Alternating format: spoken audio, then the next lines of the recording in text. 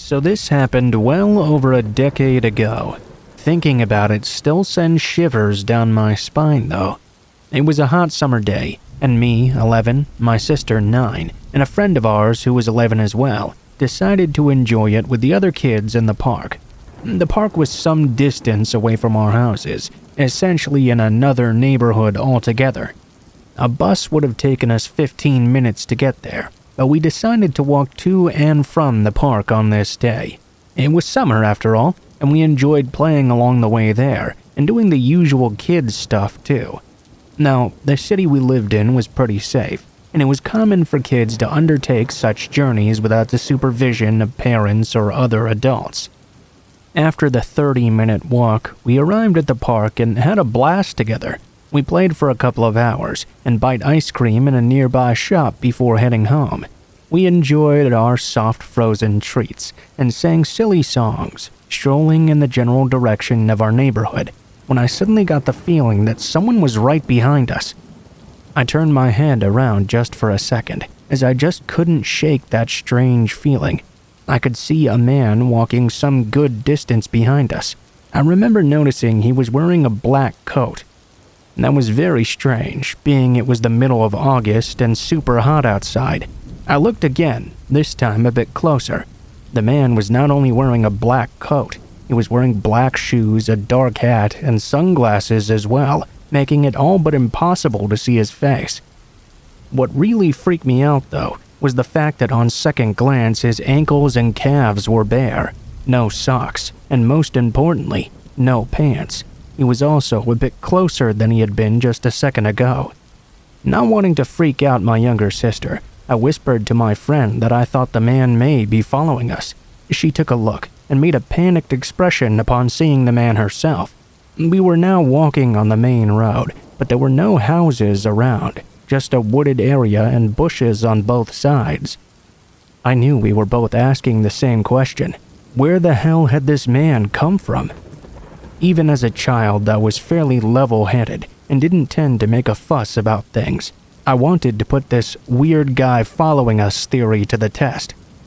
I touched my sister's shoulder and screamed, "Tag, you're it!" and started running, my friend following as well. As we ran, I turned around to check, and sure as hell, the creepy man had started running to keep pace with us. My stomach dropped, and I screamed to both my sister and my friend that the man was following us, and we needed to run. Chaos ensued in that moment. My sister, upon seeing the man for the first time, and being a smart kid, quickly put two and two together and started crying furiously. The man was some distance away, and we were three pretty fast kids, aware of a few shortcuts as well. This meant we were able to get ahead of him, though it didn't stop us from crying while running. We ran like hell. I remember it all being a blur until we essentially crashed into an old man. This man was well known in our neighborhood, a good-natured homeless man who survived by selling trinkets and junk. He was well liked in the community for his good nature, so people would buy to help him out often. We begged him for help and screamed at him at the top of our lungs, panicked and pointing at the man, who, mind you, was still running right behind us. When he saw us pointing him out, he abruptly stopped in place. The old homeless man quickly rushed us home, saying he would take care of everything. To this day, I couldn't thank him enough. We made it safely to my friend's house, where her grandmother did her best to calm us down. Sometime after, the old homeless man told my grandmother that he was sure the guy had been following us and had ill intentions as well. He'd stopped the strange man and pretended to sell him some broken watches to give us a chance to run. He told us he believed the guy was completely naked under his coat and planned on at least flashing us, if not something far worse. The strange guy got upset and told him he didn't want his fucking watches. Then he sprinted back in the direction he'd come from. The story quickly spread in the area, and parents and kids were mindful that there may still be a sicko out and about. As far as I know, though, there were no further incidents, thankfully.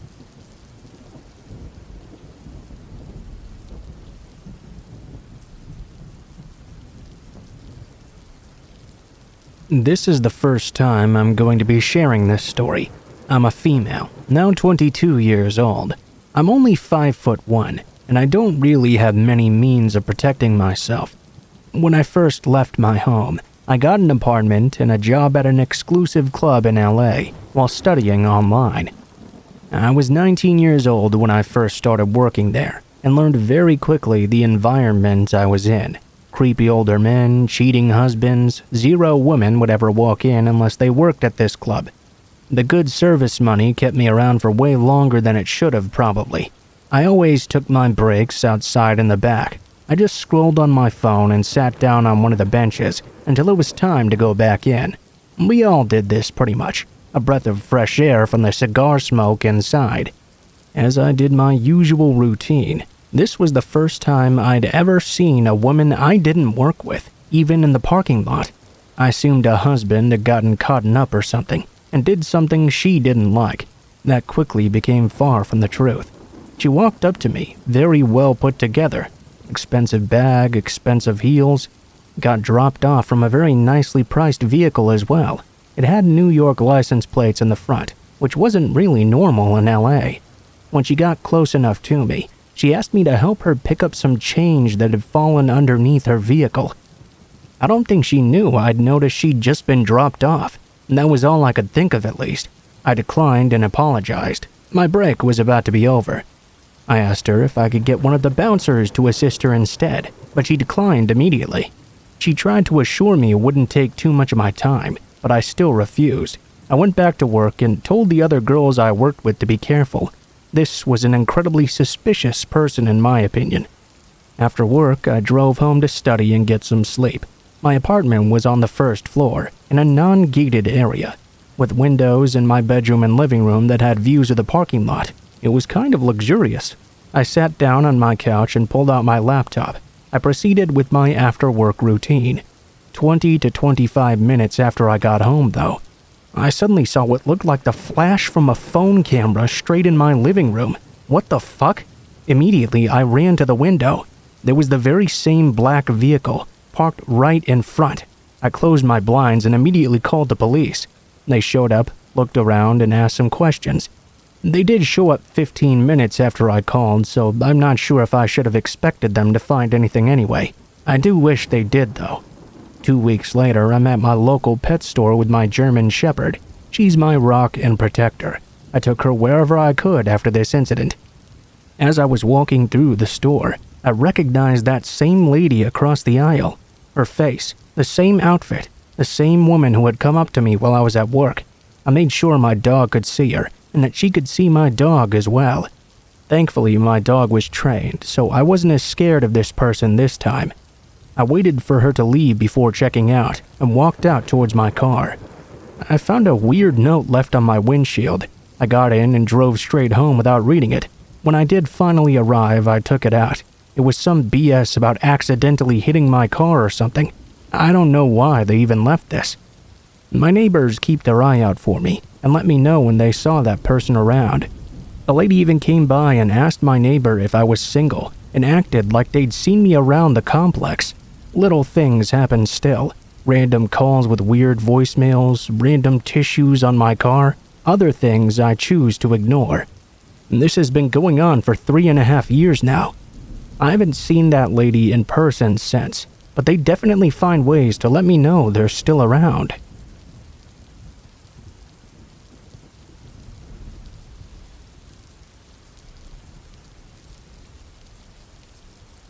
I live in a medium-sized apartment building in a fairly major city.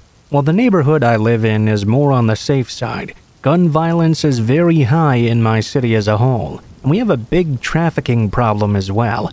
Despite this, I feel pretty safe going out, especially close to my apartment building, where it's mostly well lit. I'm friendly as well with a few of the regular homeless people, so they usually look out for me. Last night, I got a reminder that my safety isn't guaranteed though, and I've been pretty shaken ever since. Last night, at around 12:20 a.m., I asked my partner if he wanted to share a joint with me. When he declined, I locked the apartment and went downstairs myself. The exit I take spits me out onto the main street, where there will still be the occasional car driving by at this time. Usually this type of human presence comforts me walking late at night, but tonight, a lone black van approached my peripheral and started to drive slowly behind me. matching my walking pace until I rounded the corner. The van was stopped by a stoplight then.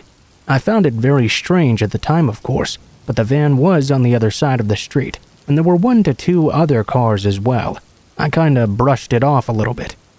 Around the corner, there was a little food truck area with a bunch of picnic tables. They had these Christmas string lights hung up, and a few other ambient lights that were kept on the whole night. It barely illuminated the area, though. As I was walking past the picnic tables, I noticed a large man dressed in dark clothes, sitting alone in the dark at one of the back tables. He was wearing some kind of hood that covered his whole face. I could still tell, though, that his eyes were following me as I walked along. My usual smoke spot was behind a fence on the other side. I was a little shaken by spotting that guy, so I chose a slightly further spot against the side of a construction vehicle. I lit my joint and started puffing away, reading something or other on my phone. I soon started to get a very uneasy sensation, though. My hairs were standing up on end, and I got the most intense goosebumps I've ever felt. My phone was still playing music. As I turned it off, I could hear shifting and rustling of gravel on the ground right behind me. I swung my head around, only to see a man reaching towards me with his hands. I only caught a glimpse of his face before I fell to the ground. His eyes were wide and bulging, and they terrified me. His mouth was agape, and he was basically snarling at me. He scared me so bad I fell to the ground, stumbled, and broke into a run in all of 1 second. I ran for a few moments before I peeked over my shoulder and saw him following a couple of yards behind me. At this point, I saw it was definitely the same man who had been sitting at the picnic table. I saw he was wearing what looked like a dirty fishing hat. He had shoulder-length, dirty, light-colored hair and was way bigger than me. He was definitely gaining on me, too. I had lost ground by turning around, and I was not in the best shape to begin with. I was about to reach the first entrance to the building. Issue was, 1, there were double doors at this entrance that closed quite slowly, and 2, the only way up was an elevator, so if he got inside with me, I was shit out of luck. I still kept running, of course, taking my chances with my ability versus quickly opening the doors. I kept running, of course, taking my chances with my running ability versus my quickly opening doors ability. I kept running along the other side of the building to get to the second entrance. This one was just 2 single doors, which opened up to the stairwell. As I was nearing this entrance, I noticed another man who appeared to be running straight towards me from the opposite direction. I should note as well that throughout this I had been hearing the guy behind me growling and snarling. As the second man got closer, I could hear he was growling at me too. I reached the keypad and unlocked the first door, then quickly slammed it closed behind me. The second man reached the door first. I could see his face more clearly as it slammed against the glass window of the door. He was taller than the other guy, with longer hair as well. Mostly I remember his wild eyes and his teeth gnashing at me like an animal right before I turned away. I opened the second door and booked it up the stairs. I didn't even stop until I was in my apartment, had all the doors locked and was under the covers. I think in retrospect, I didn't hear any sign of them following me up the stairs, but I was convinced they were still on my tail in that moment. I think the only reason I got away from them was that they didn't know about the side entrance to my building. They hadn't expected me to keep running past the first one. I got up to get my inhaler, since I was having a near asthma attack at this point. As I walked by the window, I peeked out, and my heart sank. I saw the same van that had been following me earlier, parked right across the street from the entrance to my building. I looked down further to see 3 men pacing along the side, including the 2 who had been chasing me. I ducked down, fearing they would see me. A few minutes later, they started shining flashlights into the windows of all the apartments. At first, I thought they were focusing on mine, but after a while, it was clear they were searching for which one I'd gone to. At this point, I tried to call my building manager to let him know about the situation. He sent an emergency text alert to our all-building list. I was extremely paranoid that another innocent person would be accosted by them, so I called the police as well. They told me they were on their way, and to stay out of the windows just in case they were armed. A few minutes later, the men were spooked by a faraway police siren, and they all jumped in the van together and peeled away. I spent a long sleepless night thinking they'd come back, but they never did. Definitely going to avoid being alone at night from now on. I asked one of the homeless guys I'm friends with if he saw anything suspicious last night, but he said he hadn't. They couldn't have been residents either, because they hadn't left or reacted after management sent that emergency text. The part that sticks with me the most is the growling and the intense look in their eyes. I don't know if they were on drugs or what, but they never said any words to me or each other. Haven't heard any updates from the cops, but it's only been a few hours. They didn't seem that interested in my statement, as the van had already disappeared when they left.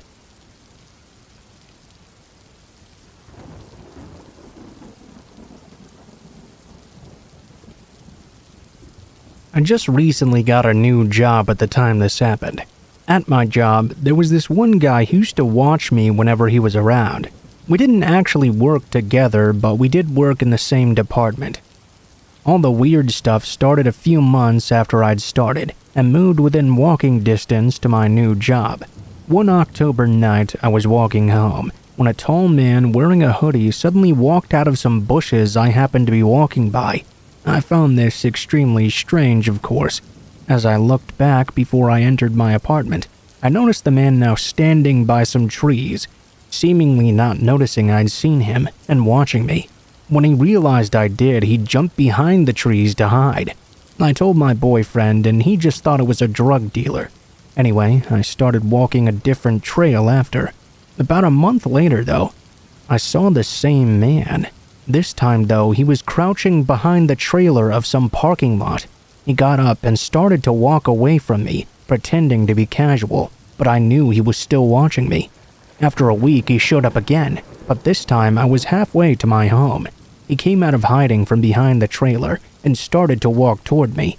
I beelined for my apartment's door and ran inside. This time, I knew he'd seen which apartment I lived in, as the previous times I would walk around the front door so he wouldn't know. This time, he caught me off guard, though. He seemed like he was trying to figure out where I lived, as he could have easily attacked me multiple times. It doesn't end there, though. I got laid off at some point and got another new job. After 3 weeks of working there, I was getting on the bus when a man who looked incredibly similar to the guy in the parking lot was watching me get on. I quickly hurried to the back of the bus. When we got to my stop, the man pulled the string and got off. I was about to get off as well, but I decided to wait for this guy to keep on walking. Unfortunately, he slowed down his pace, seemingly waiting for me. I ended up walking behind him until we got to some lights and he wouldn't move. I decided to run and hide from him in case he was looking for my new job's location. During the entire time I worked there, I saw my ex-coworker on the train when I was heading back from my interviews. He saw me going the same direction as him and started running. He ran pretty slowly, like he had a limp or something. It was kind of strange. Anyway, I also saw him hanging out the mall whenever I was there with my mom. I guess it was a popular place though, so it could have been a coincidence. I got laid off again due to complications from COVID and had a month where I didn't go outside much. After that month, I got another new job within walking distance. After 1 week there though, I was leaving work and noticed a man just watching me again. He looked incredibly similar too. I ran away and got to some lights, but I didn't see him anymore. For a month and a bit actually, no one followed me. One night though, it was relatively warm. I was closing close to midnight and was walking home when I noticed a white car parked behind a store, seemingly out of view of any cameras. I was already suspicious, as it seemed to be idling and it looked like someone was sitting inside too. I was walking by it and kept looking over my shoulder at it. Not a second went by when I got the feeling I should look behind me. I look and see my ex-coworker right there. I started running as fast as I could. The adrenaline helped me get away. I didn't look back until I cleared some space between us and couldn't see him anymore. Luckily, there happened to be some people waiting for the bus at the end of the road. Another month went by and I didn't see him again. I assumed he must have been on vacation or something, as he showed up exactly a month later. One night in early May, I was walking to a grocery store to pick up some groceries I really needed. As I'm walking there, some person disguised in a hoodie came up from behind me. He started walking toward the bus terminal, trying to act casual. I think he overheard my conversation with my boyfriend, telling him I was going to the grocery store to pick up some stuff. I got there, got my stuff, and just as I was about to start walking home, I saw that same guy dressed like a teenager standing outside the grocery store. He was watching me, clearly trying to get close to me without being noticed. I started telling my boyfriend to get me an Uber instead. I walked over to some bags of fertilizer to hide. He went and started to search for me. I let him know that I knew he was up to something messed up, and he stared back at me with these soulless eyes. Luckily, exactly at that moment, my Uber showed up and I hopped in. After that, I was extremely paranoid, of course, always on the lookout for this guy. I made my boyfriend meet me after work whenever it was dark out. A few days after no more bizarre events, my boyfriend came and met with me. This night, I noticed a car with its headlights on parked in front of a store we had to pass by. We started walking by it when it slowly started driving away, the person inside seemingly watching us. We got to some lights, and I saw the same car now in another plaza closer, driving slowly and watching us. Freaked out, I told my boyfriend. I assumed it was once again my ex-coworker, as the car looked a lot like his mom's car. I had seen his mom come to pick him up at work once, and she was driving a car exactly like this one. The next night, we saw a man with a black van with the passenger door wide open, hovering around it. As we passed by, he started to follow us, so we ran until we got a bit further away. 10 minutes later, see some guy disguised in a hoodie hiding behind a building with his back against the wall. He tried to follow us too. I don't know if those incidents are related, but it sure terrified me and my boyfriend. Mind you, I used to walk home by myself without incident for a long time. After this, I changed my hours at work, even though my managers gave me a hard time despite all this insane crap happening to me. I got my managers to give me rides home anytime I had to close, or I would get Ubers. I never walked again at midnight, or even after 10 p.m. I ended up seeing my ex-coworker's car multiple times still. Eventually, I did stop seeing his car when he realized I would never be out again after midnight. Anyway, I started getting morning shifts at work. I finally didn't have to close anymore. I don't know if I'm done being stalked or not though. Last month, the sun was starting to set around 9ish. I was walking by myself to the grocery store when I saw my ex-coworker drive past me. I ignored it as I've seen him in this area before, probably just unrelated. 30 minutes later, as I'm walking back with my boyfriend though, I see him watching me in the parking lot. He was back, lurking around. He saw my boyfriend and I and started to walk away, but kept an eye on us until we got into our apartment. Unfortunately, due to having in-person classes at my university, I'm back to working until 10 p.m. I'm worried it's going to start back up in earnest again.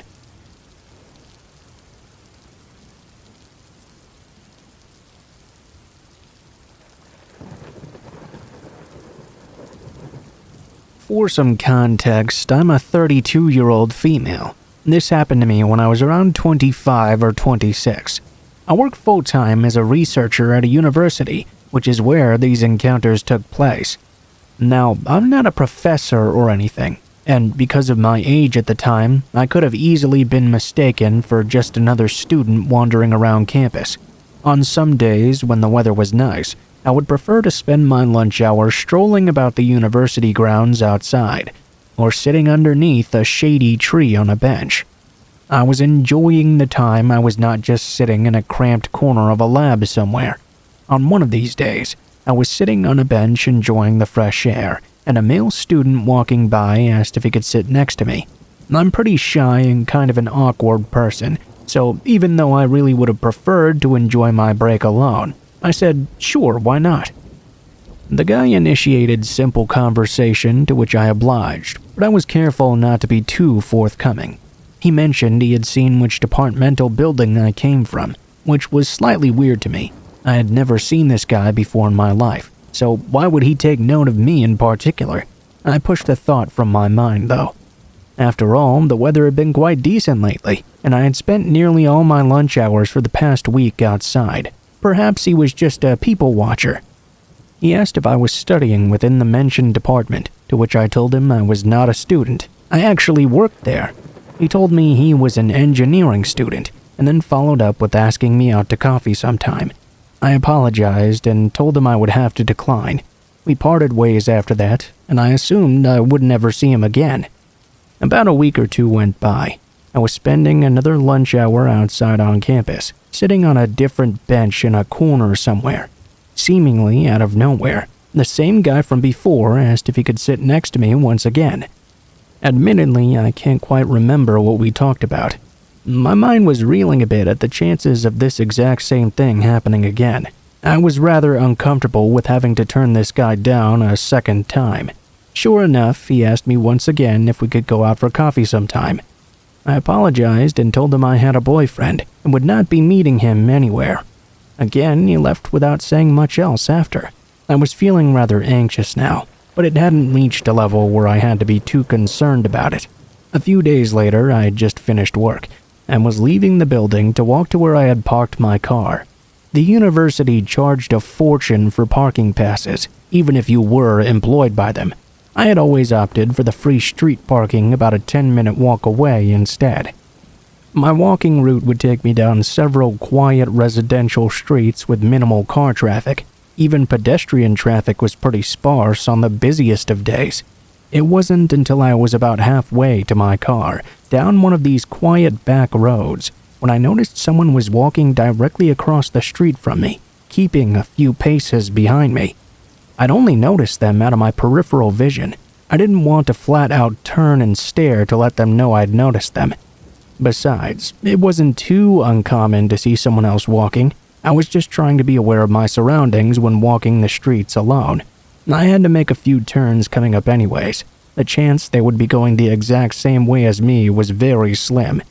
But all the same, he did. He made every single turn I did, still keeping pace directly across from me, a few steps behind. I didn't want to look at whoever this was. I didn't want him to know I was aware of what he was doing. I quickened my pace a bit. I was approaching the first of two busier streets before I would reach my car. His pace quickened to keep exact match with me. That was the moment I began to panic.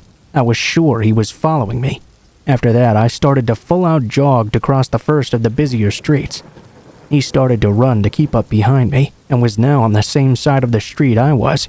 I was nearly to my car, but I had to cross that last busy street, and go about 100 meters before I would be there. It was crossing that street that worried me the most.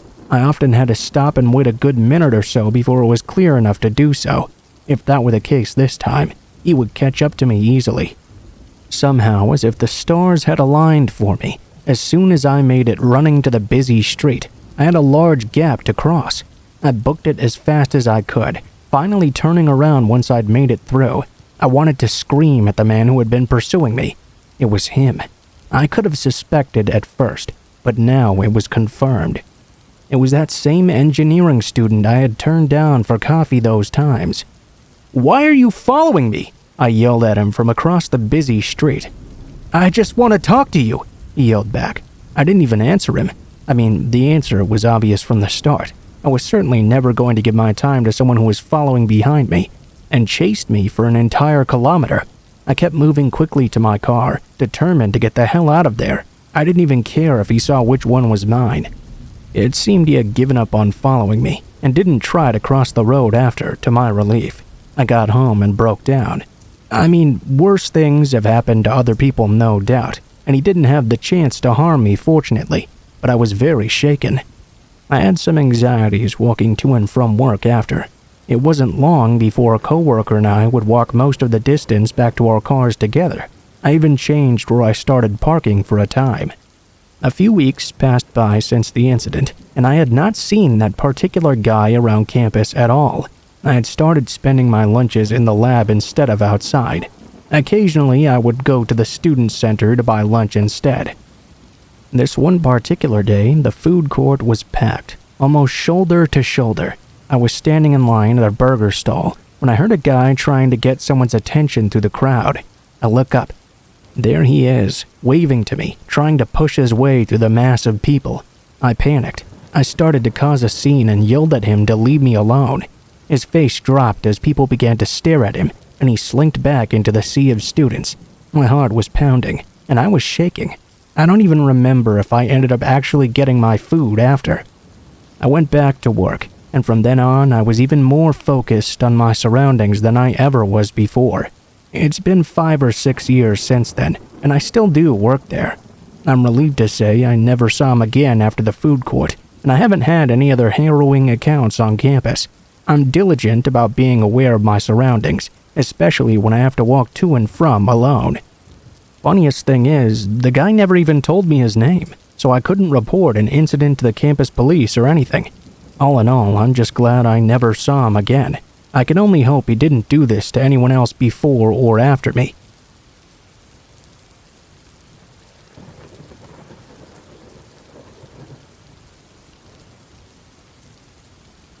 When I was a kid, my mom worked as a teacher, and she was very close to a coworker of hers who had a son around my age. I was very close with the son as well. When my mom or her friend would head out for the night, the other would take care of both of us kids. Basically, it meant I spent half my time over there. My friend spent half his time at my house as well. It was perfect and very fun for us kids. We lived in different cities, but since that kind of system had been going on since pretty much forever, I grew up knowing my friend's area just as well as mine. His mom was well aware of that, so that being said, whenever we were going on a walk in their area, she'd let us just wander around. She knew we'd always find our way back to her. My mom was more cautious and always kept an eye on us. She'd walk a distance behind us to make sure she was always able to see us. I wish her friend would have done the same. One day, I had to be around the age of 6 or 7, I believe. I was going on a walk with my friend Marcus and his mom Katie. It was a very sunny day. I was wearing a dress embroidered with flowers and had my blonde long hair let down. I often heard I was a pretty kid even from strangers in the street, and besides making me and my parents somewhat uncomfortable, nothing bad had ever happened. During that walk, Katie was walking ahead of us, and I was chatting and fooling around with Marcus. At some point, he remembered something urgent to tell his mom. At least, something as urgent as can be possible for an 8-year-old boy. He ran right up to her and left me strolling around behind for a couple of minutes, just as it already happened 100 times prior. This time, though, we were circling around this big camping site. We walked by all the big vans and camping cars. One of those vans, I noticed, had its back doors wide open. There was a man, probably in his mid-40s, smoking a cigarette and leaning against the vehicle. The man locked eyes with me as I was approaching, then saw that Katie and Marcus weren't paying much attention to me, as they were already a couple of meters ahead. He grabbed my arm and pulled me in tight to him. I found my body touching against his. I was so startled and weirded out, I couldn't even let out a word. I knew Katie would have heard me if I called for help, but I didn't have a chance to react. He leaned towards me, obviously much taller than I was. He muttered something I couldn't hear, winked at me, and kissed me on the lips. Then he pulled me into the open doors of his van. At this point, I was almost completely inside. If he had pushed me just a bit, I would have fallen right in. At this point, I was too scared to know what to do. Even though I didn't understand what was going on, I knew this was not okay. He put his hands on the doors as if to close the vehicle, and I felt my heart sink. At that exact moment, some man I'd never seen before jogged toward us. He was in his 40s as well, waving hello at me. "Oh, sorry, I lost sight of you for a bit." I was so scared. The man had a very friendly look on his face and was staring at me with great insistence. The van man awkwardly laughed and yanked me out of the car, slamming the door shut. I ran over to Katie as I heard the van take off in a hurry and acted as if nothing had happened. To this day, I've never told the story to anyone. Not to Katie or Marcus or to my mom. Nobody. I'm 22 years old today. I'm grateful the friendly guy came out of nowhere just to save me. From the bottom of my heart, thank you. I have no idea what emboldened that pedophile. He surely would have abducted me and was strangely okay with just kissing a small kid in public in broad daylight. I'm not even in the mood to add everything he did, but everything thinks the same thing I do. I wish him hell.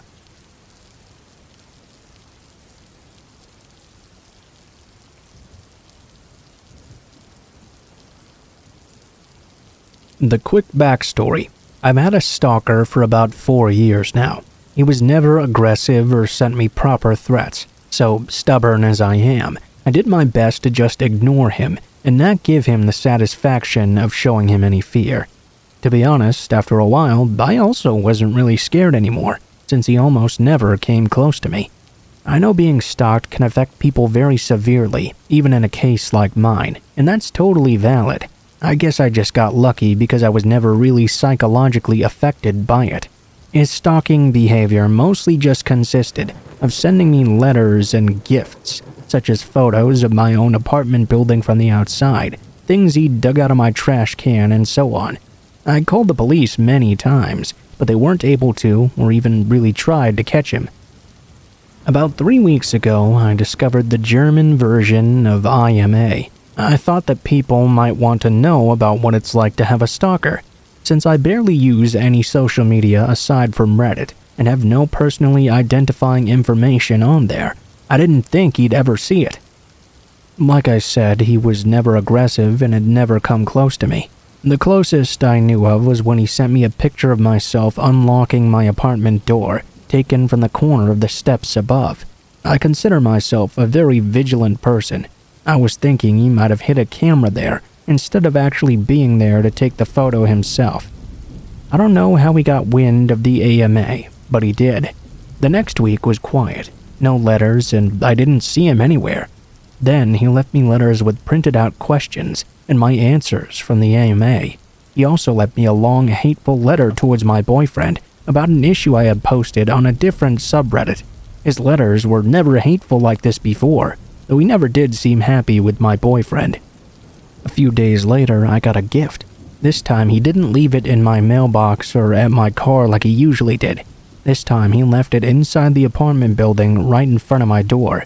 I didn't take it inside, but opened it outside to be safe. It was a pretty big box. It was taped shut.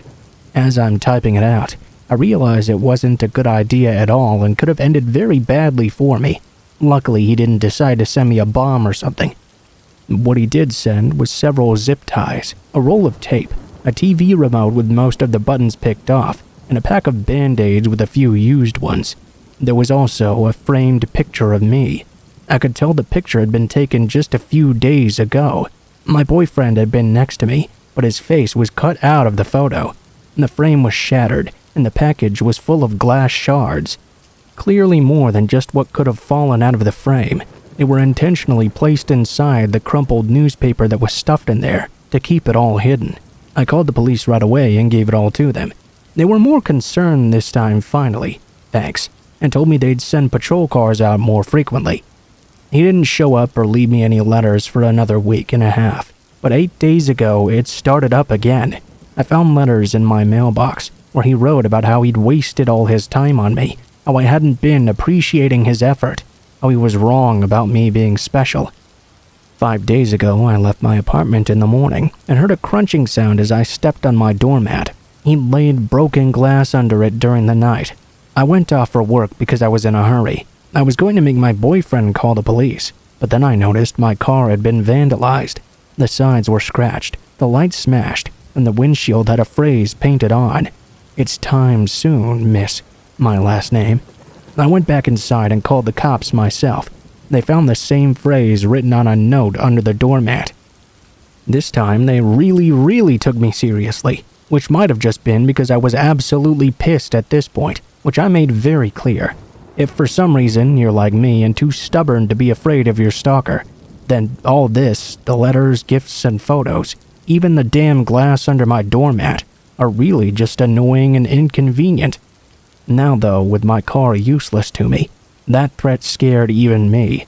I did have a dash cam on my car luckily, and it caught everything.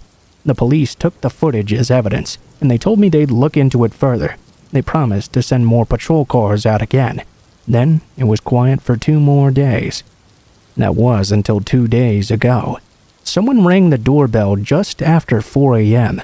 My boyfriend and I got up, but were both hesitant. I saw blue lights outside though. Just as I got up, I heard them shouting, "This is the police. Please open the door." They told us they'd been called by one of our neighbors downstairs, who came home from his night shift an hour earlier and heard someone else enter the building after them before the door fell shut. the neighbor went into his own apartment and looked out through the peephole. We have motion-activated lights in the stairway, so he wanted to see what was going on. He saw a middle-aged man walk upstairs. Above this neighbor were only me and my boyfriend and a single mom with 3 kids, who probably wouldn't be getting any visitors at 3 a.m. They came and found my stalker 1.5 floors above me on the stairs. He should have been able to see the cop car since there was a little window up there, and they had their lights on. I guess he missed them though somehow. They found a pocket knife on him, and he confessed to being my stalker right away. He was finally caught. They got him. It took 4 years, a provocative social media post, and a very vigilant and caring neighbor, but he's finally done. He's facing several charges, and I've collected every single piece of evidence over the past 4 years. I don't know what kind of outcome I can expect, but now I've finally got some peace.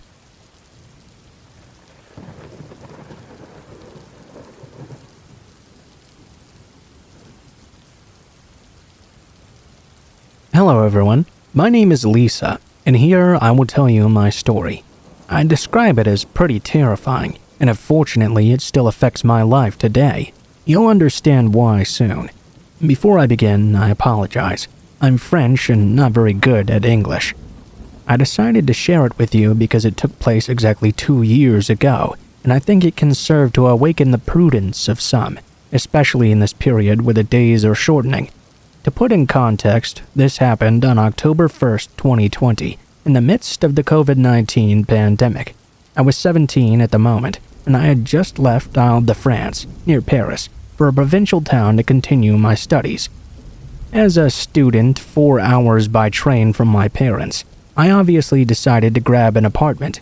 The prices were rather unaffordable for me though, so I settled for a new student residence. It was in the heart of a rich residential pavilion, contrasting with my small student residence. Everything was mostly fine.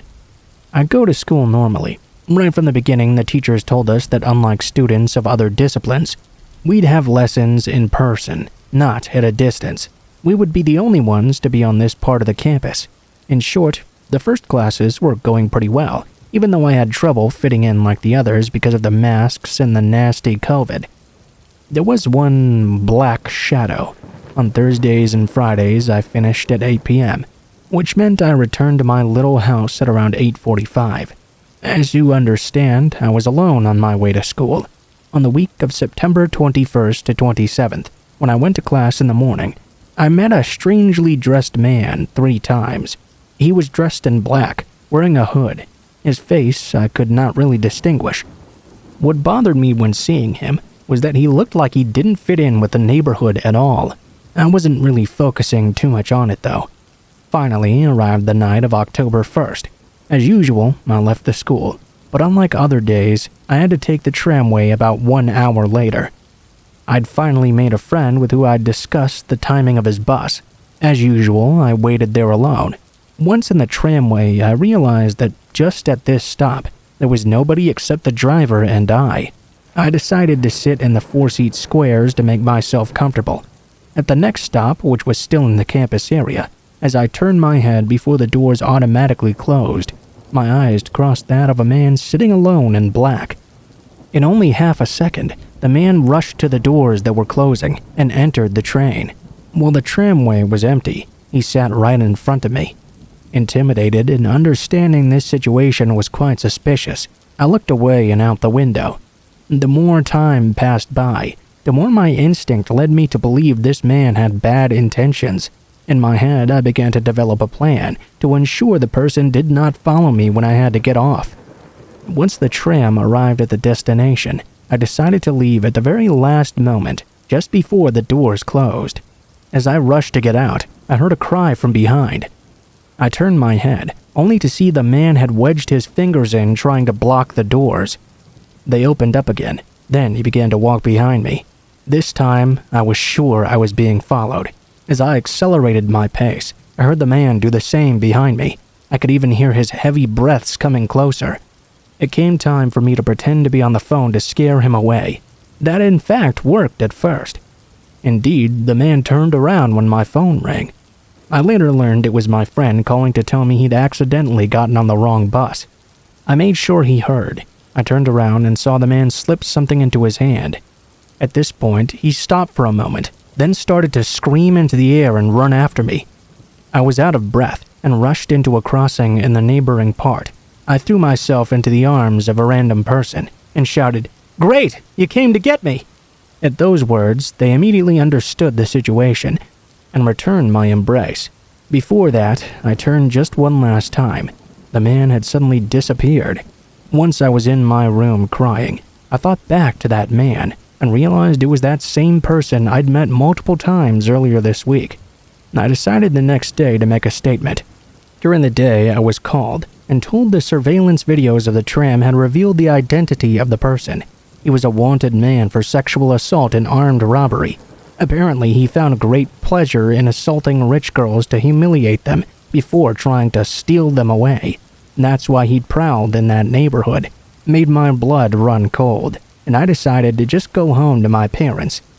Apparently, the man was found 2 weeks later in another city for assaulting a young girl in a store.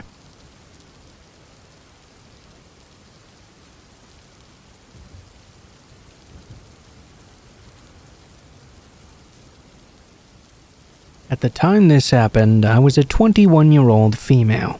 I lived in a larger, small city in the Midwest. At the time, I had no car and only a bicycle. I hardly had enough money for a public bus. I worked at a retail battery lighting and repair store. I worked full-time as well, and only lived a little over a mile from my job. Since I was a woman in a male-dominated field, I was often used to targeted abuse from men who thought they knew better. Many times I stood my ground and flaunted my knowledge in subjects these people couldn't seem to grasp.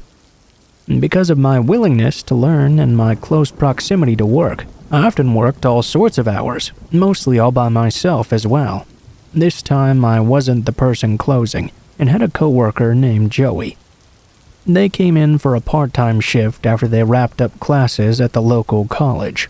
We had quite a close friendship, honestly, and often stood up for one another. We stepped in when we were flustered as well, or needed to go to the bathroom in the back or whatever. Joey received a phone call for a possible repair on a smartphone, and he wasn't 100% sure if we even could repair it. He asked the young female caller to stop by for a consult. She quickly agreed and said she would stop by around 5:30. This was a night I was supposed to get done at 6 p.m. and catch the bus at 6:12. It was a windy, drizzly, early fall night. I remember this because I had my bike with me, and it became my anchor that night. A little before 6 p.m., this frantic, terrified, screaming and crying 19 to 20-year-old woman came rushing into our tiny shop. I was at the counter switching out aging price tags and doing general store maintenance. I looked at her confused and asked her what was wrong. She looked me deep in the eyes, asking if Joey was here. At the time, he was using our tiny bathroom in the back, so I had to step in and help out. I told her he was currently busy and that I was willing to help her. She handed me her smashed, cheap phone very timidly. My customer service skills could not prepare me for what she was going to say next. She quietly whispered to me that her boyfriend, who was out in his red mini truck in the small front parking lot, had gotten angry and smashed her phone when she tried to call her sister that afternoon. I took the backing off and tried to research the model for any possible screen repair. No results found. I tried to hand her back the destroyed phone, and she pushed it back into my hands with a pleading look. Then the honking commenced. It was drizzling outside, so our front glass was covered in beaded drops and was slightly fogged over. I couldn't see who was out there. I told her again I couldn't really do anything to help, and for her to try our cell phone repair competitor just down the road. The tears really started to flow now. I was freaked out. She kept throwing glances behind her, and the honking would not stop. I was angry at this point. I myself was in a domestic abuse situation at the time, and I knew exactly what this girl was experiencing. I broke my stare with her and tried to look in our system a second time for a replacement. Nothing once again. I looked up from our computer to see a shadowy figure of a young man pacing in front of the store. I was just happy the honking had stopped, but I was increasingly shaken up. My whole body was fearful now. I whispered across the counter if she needed me to call 911. She slammed her hands down and said I couldn't do that. She begged me not to. At this point, Joey came out and asked what was going on. He thought it was one of those situations where we had an elderly, lazy, or disabled customer honking their horns for us to pick up something heavy from their car. The looks on our faces, though, he knew something bad was happening. The young man stopped pacing outside and began to slam on our front door. Joey took the girl's phone from my hands and told me to go in the back and lock the back employee-only doors. I did what I was told. I grabbed my bag, my bike, and my jacket. I looked at the clock in the back. It read 6:14. I spent 15 minutes back there with this girl, both of us feeling like trapped animals. Joey did bodybuilding during his free time. He was a gentle, non-confronting sort, but a very stocky Asian guy. I was a short, obese lady that would respond in either of two ways to any situation, like a complete doormat or absolutely furious and raging. I knew I couldn't fight this person, and neither could Joey. Not because of physical reasons. We'd lose our jobs in an instant. We didn't know what to do here. The guy threw the door open. He had this manic, hateful look about him. A total predator he was. He was very slim, early to mid-20s, and was soaked by the rain. He took the broken phone off the counter and took the girl with him as well. He hurled insults at us, and I gave the girl a pitying look. He slammed the door shut, and both Joey and I stood in absolute silence. He snapped out of it and ran to the front door and locked it. I told Joey to call our manager from our store landline and stood around while he did so. I noticed that now the guy had moved his truck to directly in front of our door. He was watching us as we were on the phone with our manager. I had to leave to get home. The last possible bus came at 6:42. I couldn't pedal my way home in this weather. Plus all of the circumstances that had just occurred. The time was around 6:18. I just needed to cross the busy highway and down the sidewalk by 1/8 of a mile to get to the nearest bus stop. Joey, the guy, and I played a waiting game here. It was 6:23 when that dickhead finally drove away. I told Joey I would leave at 6:25 so I could arrive safely. Joey opened the front door, and I threw myself on top of my bike. I pedaled harder than I could ever imagine. Our store was in an industrial shopping area at the very edge of town. We worked next to a sub shop as well. It started to downpour. As I tried to pull out of our parking lot straddling my bicycle, I caught a glimpse of a red truck looping around the sub shop. The highway had dual lanes each way. I had to play real-life Frogger if I wanted to make it to my destination in one piece. There were a few cars that slowed down for me as I hauled ass to the other side of the road. I jumped off my bike and threw it on top of the curb. I promptly hopped back on and tried to pedal as quickly as I could. My front wheel was stuck in the grassy strip, and my right foot kept slipping off the pedals. My shin struck against them, and I had to act quickly. I grabbed the frame of my bike and simply jogged to the bus stop. The red truck pulled into the parking lot which I had just passed. They turned around and went out through the entrance across from the sub shop. They took the lane closest to me. They went at a crawl and turned at the red light so they could come back around to me. There were 3 ways to get in. One left, one in the center, and the other on the far right next to the grocery store. I stuck to the sidewalk since it felt safer, and there were people around. The truck patrolled around the area, stalking me like its prey. I felt cold, sore, and cornered. There were a couple of cars that pulled into the left entrance of the lot, causing the truck to not be able to come back around again. I almost collapsed when I reached the shitty small bus stop. I felt my phone buzz. I saw it was Joey, so I rested my bike on my person to answer the call.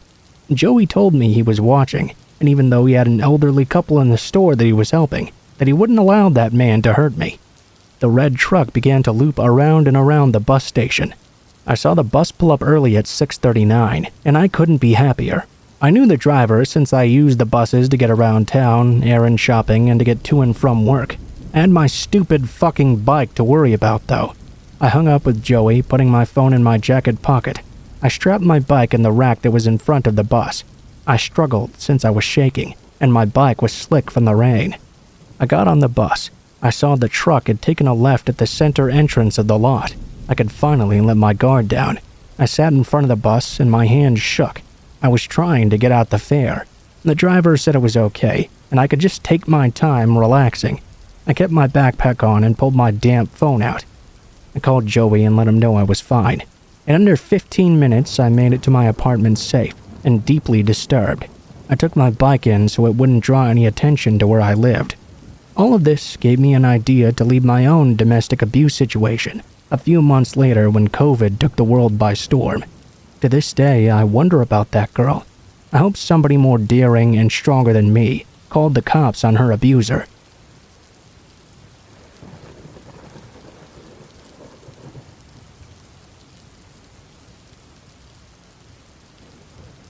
Back when I was around 17 or 18, I would go out to parties with my friend at night.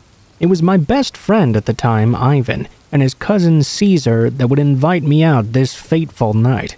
I'd been talking to a friend of Ivan on Facebook about meeting each other. Since I hadn't had many experiences with girls, I thought it was now or never. This girl had a birthday party that day and invited us all to join her. I took a bath, got ready, and my friends pulled up for me in a small car. It was an Atos that was really popular in Mexico in the early thousands. It was small and really good at saving gas, not too expensive either, so the perfect car for a college student. I said bye to my mom and hopped in. We went to go buy beer for the night and a pack of smokes for everyone as well. Back then, I would smoke quite a lot. I still cringe just thinking about it, but it was an early college thing, I suppose. My friend told us he had been in contact with this one girl on Facebook, and she decided to come to the party with us tonight. We were all impressed and happy for him. We pulled up to her house and parked near a park to wait for her. I remember a group of thugs walking around the park, but since they seemed our age, we weren't too weirded out. My friend called her to come out, and my friend Caesar stepped out for a smoke. I was sitting in the back, not wanting to come out because of those guys outside. Things seemed to be asking for trouble, though. They began to argue about something really dumb with Caesar. My friend Ivan told me to step out just to have his back, in case anything went down. I'm not particularly strong myself, but I am really tall. With a winter coat, I tried my best to appear tough enough for them to think twice. I lit a cigarette and pretended to be macho. I looked at a guy and laughed. Somehow it worked, and they just left. We went to the party and had a great time together. I made out all night with the girl I was talking to. Later, though, I found out she'd kissed pretty much every guy that was there before me. Nevertheless, I was still grateful for the opportunity. As we headed back to the house of my friend's date, she seemed extremely quiet. I knew they had hit it off quite a bit during the party, but now she looked really stiff, scared even. My bud and I were riding in the back to let them have the front to themselves, but all she was doing was nervously looking at her phone. When we arrived, she wanted to hop out right away. My friend, trying to score some points, said, "Wait, I'll walk you in." She did not like this. She said to just leave. We were a bit buzzed in the back and wanted to have a smoke, so we all stepped outside anyway and watched them walk up to her door. I remember laughing about something with my friend when the mood suddenly became very dark. The girl began to scream, "Go now! Get out of here!" A car pulled out nearly in front of us. People with bats and various weapons got out so fast I can barely remember how I got back into the seat. The girl said something along the lines of to leave us alone and held my friend while a bunch of dudes got out. Ivan got into the driver's seat and started the car. Thankfully, it started right up without trouble. A big bottle of liquor slammed into the windshield, cracking the top corner. I saw some guys come from the right side of the car where we were standing. I quickly moved over to the other side to let my friend have an easy way into the back seat. As I turned the corner, I saw this massive-looking guy come right up to the door. I barely had time to close it and pulled the lock down. The man began to punch my window. My other friend wasn't so lucky.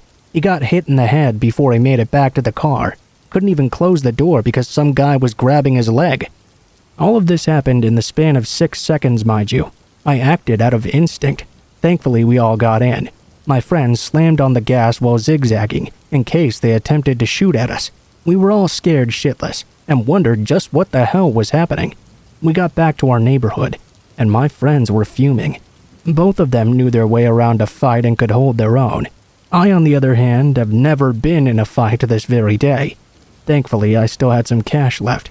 I told them we should go buy some illegal beer at midnight, and tried my best to calm them down and convince them not to just go back there. Caesar was so pissed he'd even woken up a dude in the middle of the night with a phone call, asking the man to show up to a group fight. After a few beers and a lot of talking, I convinced them it was not worth it and to just let the night end. I got home and my parents never found out about any of this. The next few days, my friend Ivan called me and told me the girl's ex-boyfriend was actually a gang member, a gang known for beating the hell out of people and dropping them in water canals around the city. My heart dropped out of my chest. We had been seconds away from getting beat down, or maybe killed by a bunch of thugs for a damn date, if it wasn't for our quick reaction, her backing them up a bit, and something outside this realm working for us. We might not have made it away. To this day, I still stay awake at nights, thinking of how fast and out of nowhere situations like this can present themselves in your life. How many times have we narrowly avoided critical danger? All I can say is trust your gut and your instincts in the end. It all happens so fast, that's all you really have.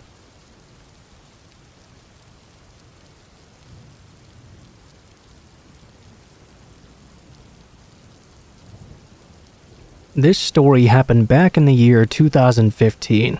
It was around 8 p.m. and it was summertime, so at the time it was just getting dark. I live in a town where crime almost never happens. It's a very safe rural area with very few people as well. Here, all the shops close early, so that night I went shopping around 7:40. Everything was completely quiet. I didn't have enough money to pay in the moment. I asked them to save the items for me. When I got home, I grabbed the money out to take back to pay the store. I was listening to some music. I had bought new headphones and was trying them out. I was walking 2 blocks from my house when a motorcycle with 2 men came out of nowhere. The man behind got out and grabbed a gun. He pointed it right at my head and started yelling at me to give him my things. I was paralyzed. In an absolutely absurd moment, I screamed out no. The man again yelled at me to give him my cell phone. He screamed, "Give me everything!" I squeezed my cell phone and headphones and yelled, "No, these are my things!" over and over again. The whole time, a gun was pointed at my face from a meter away. When the guy with the gun saw I wouldn't give them anything, he fired. I saw very clearly how he pulled the trigger on the gun. He got on the motorcycle with the other man, and they left at full speed. Somehow, I didn't get shot though. I don't know if it was a fake gun or if it jammed or if it didn't have bullets in it or what. I don't know anything. It was really dark. It was one of the most terrifying experiences I ever had. As soon as they left, I ran to the store where I was going at first. I arrived crying and shaking. It was hard for me to even speak. I asked for help, and they called my mom, who came to pick me up in a taxi. I didn't want to walk home, even though it was only 4 streets away. That was the first and last time I experienced a robbery attempt. It was the most damn stressful situation I've ever been through though. I don't know how to describe the absolute panic I felt when I saw the barrel of a gun in front of my eyes. All that for a cheap fucking cell phone and some headphones. They didn't give a shit about a girl's life. They slapped that gun right in my face. I wish no one has to go through this, much less children. I was lucky, but many are not. Especially in the city nearby my town, where this happens quite frequently.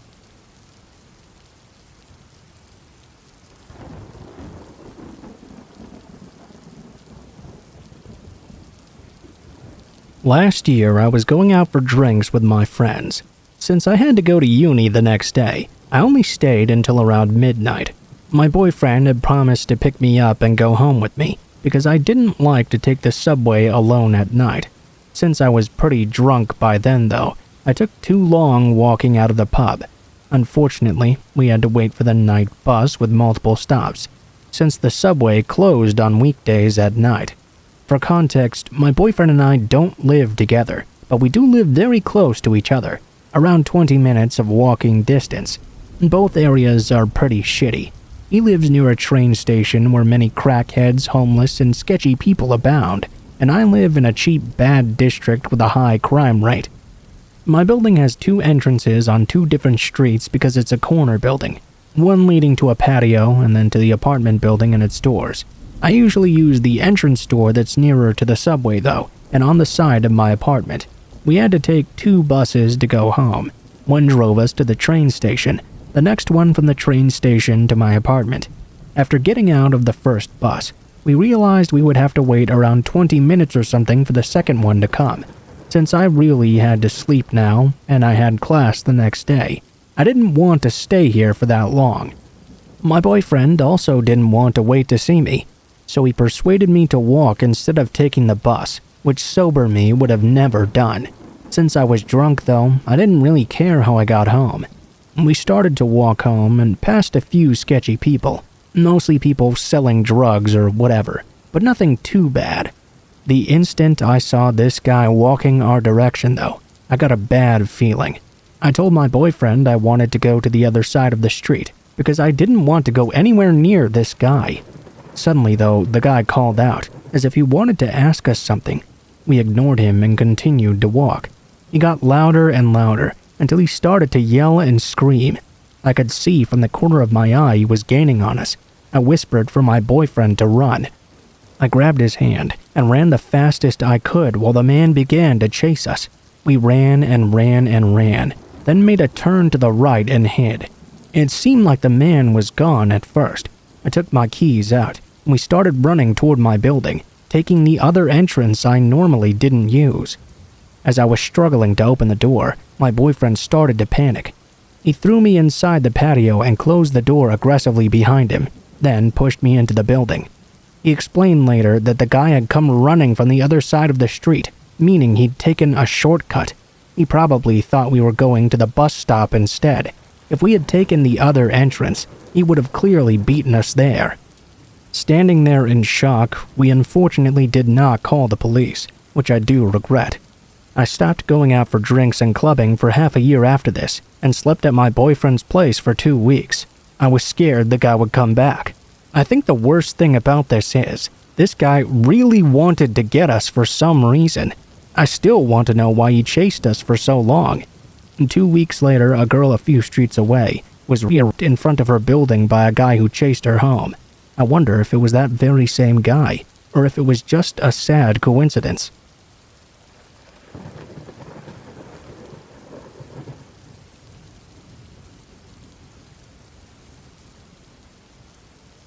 This happened to me about 3 years ago. It was brought up recently with my friends, and they suggested that I share it with everyone else. I've gone through therapy for this and trained in firearms as well. It was the creepiest night of my life. I spent it in what felt like a horror movie, and the memory is still so vivid. It was a Wednesday night in the middle of the summer. I was off work, and my husband happened to be out of town at the moment. Our son was staying at his grandma's for the night. That meant I was home alone with my dogs, an 80-pound Aussie mix and my 80-pound German Shepherd/Pit Bull mix. I've always had some issues when sleeping home alone, so I tended to binge-watch TV in the living room until I just couldn't keep my eyes open anymore. This particular night, I remembered that the trash pickup was coming the next day. I decided to turn on Game of Thrones for a bit and take the trash out a bit later. All of a sudden, though, I realized it was now 1:30 a.m., and I still hadn't got around to doing my chores yet. My house has these 2 solid iron gates, one in the front and one to the side door/backyard.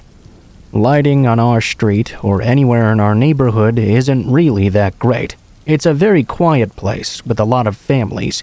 You very rarely hear about any sort of crime here anyway.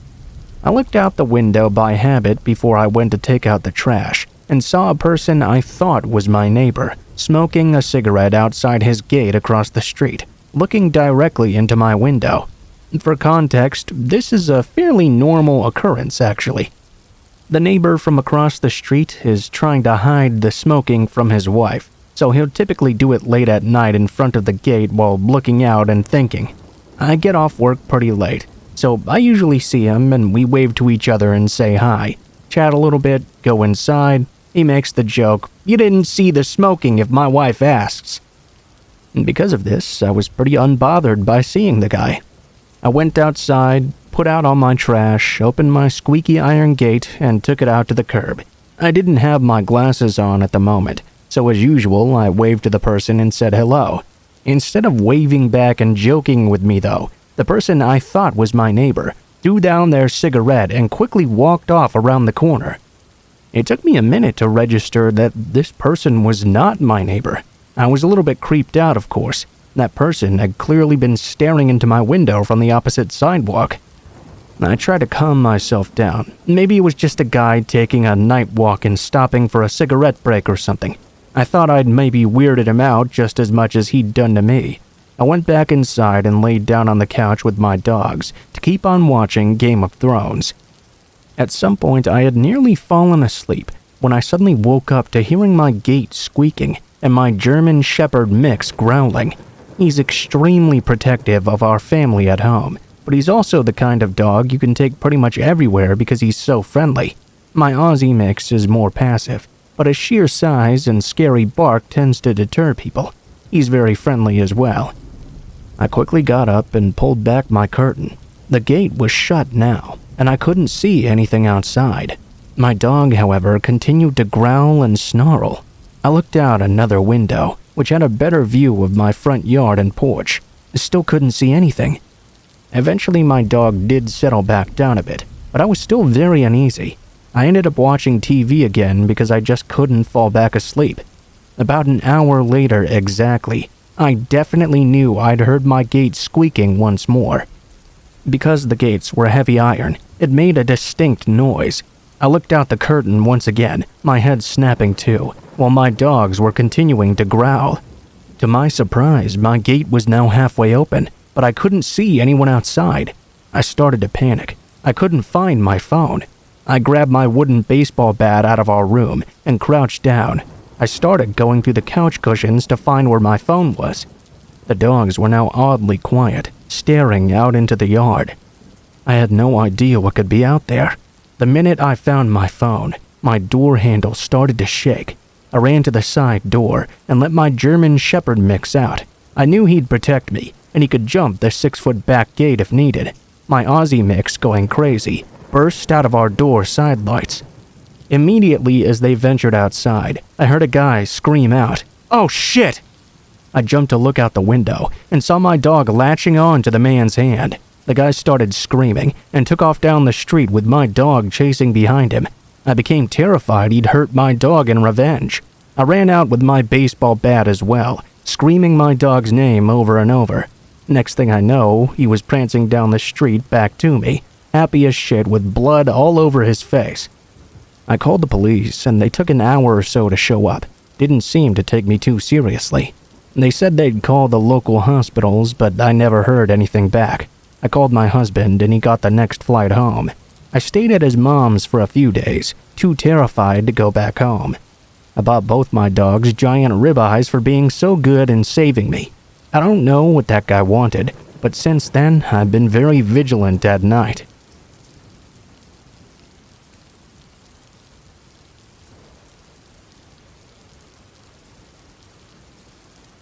One time, I was walking home from the train station after I'd spent the weekend at my aunt's house. It was around 11 p.m. at night and already very dark outside. I was almost home when I noticed a man on crutches in front of me. He had been walking the same direction, but stopped every couple of meters to turn around and look at me before continuing to walk on. Since he was walking with a limp already, I very quickly passed him by. As I did, he stopped walking altogether and grinned at me in a strange way. I kept on moving on. Since I lived in an apartment over a burger restaurant, for a moment I considered asking one of the employees to walk me to the front door. To get to the entrance of the apartment part of the house, you had to walk around into a dark court area. I didn't ask in the end though. I thought, what could possibly happen? The guy is on crutches. I didn't want to come across as childish. There I was, walking through this dark court of our house. I wanted to pull out my keys while still walking. Suddenly, I couldn't find them in my handbag. I realized I had thrown them somewhere in my travel bag because I didn't want to lose them while staying at my aunt's and being out with her all the time. There I was, stuck standing in the middle of this dark area, having to search my whole travel bag for this damn key.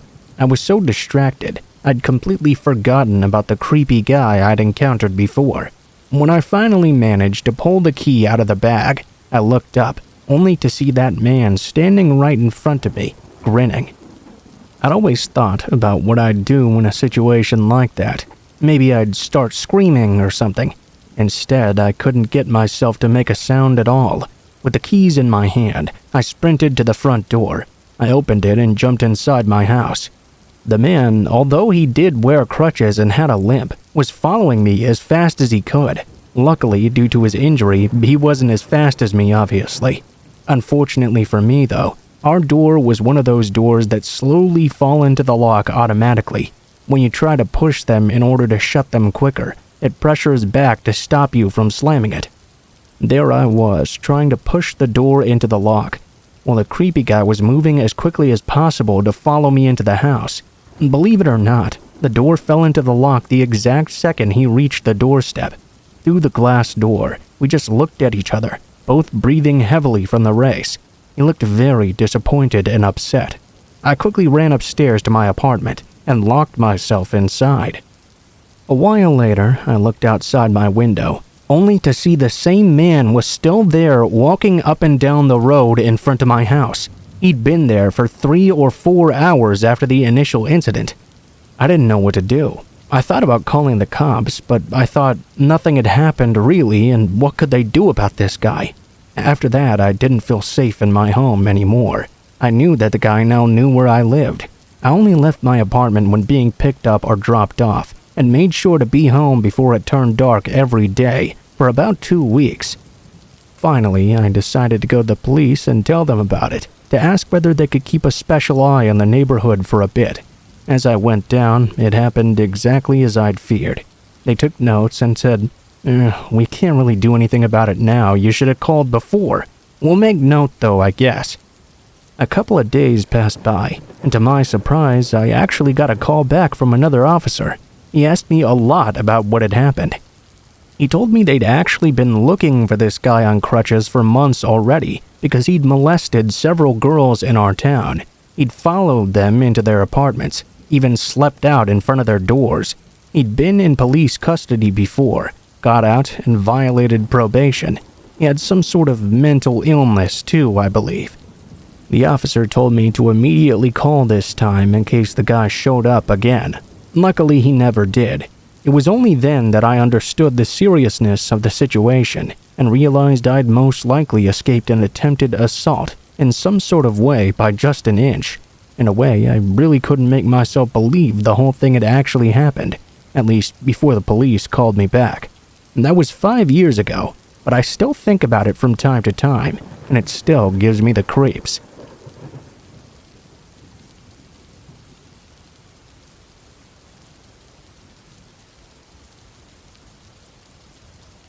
Hello, I have a more or less unusual story I would like to tell you, with a very clear memory of it. It takes place last year in 2021, on the day October 26th. I was often driving back and forth from Montreal to Quebec City for my work and to see my family at the time. It was late because I was driving at night, around 7 p.m. or so. I wasn't on the highway, but on a national road, not very busy and surrounded by forests and plains. I didn't mind driving this area at night because I had good vision and very little fatigue. Halfway to my goal though, in the distance in the middle of the road, I realized I could see someone crouched down, and they seemed to be quite afraid. I was close to a town, so seeing a person out at night didn't seem that strange. Obviously, I couldn't just run them over, so I stopped on the side of the road. I realized now that it was a woman about my age who was crying and sobbing. I walked over to her and asked her if she was all right, if she was feeling well. After a few minutes of silence, she ended up telling me in a feverish tone that she was being followed and she was very afraid. I didn't know what to do. The stress was building up. This had never happened to me on this road before. I mean, how could it? I stayed close to her. I could hear in the distance footsteps coming behind us, coming up the side of the road.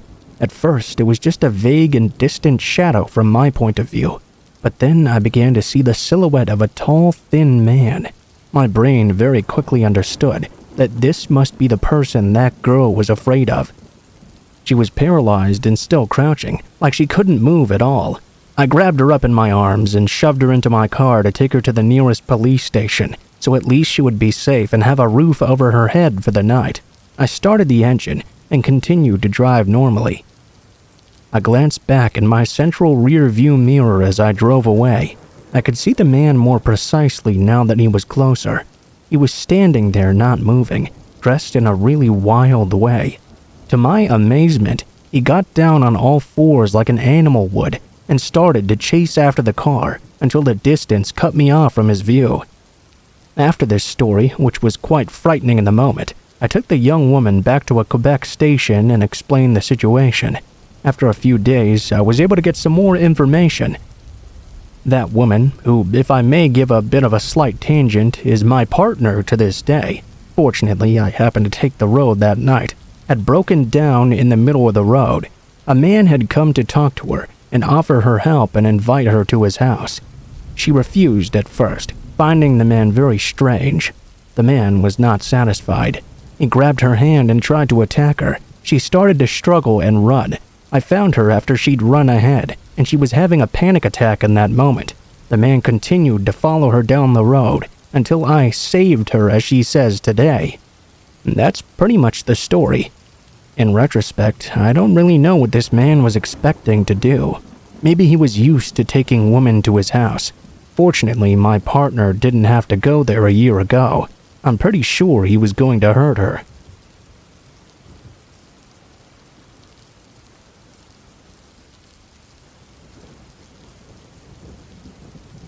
This happened 7 years ago, but I still remember the fear like I felt it yesterday. When I was in my early 20s, I worked the night shift at a bakery, making the donuts. I loved that job. 3 nights of the week I would be with my coworker, and 2 nights I would be working alone. It was summertime, and we were having some problems with the AC. The maintenance guy, Andy, came at night when I was on the clock to work on it. The bakery was small and crowded during the day, so it was best for him to come when it was empty. Management always let me know when Andy would be there, so it was never really a surprise. At first, he was very pleasant actually. I had no issues sharing the space with him as we worked. One evening though, that all changed. My coworker happened to be a little bit late this time. She told me later she'd lost track of time in the shower. Andy piped in, saying, "We should all shower together to save time," and started laughing. I found that quite creepy. I stated I lived alone, and he responded, "Good, I have you all to myself then." After that night, I realized Andy wasn't the kind guy I initially thought he was. I stopped speaking to him unless I had to. And before long, the AC had been repaired, and I thought I was finally free of him. Fast forward to a night a few weeks later, though. I was working all alone, and it was 2 a.m. I was frying donuts when I heard a loud banging on the front window. Startled, I look up and see who else but Andy. He was calling my name and crouching below the window, asking to be let in. No one had said anything to me about him coming that night. Andy started to tug on the front door handles. Luckily, it was locked. I ran to a corner of the bakery where he couldn't see me and tried calling my manager with no response. The phone started ringing. I could see the caller ID from where I was sitting. It was Andy. He was being relentless and wouldn't stop banging on the windows and trying to get in. My fear was rising, and I dialed 911. The cops arrived within 10 minutes and searched Andy's vehicle. In the back seat, they found duct tape, a knife, and some rope. They told me they couldn't do anything though because he hadn't harmed me. Andy told the police he was just there to fix the AC, and they believed him. My manager called me back in the morning and told me the AC was working perfectly fine. They'd never asked Andy to come. Whatever he had planned for me, I'm glad I didn't have to find out that night.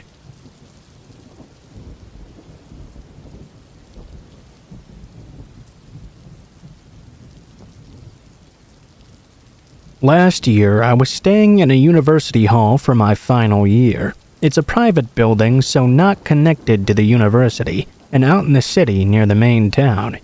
We have a car park, but nobody really uses it because we're poor students and it costs money to park there. Mine was one of the only 2 or 3 cars at any given time. It wasn't very well lit, and it was to the side of the building as well, so you had to walk for about 2 to 3 minutes to get to the main door. I was sitting in my car one evening after just getting back from the gym, just scrolling on my phone because my seat was warm. It was dark and raining outside, so I couldn't really be bothered to go out yet. I was reading an article when suddenly someone began to knock on my window. Obviously very odd. It was a man dressed completely in black. He started telling me how his friend had seen me through the window and thought I was really attractive, so could he have my number? I responded no. That was really weird and I didn't feel comfortable with it. He continued to stand at my window for a while, practically begging me to get out and give him my number, or at least my social media details. He told me I should come over and speak to his friend. You would have expected him to be talking about himself and making things up, right? But weirdly enough, I could see his friend stood at the other side of the car park, furthest away from the building, hiding in darkness. I obviously said no. I scrolled on my phone to show that I wasn't interested. Finally, he relented and walked away. I texted one of my friends to ask if he'd come and get me and walk with me to the building. As I was waiting, the man returned with his hood up and started to bang loudly on my window. He said I was being rude, ungrateful, and started calling me all sorts of names. I kept staring at my phone and pretended I couldn't hear him. He started trying my door handle. Thankfully, I'd locked my car after the first encounter. He then began to slam violently on my windows. I still kept ignoring him and texted my friend to bring some other friends with him now as well. My friend was taking a long time to read my message. I was terrified, but for some reason I didn't think to call the police. I guess I was scared of things escalating. The guy at my window calmed down after a few minutes and walked off, saying he'd leave me alone now. I watched though, as out of the corner of my eye, I saw him join up with his friend, and then 3 or 4 other men. They walked so they were just out of sight, but I could see their shadows lingering as they began to circle around my car. They moved closer, still staying in the dark. They lingered there for a while. Luckily, another car came, which was obviously full of students going to a party, mostly due to the loud music and singing going on inside. This group of men left as soon as they saw these people arrive. I latched onto the group and was able to walk with them as they entered the building. When I got home, my friend finally responded. He said he'd actually heard about these guys before. Apparently, they'd followed another girl into the building and into the lift a couple of days prior, then stood in there trying to lock her in. She had to run for her door and lock it behind her, where they then stood outside knocking and whispering for her to open it for like an hour. We were able to report this to the building, who, to their credit, then hired a permanent set of security staff. We also got the CCTV footage of both incidents and were able to pass this on to the police.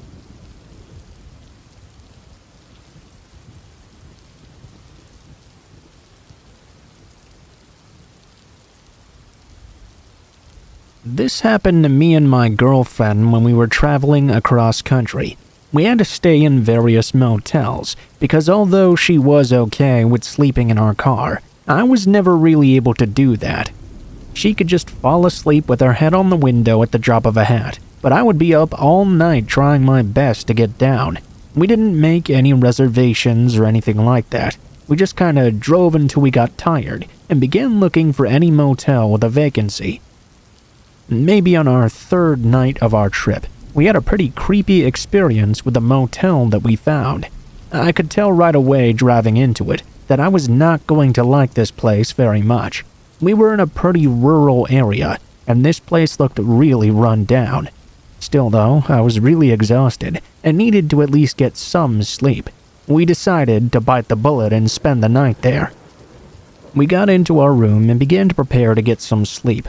Suddenly, the phone began to ring. Figuring that it was just the office calling for some reason, I picked it up and answered. "Your wife's pretty cute," the voice on the other end told me. "I can't wait until I'm sleeping in bed with her." I wanted to say something back, but whoever was on the other end hung up immediately. My girlfriend asked me what happened, and I told her about that strange experience. Maybe I shouldn't have, because it really frightened her. I thought, though, that if we received another call, she should at least be prepared to know. Not that I was expecting anyone to call back. About 10 minutes later, though, the phone rang once again. I decided to answer it, thinking it was likely the same caller from before, and I was right. "Time's running out for you. Soon I'll be there." Then he immediately hung up. We were freaked out by that point, needless to say. Gathering our stuff up, we decided to go check with the office. We told them about the calls, but it was obvious they were not coming from the staff there. I considered it for a moment, because they were really the only ones who should have even known we were in that room, but the voice wasn't even close to sounding like either of them. We asked if they had any idea what was going on, and they were just as confused as we were. We asked if we could change rooms. We figured that maybe someone just knew the number to that particular room and was giving us a hard time or trying to scare us. He put us in another room on the other side of the motel. We went to that room, and at this point we were very tired. I knew it wouldn't take very long for me to get to sleep. However, I didn't even get the chance to. We had only been in the room for a few minutes before the phone began to ring again. My girlfriend and I both immediately got tense. I decided to answer. "You know, changing rooms won't help you hide," the voice on the other side of the phone said. Then, like all the previous times, the phone hung up right away. My girlfriend knew immediately what had just happened. We talked about what we were going to do. I was exhausted, but now we were both on edge. We had no idea if this was just a prank or if someone was actually going to try and do something to us. We also knew at this point there was no way we'd be able to get any sleep. Someone obviously knew the phone numbers to the rooms and was also actually watching us. That's the only way they could have known we'd switched rooms. We decided to just check out and get back on the road. We would find another motel. We gathered our things again and left the room. We both felt very conspicuous walking out of that room. We felt eyes on us, that whoever had called us was now watching us. We decided to put our stuff in the car before going in and telling the clerk we were just going to check out. When we got out to the car, though, we were stunned to see that all 4 of our tires had been slashed. We got even more scared. Immediately, we went to the clerk and asked him to call the police. We could have brushed off the phone calls as being a prank, even with the switching of rooms, but the tires being cut, that made it so much more real. It really made us believe that someone had been watching us and was intent on hurting us that night. Unfortunately, the police couldn't do very much. There were a lot of guests in that motel, and they couldn't wake every single person up and question them all. The most they could do was poke around a bit and make a report. Our car was taken to a mechanic, and we rode along with the police to get there. It was a really long time before everything was taken care of, and it was an even longer time before I was able to get a good night's sleep.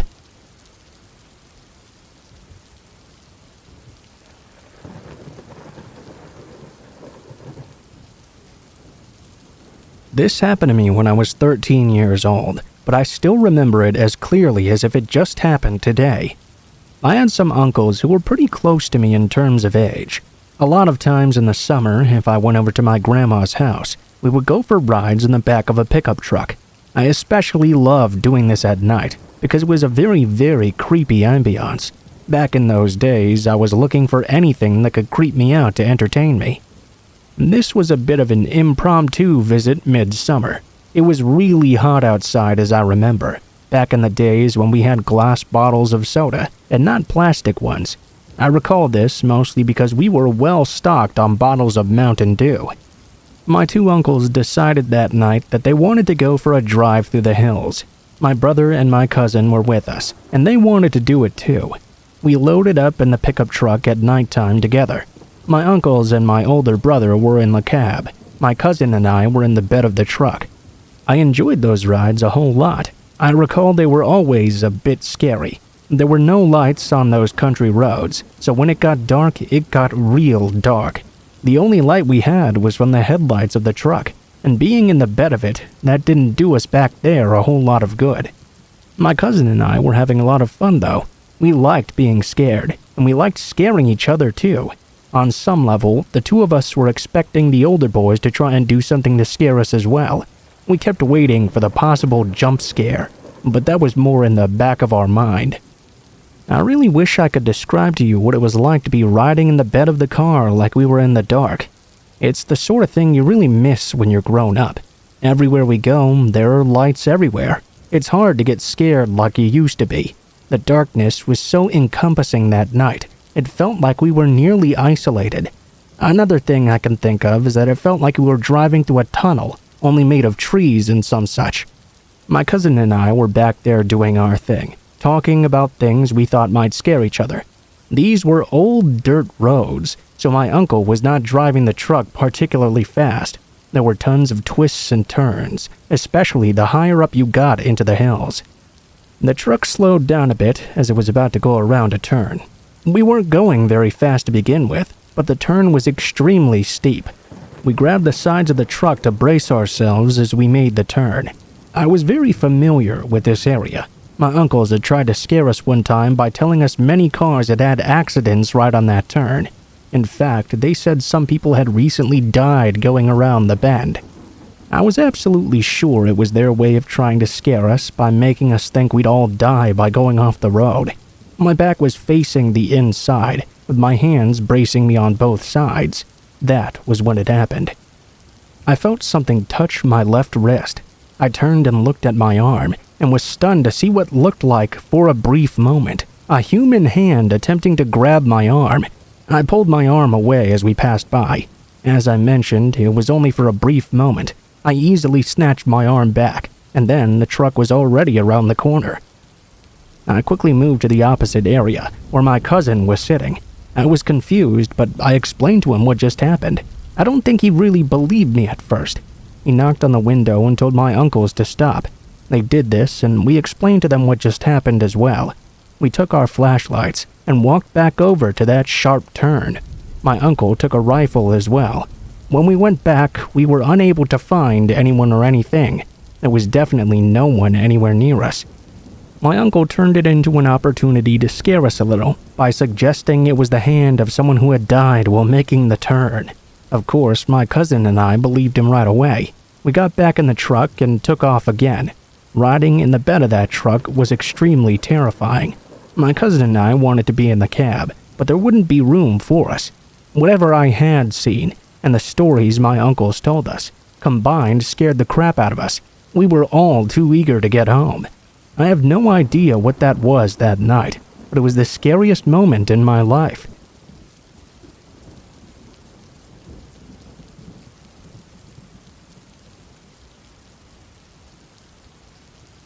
Right on the outside of town, there's an old railroad track. At this time, I had lived in this town for about 10 years. I could count on my hands how many times I'd actually seen a train moving on it. However, right after a bridge, there was another off-track. I'm not really sure what you'd call it. There were often train cars parked there for a really long period of time. The area around there was very heavily wooded.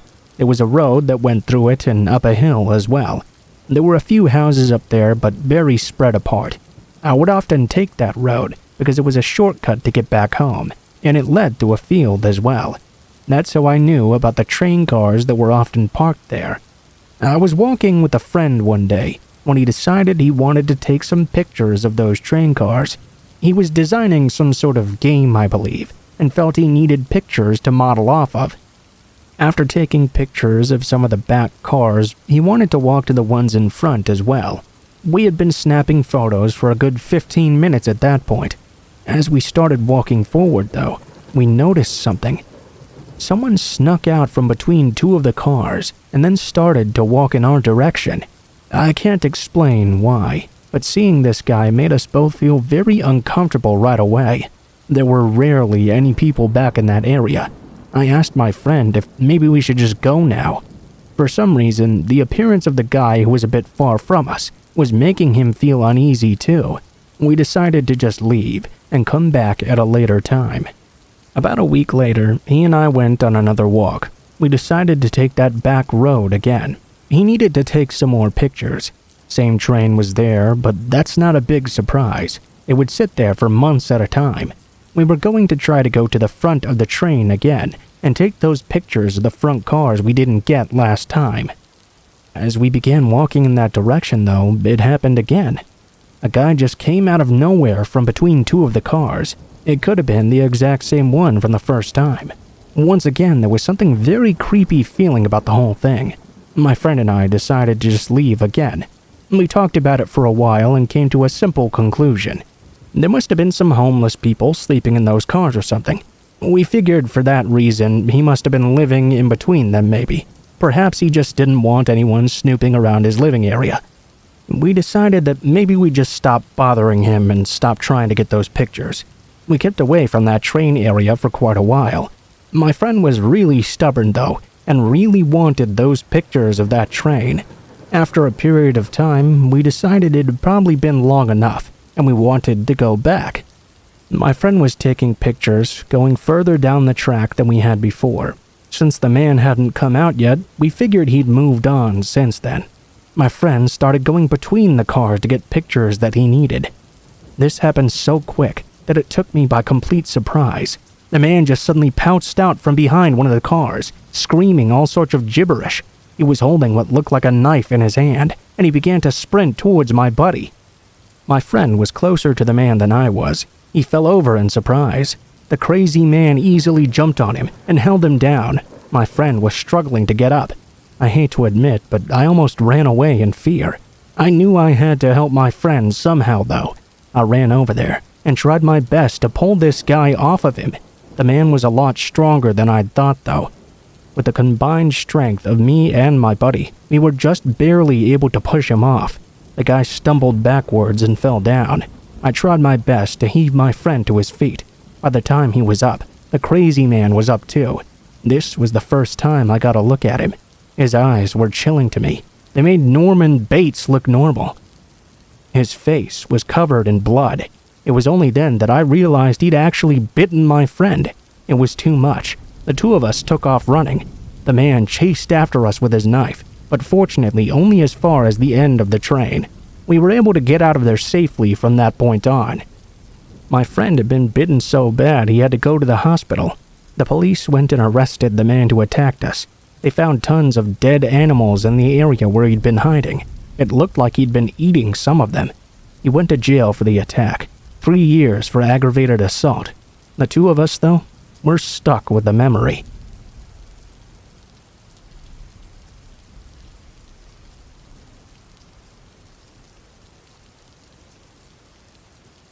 When I was around 15 or so, my mom and stepfather got divorced in a pretty dramatic way. The whole household was turned upside down, and everyone's routines were thrown off. Mom was out doing something most nights after work. My little sister spent more time with her friends, and I became something of a night owl, usually waiting until the wee morning hours to lie down. Our house was a simple one in a rural area, 2 stories with a huge backyard sharing a fence with both a cow pasture and the entrance to these really thick woods. The house had a lot of problems, but I enjoyed taking over the maintenance and gardening work.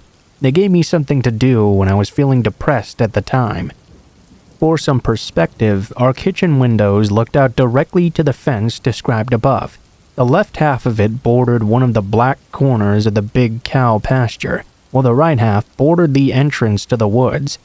It had a rather overgrown trailhead on that side, just barely visible from the kitchen window. For the most part, though, all you could really see was overgrown grass and shrubbery, at least 4 or 5 feet high. Perhaps some low-hanging trees of mixed oak and cedar variety. This backdrop added a sort of eerie tranquility to our property, which I appreciated from the very first day we moved in. One night, I took a break from my homework after realizing I'd stayed up way too late on a Thursday night, even for my standards. I went downstairs to make some food, and my dog followed behind me like she always did. There I was making a grilled cheese in the kitchen. While I was at the sink cleaning out the pan for the next batch, I noticed some of the grass from the wood lines start to shuffle around. Now that really startled me at first, but as soon as I began to fixate on it, I saw no more disturbance.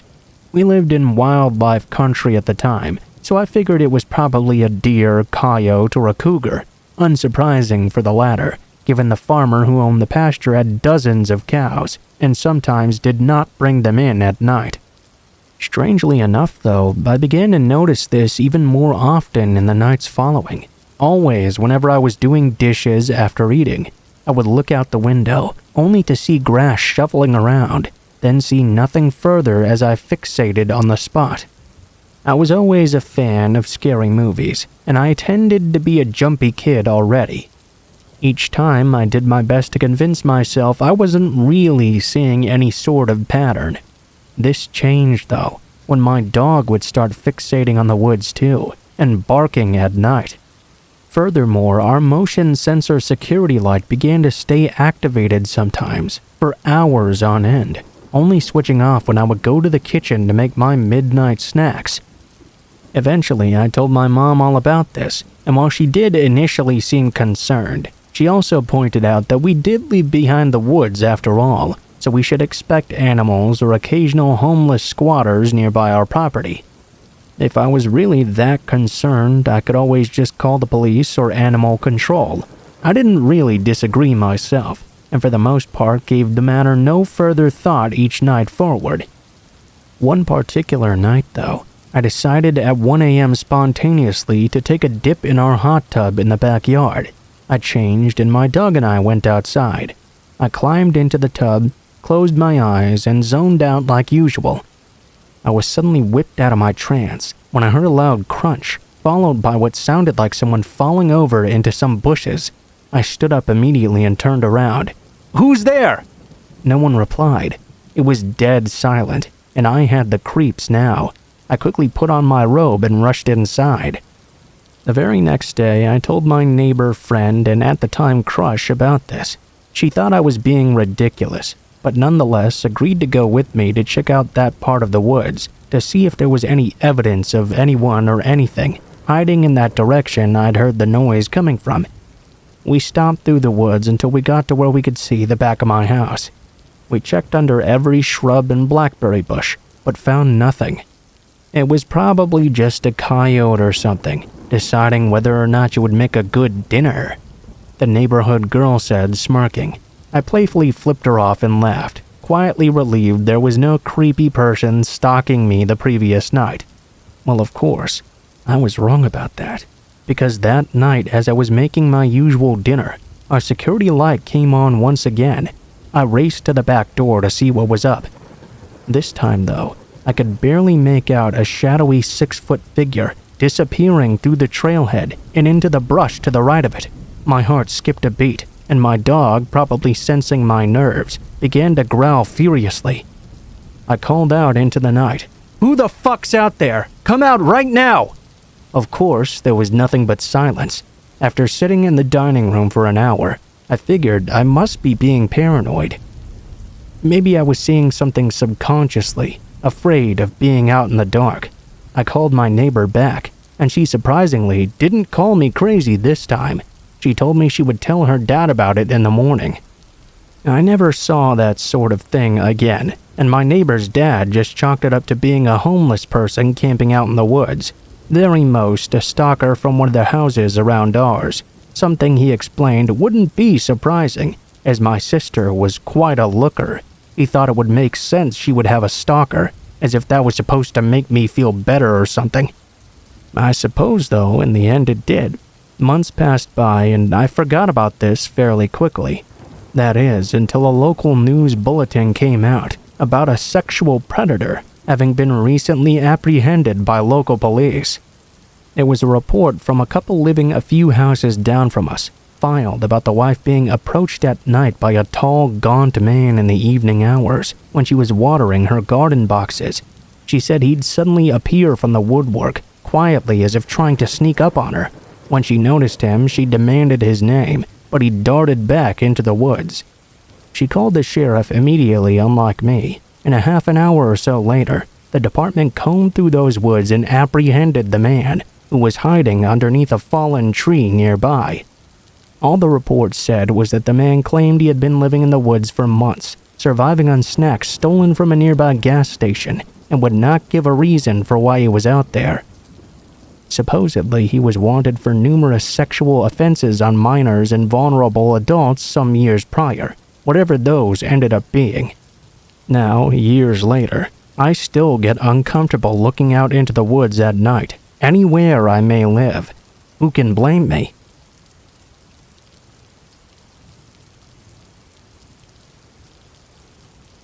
This happened about a decade ago, and it still scares me. My great aunt lived alone in a small 2-floor Cape house one town over. My grandfather had built it for her in the 1940s. She had a tiny spare bedroom and a writing office upstairs. My great aunt was a nun and a teacher, and would often write friends, former students, and work on a book of her stories that she never quite managed to finish up there. My mother and I would visit from time to time to help take care of the chores in and around the house as the years continued to go on. When I left for college, my mother started visiting more often. No sense in both of them being left alone, she told me. Whilst I was away, unfortunately, my great aunt started showing signs of dementia that progressed quite steadily. It started with stories she'd tell us for the 1000th time, even though we already knew them well. One would start when she and my grandfather were kids, then somehow resolve with her as an adult. Basically, she'd combine unrelated stories into one, leaving her extremely confused afterwards. She also started forgetting to eat, take her meds, and would crank up the heat in the summer to the point she'd be extremely dehydrated. Some days were worse than others, so when I finished college, we started visiting nearly daily. She absolutely refused going to an assisted living home. We set up meals on wheels and asked some of her friends and former neighbors to come by, so we wouldn't be the only ones taking care of her. My mother and I also convinced her to start writing in the kitchen rather than upstairs instead, to prevent her from having an accident on the stairs. Without a reason to go upstairs any longer, we shut off the old 2nd floor heaters and closed the overpainted squeaky door to the stairs. We'd find the door cracked open every so often, but my aunt insisted she didn't go up there anymore. We weren't the only ones stopping by though, so maybe someone had fetched something upstairs and forgotten to close it. Again, my great aunt was a nun, so around the holidays she'd roll out the more religious stories and talk about God quite a lot. One day, when I happened to be visiting her alone, she started reflecting on her life, mortality, and when the man upstairs was going to come for her. I changed the subject as it was quite uncomfortable, but over time she started talking more about when she'd die. He's going to come for me soon. I don't know when the man upstairs will do it though. I tried to reassure her. Auntie, I'm sure you have many years left. God isn't going to come take you anytime soon. With the most serious expression I'd ever seen on her sweet old face, she said, "No, not God. The man upstairs." Around this point in time, she started seeing things. Flashes or spiders that weren't there. Even a little boy in her living room that only she could see, even when my mom and I were visiting. Initially, I chalked this statement up to dementia. Later that week, snow fell, so after shoveling myself out early, I went to my great aunt's to shovel her walkway for my mom, who'd be visiting later. After shoveling a bit, I called her from my warm car so she'd know it was taken care of. I also said I wasn't coming in, as I had to go to work. She thanked me, and I drove off. I noticed I'd forgotten my rock salt I had used on the walkway though, so I decided to circle the block and pick it up real quick. As I was reaching over for it, I caught something out of the corner of my eye. The 2nd floor light in the old writing office had just turned on. I glanced over quickly, then pretended I hadn't seen it. I ran to my car and went down the road a short ways, confirming in my mirrors that it was still on, and I called my mom. "Hey Mom, can you call Auntie and see if she has anyone over? Don't say I asked, by the way. Let me know how long it takes her to pick up." My mom called back almost immediately. "No, she doesn't have company over, not this early. She picked up right away, why?" "You need to call the police right now. The light upstairs turned on after I talked to her. There's no way a 95-year-old lady hung up, hustled upstairs, and went back down to pick up your call right away." As my mom called the police, I called my aunt once again. "Hey, Auntie, I almost forgot. You have a doctor's appointment today. I'll come pick you up, okay? We can grab a hot chocolate before we head on over." I parked my car in front of the house and acted as normally as I could. It felt like an eternity, helping her get her house coat on and out the door. As I turned the lock, I heard footsteps above us on the second floor room, where I'd seen the light turn on. I helped her into my car quickly, not once looking back at the house, too scared for what I'd see in the window. We shot down the road a bit, and I called my mom again. She was already on her way over, and said the police would be by shortly as well. I told her where I parked, and I waited. She arrived, and the police weren't far behind her. I flagged down the cop when he got closer, and told him what I'd seen and heard. He radioed for 2 more cars. My mom stayed with our great aunt to keep her calm, as the police now surrounded her house. I handed them the keys to the doors.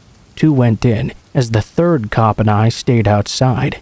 A few tense moments passed, and the 2 officers returned with a disheveled, gaunt man wrapped up in handcuffs. "Oh, that's the man upstairs," my aunt said to my mother, onlooking as they fought with this crazed man to get him into the back of one of the cruisers. Apparently, she had accidentally let a disturbed homeless man in, thinking he was the Meals on Wheels guy. He had been secretly living upstairs this entire time. My great aunt hadn't even known if he was real or not. When we were allowed back in, we saw that the upstairs was a complete mess. Garbage, rotting food stolen from the kitchen, and the amount of filth was scary. And the creepiest things, though, were the notes. Written many, maybe hundreds of times in different inks and pencil scrawlings around the writing office window that overlooked her walkway, was, "Go away. Don't stay. I'll come down." The back of the door to the stairs had notes too. "She can see me, but you can't. I can see you." It was clear he had probably written notes each time someone visited over the weeks and possibly months he had been staying there. My great aunt was temporarily shocked, but it was quickly forgotten given her condition. She would ask about the man upstairs less and less. The homeless man, who was in poor physical and mental health himself, was hospitalized and unfortunately passed after a few weeks later into the winter. Apparently he had escaped and died in the snow. Very unfortunate circumstances. My mom and I told my auntie a couple of weeks later when we found out. "Oh, I know. He told me last night. He's upstairs again, but you guys can't see him now." At that instant, my mom and I heard the door to the stairs squeak open, and we decided never to go up there again.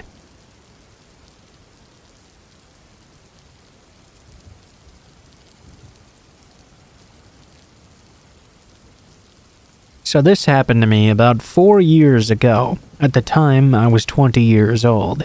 It was during a tattoo convention in Toronto. I was still an apprentice artist back then, and this was my first time working at a convention. I was super excited, but also a bit underprepared. There were 6 of us going from the studio I worked in, 3 guys and us 3 girls. We booked separate hotel rooms. The guys booked theirs early, which was smart, whereas I booked the room for the girls very last minute. I didn't realize then that the rooms would all be booked up near the convention center. Needless to say, there were almost no affordable rooms left. I had a mini panic attack before I finally found a shitty Super 8 in Chinatown with a room left. I asked if any of the other gals minded. They were totally fine with it, as we wouldn't be staying at the hotel much anyways. Fast forward to us arriving there. It was literally inside an Asian strip mall. It was extremely sketchy, but hey, what could we do now? We checked in, unpacked, and headed down to the convention center to set up our supplies. Afterwards, a bunch of other tattooers asked us all out for drinks. All 6 of us said sure, and we met up at a bar together. We had a pretty great night actually, and everyone was having a full-on blast. I was really not used to drinking at all though, and it was getting later and later. Being my first convention, I didn't want to be tired and hungover the next day, so I asked if anyone wanted to leave with me. They were all still partying though and didn't want to go. I didn't want to ruin their fun time, so I let them know I'd be heading back myself. I called up an Uber. When I got back, it was completely empty. I walked through the entire mall complex, and it was silent and dark. I made it to the hotel entrance and walked past the check-in desk. Dark there. It seemed no one was around anywhere. I was starting to get a bit creeped out and was kind of looking around nervously. I took the elevator to my floor and walked past the communal breakfast area. This is where scary shit started to happen. The breakfast room was pitch black, but I could see the silhouette of a man just sitting in there alone. When the man saw me, he stood up, and I could hear his footsteps creeping up behind me. I tried to stay calm. I told myself he was probably just heading to his own room. You're freaking out for no reason just because it's late. As I continued down those dark halls trying to find my room, though, I decided, for whatever reason, to turn around. That led to the most disgusting sight I've ever seen. The doors for each room dipped into the wall slightly, you see. As I turned around, I shit you not, the man behind me dipped into one of the doorways out of sight, then peered at me from behind the wall. We made direct eye contact, and my heart fell into my stomach. I turned back around and started walking faster to get back to my room and lock the door. I was almost there now. I was at the T intersection of the hallway. There was a fire extinguisher behind glass in front of me. I could see the man following behind me in the reflection. I turned around again, only to see him dip behind some furniture and peek at me from behind it. At that point, I absolutely lost it. I started running and booked it the last few meters to my room around the corner. I swiped my keycard so fast, I'm surprised I didn't fumble and drop it. I slammed the door shut behind me and locked it up tight. Thank God I turned a corner, because it seemed he hadn't seen which room was actually mine. I looked through the peephole in the door and watched him pace around the hall for a good 10 minutes before walking away. I immediately went to the hotel room phone to try and call security, but no one was answering. I called my coworkers, who were still at the bar, and told them what had happened too. They came right away and helped me find an employee. I guess they had next to no staff overnight, and no security whatsoever. The employee we did find tried to look for the guy, but of course he was long gone by now. He told me he'd checked the cameras, but I never heard if anything came from that. I don't know what would have happened if that guy had caught me, and I'm sure glad that I didn't have to find out.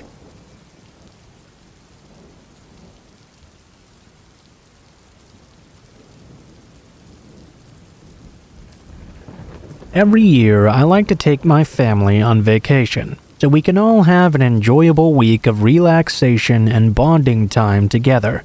We usually stay in hotels, but after having a third kid with my wife, we decided it would be best to stay in a house.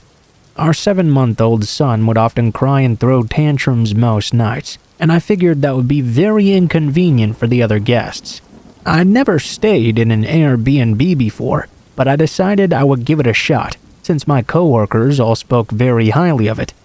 After getting used to navigating the site, I started to narrow down my search within a couple of cities that my wife and I thought would be nice to visit.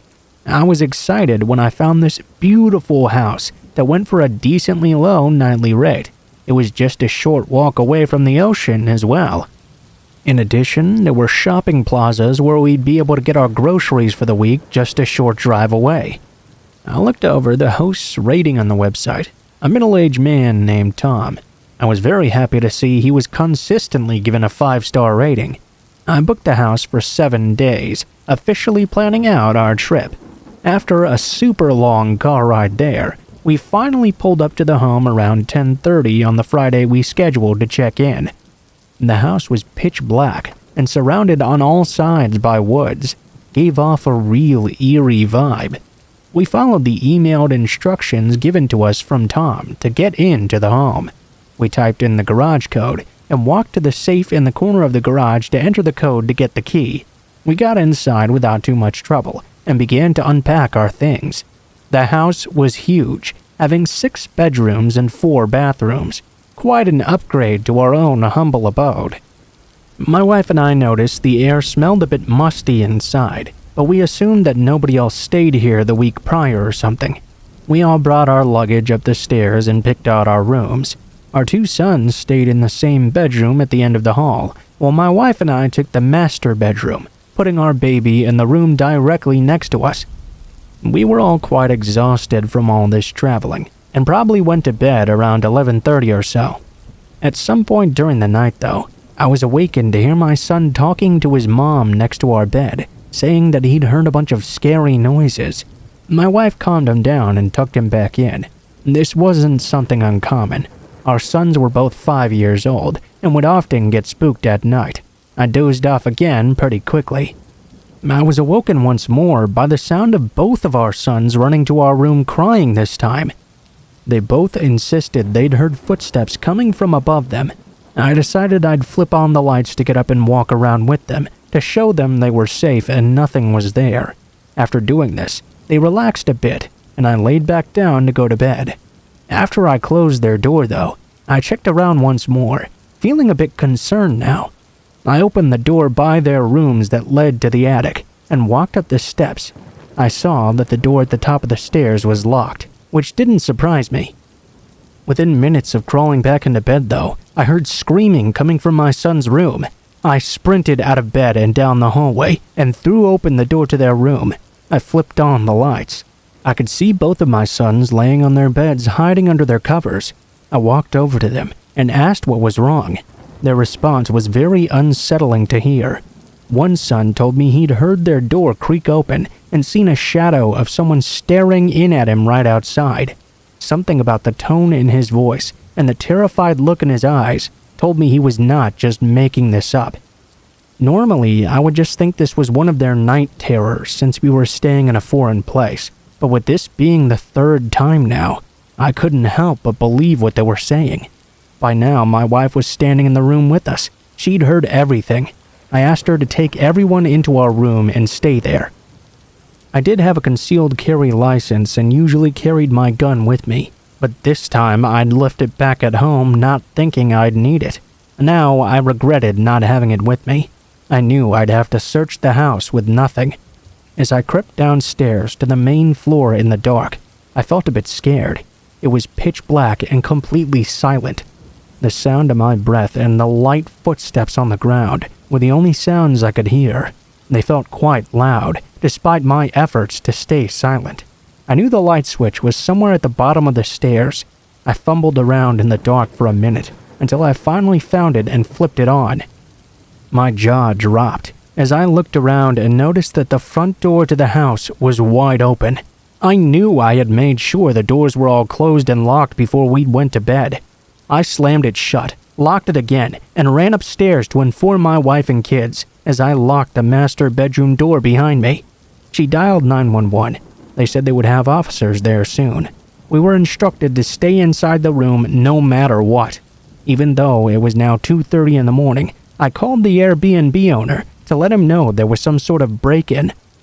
I dialed his number and put it on speaker so my wife could hear him too if he picked up. What we heard next still haunts me to this day. All of a sudden, I could hear a faint ringing coming out from above us in the attic. It sounded immediately as I called him. My wife and I both looked at each other in total shock, knowing the house owner's phone was in the attic. The police arrived minutes after, and we explained everything that had happened. We booked a hotel that night, which was a short drive away from the Airbnb, and enjoyed the rest of our vacation. We eventually followed up with the police, wondering if they'd attained any further information. Turns out, Tom, the owner of the Airbnb, was in the attic that night walking around, which explains why our sons had heard those noises. He'd snuck down and opened the door to our son's room, but hid as my wife and I had gotten up after hearing our sons screaming. As we passed one of the rooms on the way down the hall, he crept down the stairs and ran away. Finally, we learned that the attic had several monitors hooked up to secret cameras around the house, so he was able to see and hear everything. It was quite a horrifying experience as a first-time Airbnb guest, and I plan to only rent hotels from now on.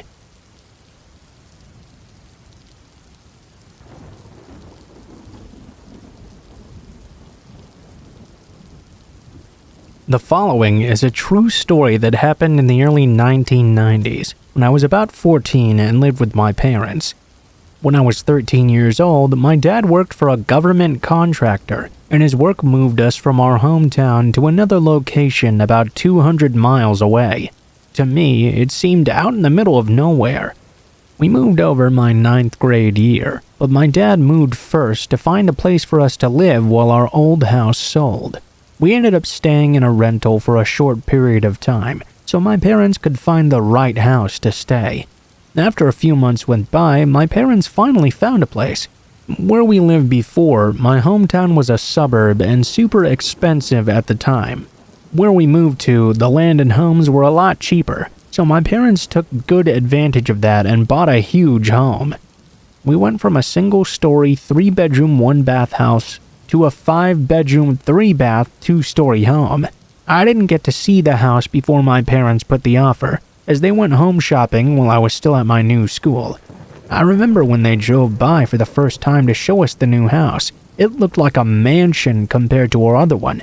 Although I did miss all my friends and my old neighborhood, this house looked so cool. It was in the oldest part of the city, as there was a lot of new construction going up all around. My parents had apparently got a really good deal on this home. Once we went inside, I knew why. It was evening when my parents got the keys to the new house, so by the time we met the realtor and drove over, it was dark outside, which made it all the more creepy. When we walked in, it was like a time capsule, like everything was frozen in the 1960s. It also had this musty old smell, like the place had been vacant and non-touched for years. Much later, I found out that in fact it had been sitting vacant for 8 years before we'd bought it. Even before that, it was odd the previous owners had never updated anything about the house. There was shag carpet everywhere, the appliances were all from the 60s, and the paint in the rooms was weird colors and peeling off. It looked like a crash pad for hippies or something. My dad was very handy, thankfully, so immediately they got to work renovating everything. My dad called in a lot of family help. Eventually, it was completely renovated, and we moved in. I had always felt uneasy in certain parts of the house. I could never explain it, but things like shadows appearing, lights turning on and off, even my sister's hairdryer turning on at 2 a.m. by itself one time. The thing that happened the most, though, was footsteps. I would hear them coming downstairs at night when everything was quiet. Fast forward to a year after we'd moved in. I was the first to notice something odd in the house. This started when I asked my parents to move to an upstairs room because it was bigger and had a walk-in closet. They agreed, of course. I started thinking about the layout of the house upstairs. You see, there was this big open room that was a majority of the upstairs space. We used it as a living room. At the end of the hallway that went to 2 bedrooms and 1 bathroom, the layout didn't make much sense. There was a void behind the other bathroom that was adjacent to mine. In fact, it was big enough room for another bedroom entirely, but that space went out over the garage. One day, I drew out our house like a diagram. I couldn't figure out why there would be such a big void there with nothing in it. I asked my dad and he kinda shrugged it off. One day, I went outside to that side of the house to scope a bit further and noticed something odd. It appeared there had once been a window there or something. It was covered up by some big vent-looking thing and a sloppy patch of stucco. At this point, I was super curious. I studied the layout once more and noticed the wall on the other side of the bathroom had a patch of drywall in the shape of a doorway. I must be right. There was another room here, but why had it been sealed off? Obviously, my dad would have killed me if I just broke open the drywall, so I had an idea. I wasn't sure if it would work. One day when my parents were away visiting my aunt and uncle, I opted to stay home. I knew they would be gone for hours because of the distance. I figured out that if I went up to the attic crawl space above the garage and broke through the drywall there, my dad might not notice that I'd done so. I doubted he'd ever go up there on his own. I grabbed some tools with me and began to cut through the drywall. Eventually, I made an opening big enough to crawl through between the studs. I was right. There was another room of our house hidden here. I was half excited and half terrified. I was excited I was right, but after looking around the room, it was obvious it had been a bedroom at one point in time. The walls were an old pink color, and the carpet had been completely pulled up. There was no padding, just the strips that tacked the carpet to the ground. I could see where they'd closed off the doorway. There were no doors to the closet in that room either. It looked like at one time there had been something on the wall, but it had been ripped off. The only other thing I found in there were cigarette butts and old beer cans. Must have been either early 70s or 80s. Like I'd seen from the outside, there was also a place where a window had been removed. Some metal vent was nailed into place to cover the opening. I only had a cheap flashlight with me, and even though it was during the day, the room was pitch black inside. I started to get a real creepy feeling being inside here. The smell was very off. I got out of there and tried to make an excuse for going up to the crawl space. I started moving boxes of old junk up there, so I could tell my parents I was cleaning the garage and had found it. When my parents got home, I made up some story I was putting boxes away and noticed a hole. They didn't get mad or anything. They eventually came clean that the realtor told them about the room. I was like, hey, let's open it up and make this a 6th bedroom in the house. My dad refused, said to just leave it alone. Eventually, some time passed. On occasion, I would take friends up there to see this mystery room. After I opened it up, though, things in the house started to get even creepier. Footsteps going all the time. The ones walking up and down the stairs would be louder. There was more shadows appearing in the shape of people.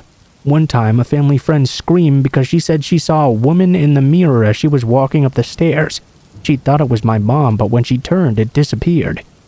Another time, a friend who was sleeping over in the other room sprinted outside in the middle of the night so scared that he'd gone out in his boxers.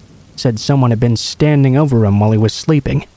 When I was about 16, I happened to talk to an older neighbor, and he mentioned that he was one of the original owners in that neighborhood. I asked him about my house. He mentioned something about the son who used to live there going to prison back in the early 70s. Wouldn't go into details, but said it was really sad, and not to let drugs ruin your life. I looked up some old newspapers and stuff in the library, only to find an old article about a teen who'd killed his mother and attempted to kill his father before he was arrested. My family moved out shortly after I turned 17, and I never went back to that house again.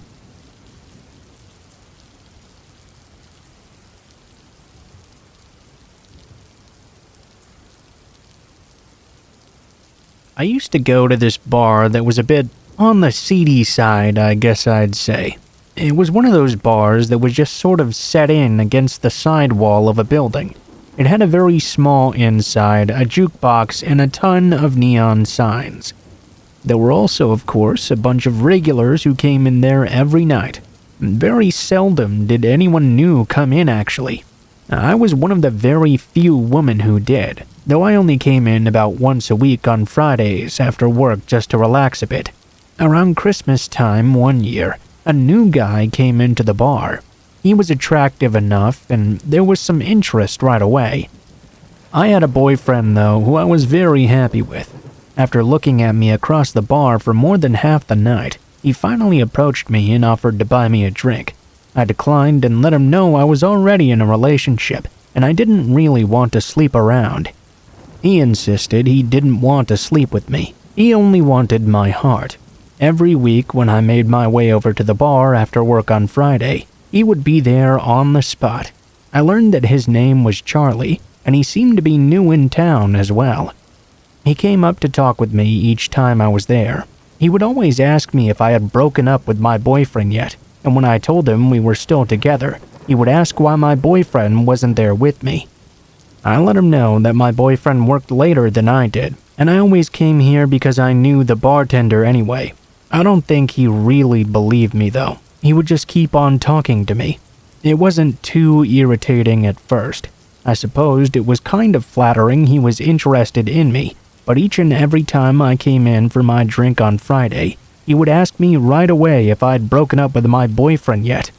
And he would always emphasize that part too, yet. It began getting very uncomfortable on Valentine's Day that year. My boyfriend happened to have the day off work, so he decided to go with me to the bar this time. It was actually really nice. The two of us were just having a relaxing drink together. When Charlie came into the bar and saw me with my boyfriend, I could tell right away he was not pleased. Rather than come up to me though, he He just kinda glared at us from across the bar. He had the worst look on his face, and even with a couple of drinks in me, I was feeling very uncomfortable. After a few hours had passed by, Charlie finally approached us, with my boyfriend right there beside me. He asked me if I'd broken up with him yet. Brandon, of course, took offense to this, and Charlie began to laugh in his face. He pushed Brandon down onto his bar stool and told me, "Why are you dating this pansy?" Of course, Brandon got up and pushed Charlie, who then pulled out a switchblade. The bouncer was immediately over there and completely manhandled Charlie as he threw him out of the bar. All the while, Charlie just kept screaming that all he wanted was my heart. Even though I was sure Charlie would never be allowed to come back to that bar, I stopped going there altogether. I had been a regular for years, but that experience completely ruined it for me.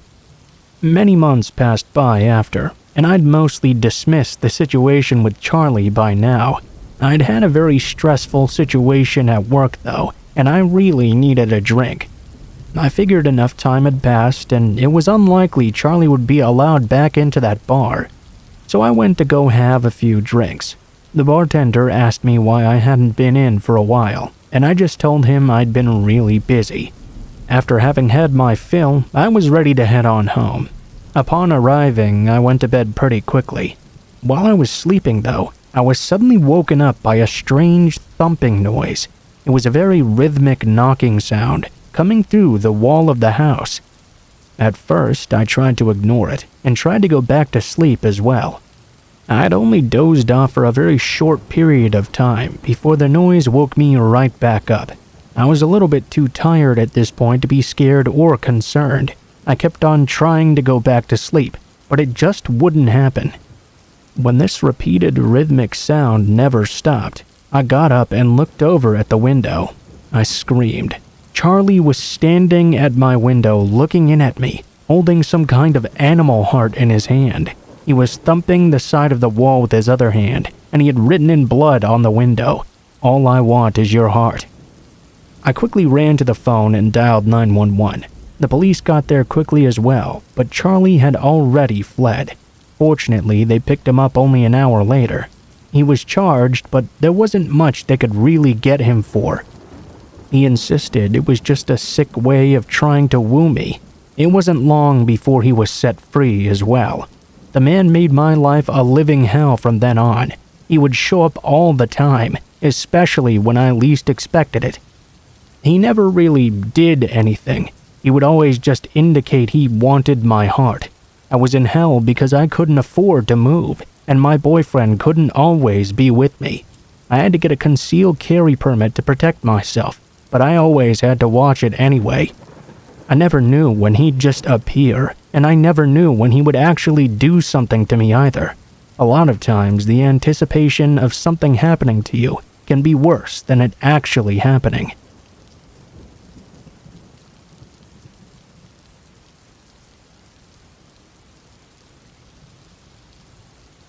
I used to be a manager at a Borders bookstore. It was a pretty good job and I enjoyed working there a lot.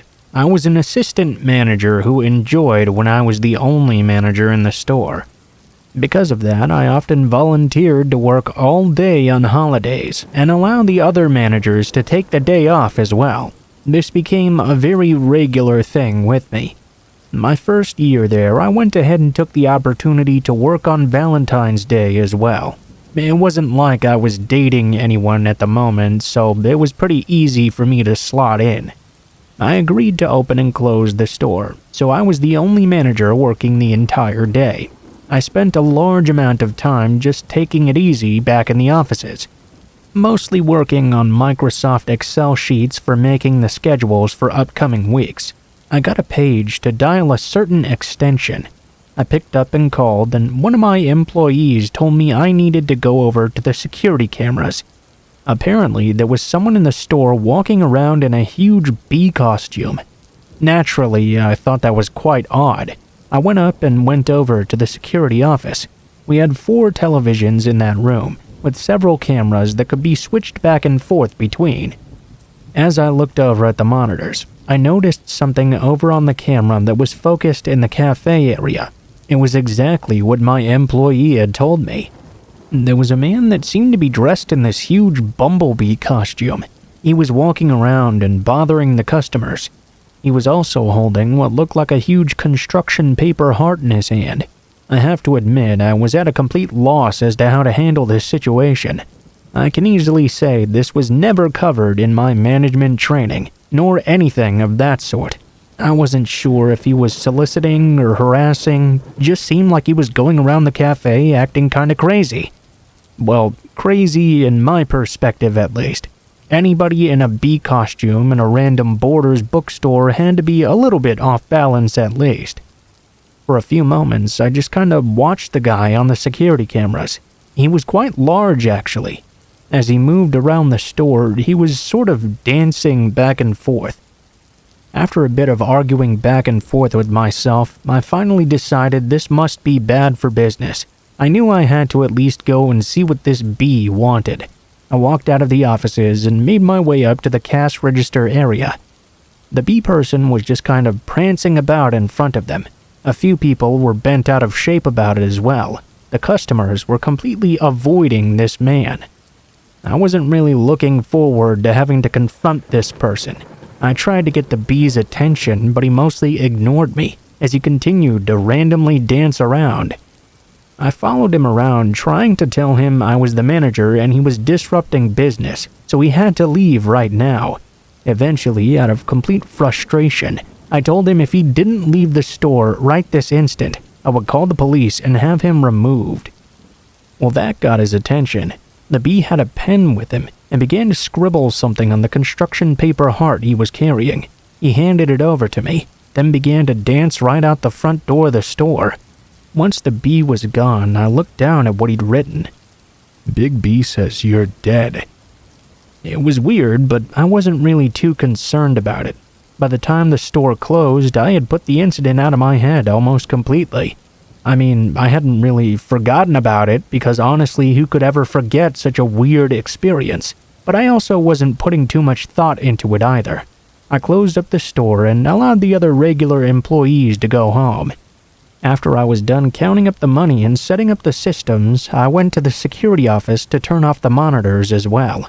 When I did so, I saw the man in the bee costume just standing at the front door of the store. I watched him, holding up another construction paper heart.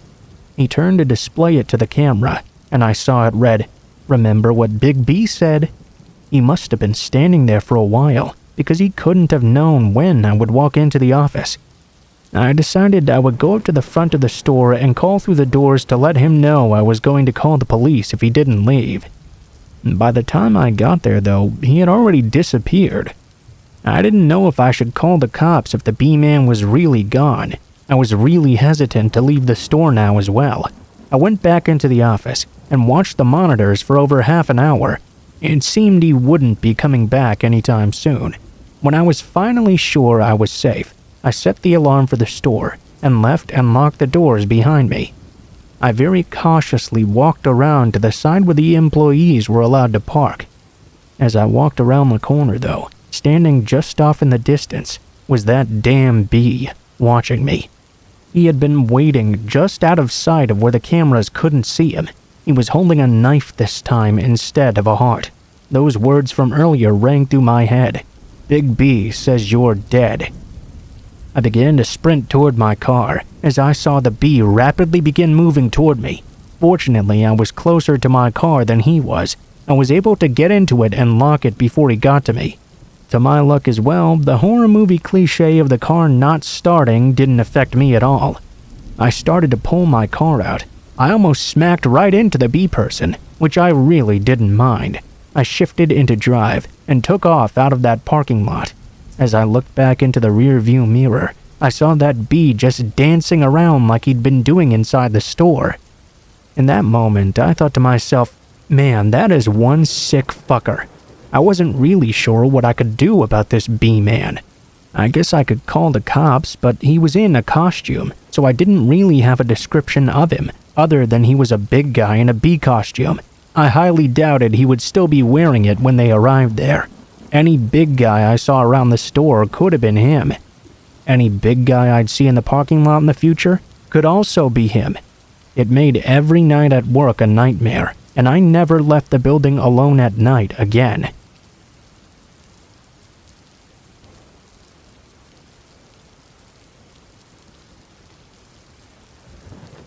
My junior high school crush was named Adam.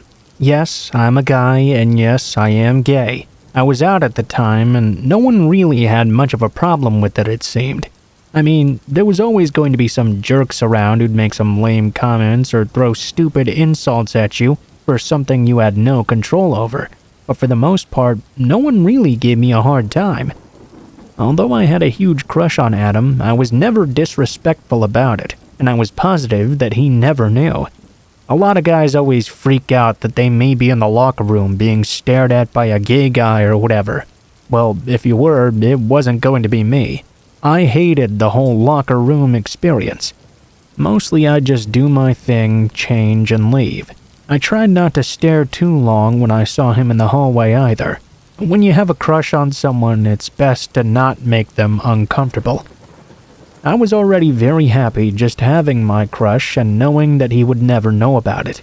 My best friend Tammy, though, thought I should just tell him that I liked him.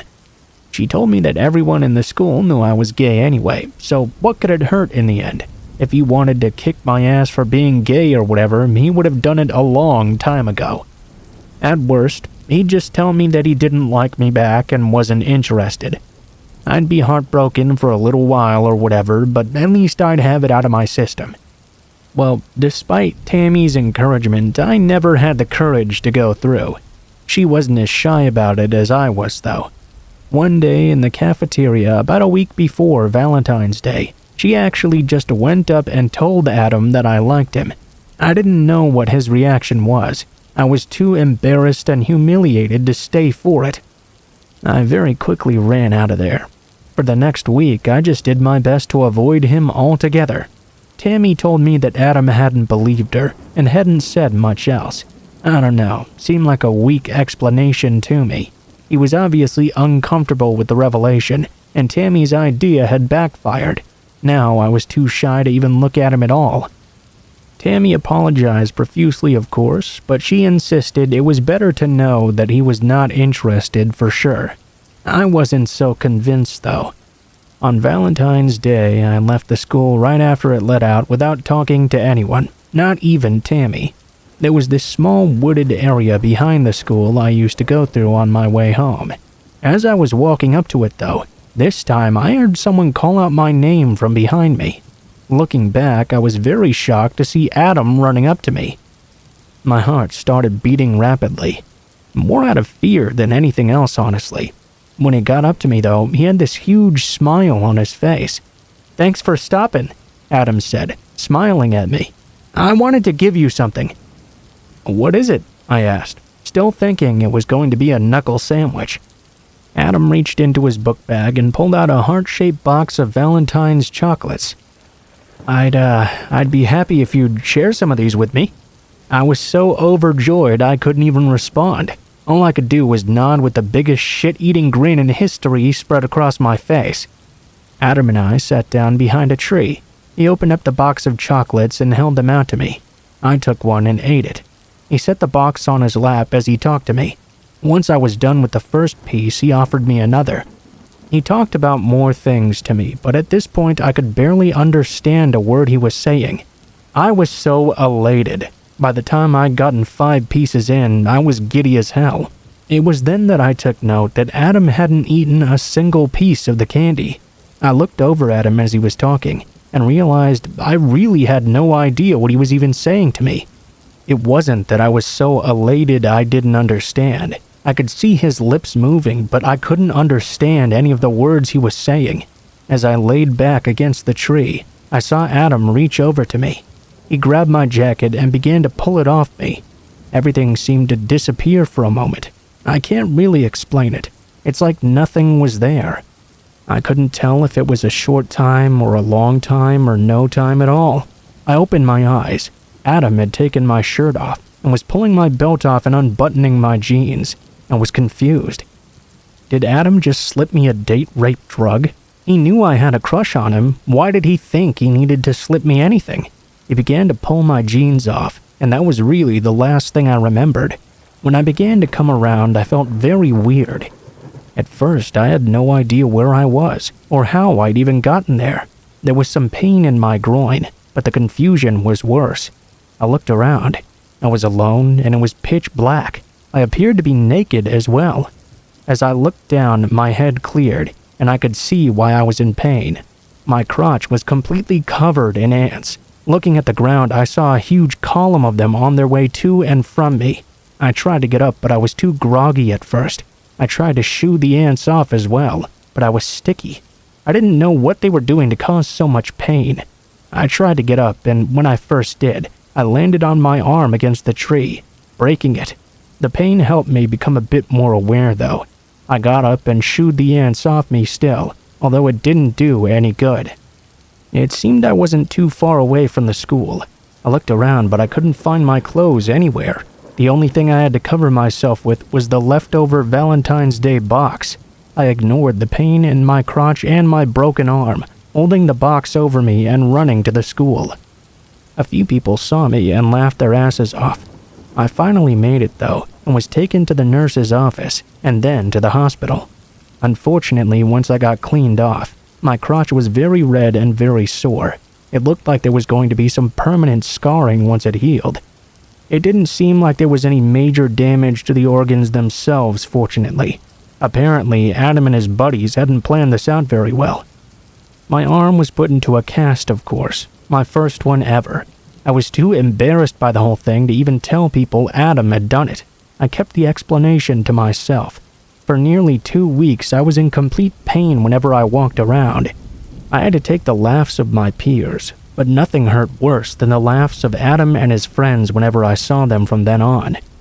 The worst part of this all was 5 years later. I saw Adam again, dancing in a gay bar. So I guess he actually was gay, which made this whole gay-bashing incident even worse. I was still pissed at him for what he did. Fortunately, though, I knew some big, strong guys who were good friends of mine, and they weren't opposed to helping me get some revenge on my high school crush.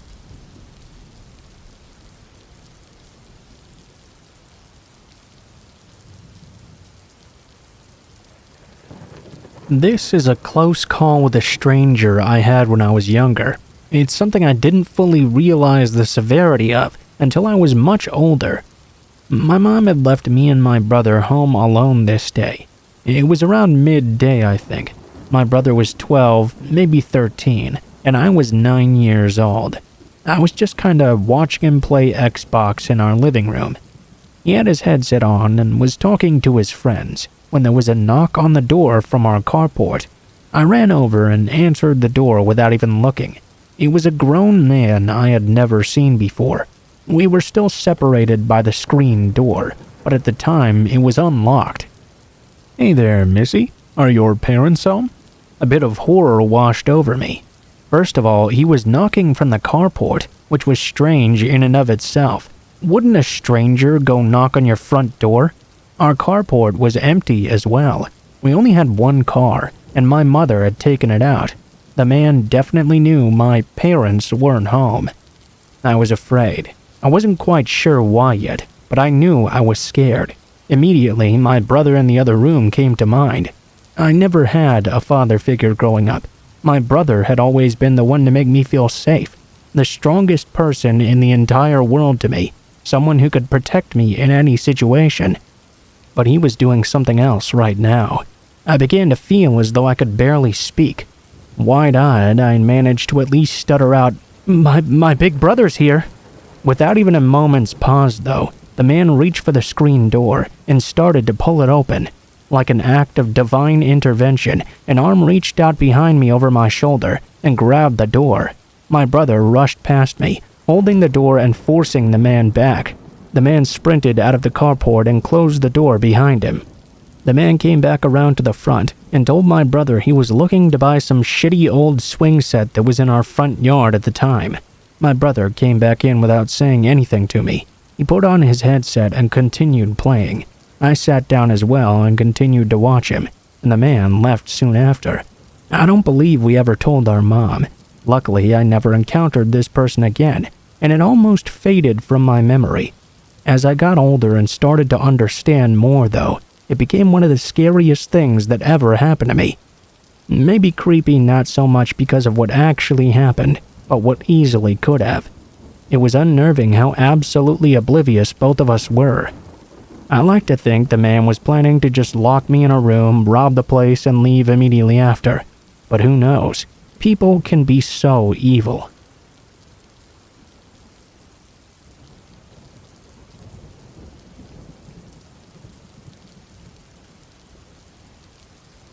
There was this one time I was staying at my uncle's for a while. I wasn't on the best terms with my stepdad, and it was the only option I had financially at the time. My uncle lived in what I would nicely describe as a very, very redneck poor part of town. There were only 2 roads that led to my uncle's place. One was the long way back into town, and the other was the straight shot, where there stood a supermarket right on the edge of town. There was also a short bridge that continued into a very long, very scarcely lit stretch of road for about 3 miles, and that led to where my uncle lived. When I first arrived, we were driving over that bridge, and my uncle turned and said to me, "Be careful around this bridge at night, son. There are meth addicts that live underneath, and they get up to all kinds of crazy stuff." I didn't think much of that because I'd just arrived there. A month or so later, though, I was working in town at a restaurant that I had to ride my skateboard to because I had no car at the time. One night, after an evening shift at around 12 a.m., I realized I had to use the restroom, and the only thing open was that supermarket. I headed that way since I was already going home, and this was an emergency stop, so to speak. There was no way I was going to make it 3 miles home by skateboard without crapping myself. After a nice relaxing relieving of myself, I was skating across the wooden bridge, thinking about how much noise I was making on this old rickety thing. That's when I realized, damn it, I'm on the meth bridge right now.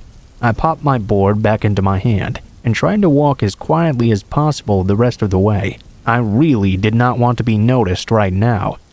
Keep in mind this road was very dark. There were only streetlights every 100 yards at most. I was a little ways past the bridge now, thinking about how loud I had been. I was wondering if anyone had heard me, so I did a shoulder check, only to see someone in one of those definitely a homeless meth head windbreaker jackets at the light I had just passed. The instant he noticed I'd seen him, he did this awkward pause and started to look around as if we weren't the only 2 people on this long, dark road. Then he looked me dead in the eyes. It was weird, man. Like I knew it was trouble by the way his posture was and how hard he was trying to look inconspicuous. Still though, that street was as straight as an arrow, and no one had been behind me before I crossed that bridge. I kept on walking, calm at first. Then I checked over my shoulder again. The man was even closer now, and gaining on me with every second. I started to increase my speed. At some point I checked and he was even closer. I just started sprinting. There was a street ahead, a little less than a quarter mile away. I didn't think I'd make it though. I decided I'd have to run off the road into the brush and hop a random fence. There were plenty of ranches around here, so imagine how spread out everything was. Now I'm running full speed through some random person's property, probably scaring all sorts of animals. I jumped the front fence of said property and hid in a bush near their driveway. My only game plan was to swing my board at his face and try to run for my life again. Well, unfortunately for me, the owner of that property just so happened to be arriving home in his pickup truck and was obviously quite pissed to see me hiding in his bushes. He ran over and started screaming at me as to why I was crouched in a bush at the end of his driveway. The whole time he was yelling at me, though, I was explaining that I was being followed by someone. That exact moment is when I saw the silhouette of the man following me right on the other side of the bush. I could tell he'd heard me. He slowly started to back away, him making eye contact the whole time as he retreated. I knew that he'd just heard me trying to explain myself. The owner of the property saw that guy too, and stopped his screaming at me right away. In fact, he chilled with me for a minute or two. When I asked for a ride, he said he couldn't help me, unfortunately. I had to walk the rest of the way back to my uncle's by myself. That shit was crazy and scary. A pretty gnarly one for me. Really felt like I was being hunted.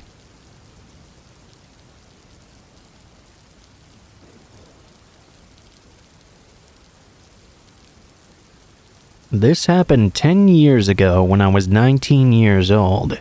I was working at a factory at the time and shared a one-bedroom apartment with a former friend of mine. She let me take the only bedroom, and since the living room was huge anyway, she just slept under the big bay window with a privacy screen between her bed and the couch. Anyway, we used to always joke about this particular building being haunted. A guy had died in our apartment by suicide years before, and sometimes out of the corner of your eye or whatever, you could swear you'd see a person standing in the bathtub behind the curtain or sitting in the chair in the living room. Of course, every time you'd go to look, there would be nothing there. We only ever saw anything though when the window was open. As long as that window was kept closed, there would be no problems. I guess that could easily be explained away as group hysteria or whatever. One night though, as we were sitting there shooting the shit, there was this faint knock at the door, almost barely audible. We were both a little bit unsettled. Something about this just didn't seem right. I can't explain though what about it sounded so off. All I know is I went into fight mode immediately. The mom genes were strong even back then. I grabbed my knife, which I used for scaring away rambunctious drunks, and walked slowly over to the door. Right as I went to reach for the knob, it turned and started to open. I yanked it open the rest of the way, only to see there was nobody there. I saw the doorknob turn. My roommate saw it turn too. I yanked that door open and searched up and down the hallway. There was nothing there. All of a sudden, as I turned around, I heard this sound like someone sprinting up the stairs to the second floor. It scared the hell out of me right then and there. I slammed the door shut as hard as I could. Maybe it was because I'd heard footsteps, but no breathing or any other sounds. It just really unnerved me. I slammed the door, locked it, locked the deadbolt, locked the other deadbolt, and put the chain on too. I propped a dining chair up against the handle for good measure, then went and did the same thing to the door in the kitchen. I closed every curtain so nobody could see inside my apartment either, and we both slept in my bed together that night. I'd never hugged that knife so tight in my entire life. I don't know if it was a ghost or what, but 2 months later I moved out of that apartment and into the one upstairs, and things there were even worse.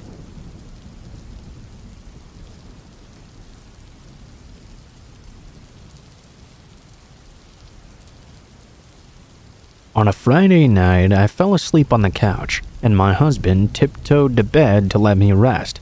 I'd been having some trouble sleeping and was recovering from a sinus infection at the time. Our couch was pushed right up against a wall, just below a window. Our cat often liked to walk or sit on the back of the couch and try to look out that window. We tried to remember to keep the blinds cracked a little so she could at least see out. Our house was fairly high off the ground. My husband is around 6'4", and when he's at the ground level, I can only barely see his mouth from the top of his head through the window. Anyway, I was sleeping. A sound woke me up, and in my grogginess, I thought it must be the cat fucking with the blinds to peek out again. That was pretty normal behavior for her. In my sleep, I kind of rolled over and vaguely swatted at the back of the couch behind my head. I grumbled something at her too. Usually that was enough to get her to stop. The sound continued though. This time it was a bit different. I was still mostly half asleep, but suddenly there was some sort of metallic scratching. I opened my eyes, now very confused. I sat, stood up, and turned around, fully expecting my cat to have found some more annoying way to mess with my sleep, only to lock eyes with a man who was now prying my window open. I saw from the nose up. His eyes got real big. I screamed. He started to run away. I yelled and my husband grabbed his gun. The cops were called as well. It turned out that more than 5 homes in our area were broken into that very night. In more than one instance, the man had entered the home and poked around, stole things, ate food, even left without the owners ever waking.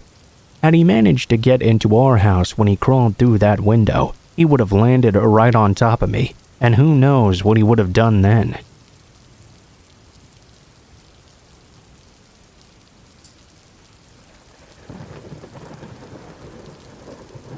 When I was younger, around 15-ish or so, I was part of my local guide troupe.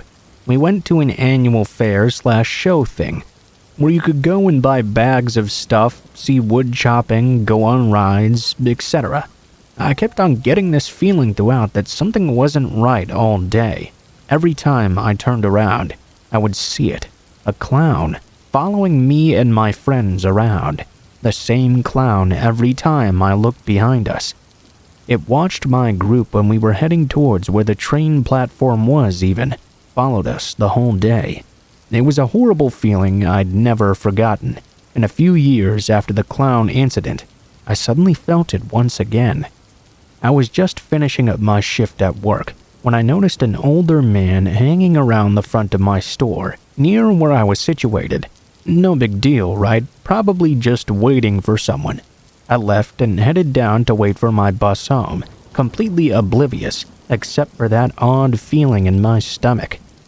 I sat down to wait for the bus, only for the old guy to walk by me and sit a little bit further down away from me. Okay, seemed he wasn't with anyone then. I got on my bus and sat to the left of the driver at the front. The guy also got on as well. At this point, I was thinking, well, I'll just get off a few stops early and see if it really is just a weird coincidence. I got off, only for the man to get off too. I walked briskly across the road, over a couple of empty lots, to the nearest block of shops and walked in. I looked at the lady behind the counter and whispered to her, "I think some guy is following me. Can you act like I have an appointment, please?" The man waited outside for a moment, but eventually he disappeared. Me and a couple of the ladies looked out the front and back, but we couldn't find him anywhere. I dead sprinted home, jumped into my house, and closed all my blinds and chained the door shut. I was texting my mom while having a panic attack and watching through a slit in the blinds. I could see the old man, now walking back and forth through my neighborhood multiple times. I ran to the kitchen and laid down on the floor, away from all my windows, until my mom came home finally. I didn't see the man again after she arrived, although that man did seem a bit similar to that clown I'd seen all those years ago.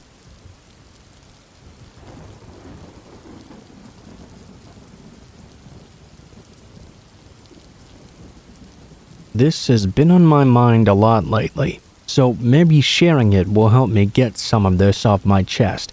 So, my father is a criminal, a violent criminal, but I didn't know that when I was little. I didn't know what my father was. To me, he was my daddy, my hero. He protected me from bad dreams and taught me all sorts of things. Sure, sometimes he got mad and hit me or pulled on my hair, and sometimes he thought it was funny to put dead spiders in my hair just to scare me. But I thought this was normal stuff all dads did to their kids. Dads were supposed to discipline their kids and pick on them every now and then, right? My dad loved me. I didn't know, though, that the man I thought was a superhero was really a monster. Then came the night my whole world changed. My life changed. On this particular night, me and my younger brother were in deep sleep when we were suddenly awoken to the sound of a woman's desperate screaming. I was 8 and my brother was 7. It was the most terrifying sound we'd ever heard. We heard her screaming and begging for her life, my dad's voice yelling in anger. And what I now know was the sound of him beating her. Of course, I didn't know what was going on. I only knew my dad must be doing something terrible to that woman. The man I thought was my dad wouldn't hurt anyone who wasn't trying to hurt us. I thought he was a good person. When I realized he was the bad guy, I couldn't trust anything anymore. I didn't know what to do. I didn't know if he was going to come after us for hearing this. I just knew I had to protect my little brother in that moment. My dad heard us crying and burst into the room. I hugged my brother as tight as I could, while my dad screamed at us. Thankfully, he didn't do anything to us other than throw a few things around us. He went back out and began beating the woman once again. I kept holding my brother, rocking him back and forth, telling him not to cry. Everything was going to be okay soon. Then we heard a gunshot. Our grandfather was a hunter, so we knew what guns did, and we knew they killed things. For a few seconds of silence after that gunshot, I really thought my dad had just killed that woman, and maybe we might be next. I was actually thankful when she began to scream again. Screams at least meant she was still alive. I don't know how long I sat in that room holding my brother, trying to figure out what to do, how to get help. We had to listen to that woman suffer, being terrified we'd be next. Eventually, my dad moved the woman away from the room we were in, and then he left altogether.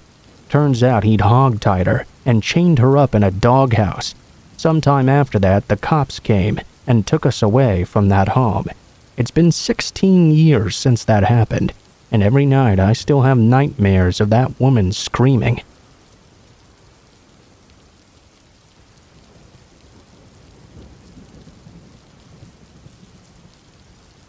So this happened a few years back, when I was living in a suburban area.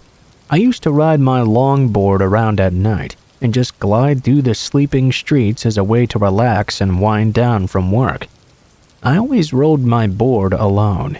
One night I was riding my board as usual, crossing through intersections, when I started getting to the end of the street and into a new one.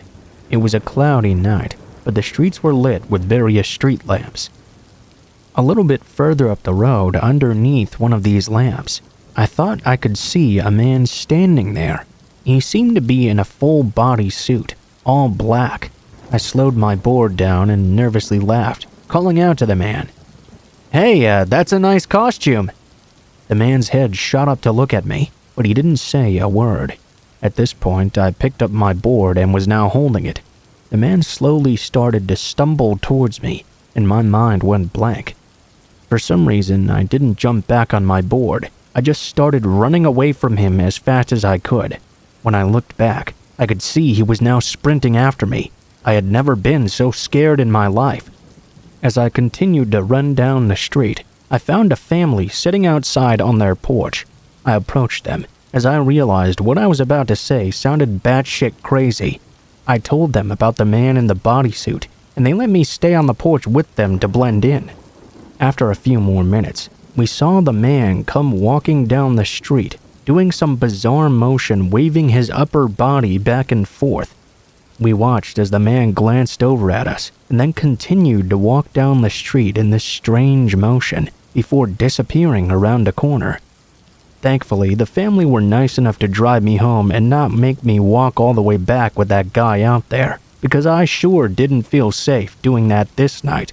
To this day, I still don't know what that was. Sometimes I maybe think I even just saw something.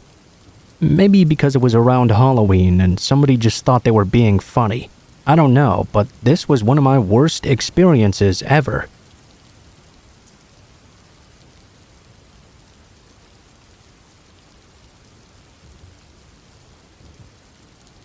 I saw a drive-by shooting not even a month ago. My wife and I had decided to go to a food truck meet at our local park, figuring it would be a nice outdoor adventure for our 8-month-old son. Driving down that street, there are generally cars parked on both sides, and this day was no exception. As we approached this row of cars, a white minivan turned onto the road headed towards us. Being a nice guy, I stopped to let him through first. Except he didn't come all the way down. He stopped about 15 feet in front of us. All of a sudden, he pulled out a gun and started shooting at the people right in front of us. In no way do we live in a bad neighborhood. It was typical suburbia. One man was shot and killed pretty much instantly. A second girl was shot in the back while running away, blood pouring from the wounds in her back. I threw my car in reverse and slammed it to try and get out of there. After that guy had finished shooting that couple, he hauled ass towards my family. Now we were in reverse, trying to get away from this situation. That's all I could think to do. The man continued to drive towards us and tried to box us in with his car. My eyes locked with his. In that moment, I felt a feeling I couldn't describe or even knew existed before. Bone-chilling would be just the tip of the iceberg in description.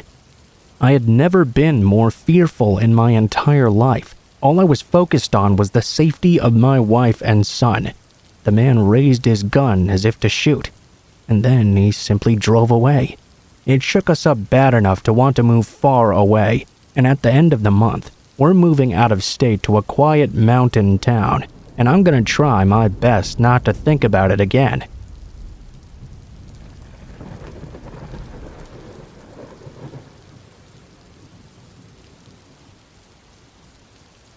A few weeks ago on a Saturday night, I let my dog Riley into the backyard. He was out there for about 10 minutes, so I opened the back door to call him inside.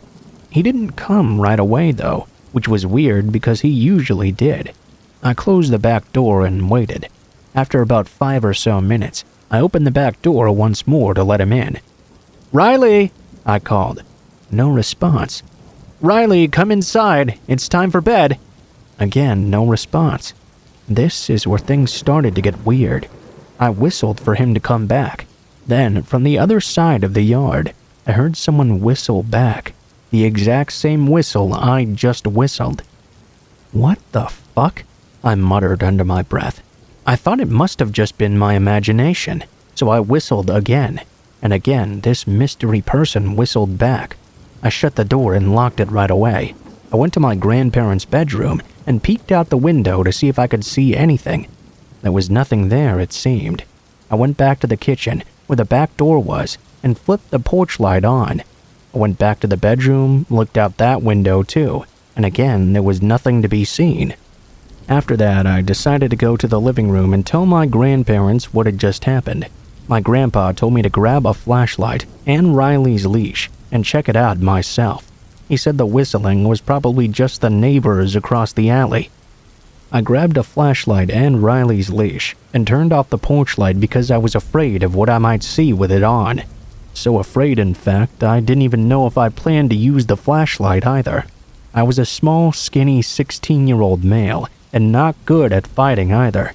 As soon as I stepped out into the cold, dark night, I wished I had gone to my room and retrieved a baseball bat instead of a flashlight. Slowly, I made my descent of the front porch steps. I know I must sound like a little wuss right now, but that shit was fucking scary. One time last year in the middle of the night, I'd heard someone slam the cellar door shut. That had scared me so badly.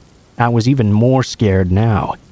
I stopped on the second to last step and looked out into the yard. I finally got enough courage to call out. "Riley?" I called. From right behind me, I heard a soft voice whisper in my ear. "Riley." I turned to see a face peering at me from underneath the porch. I couldn't even scream. The face peering at me was crazed, looked like a crackhead, which was common from where I live. I ran up the stairs. I threw a kick into the dude's face between the spaces so he couldn't grab at me as I ran. Then I jumped inside. I told my grandpa what happened. He grabbed his gun and came back out with me. We searched the whole yard. No sign of that crazy guy, nor my dog Riley. The back gate was wide open, and there was blood on the stairs where that man's face was at. Blood, I guess, maybe from his lip or something. The cops were called, of course, and I explained everything to them. After they spoke to me, they left. Haven't heard anything from them since. Thankfully, the next morning we found Riley perfectly fine, just standing in some random person's driveway. That was good, at least. My guess as to what happened is that the crazy man had already been in my yard when I let Riley out. Riley must have discovered he'd left the gate open and left to wander around. It was a pretty terrifying experience. I'm just glad my dog wasn't hurt in the end.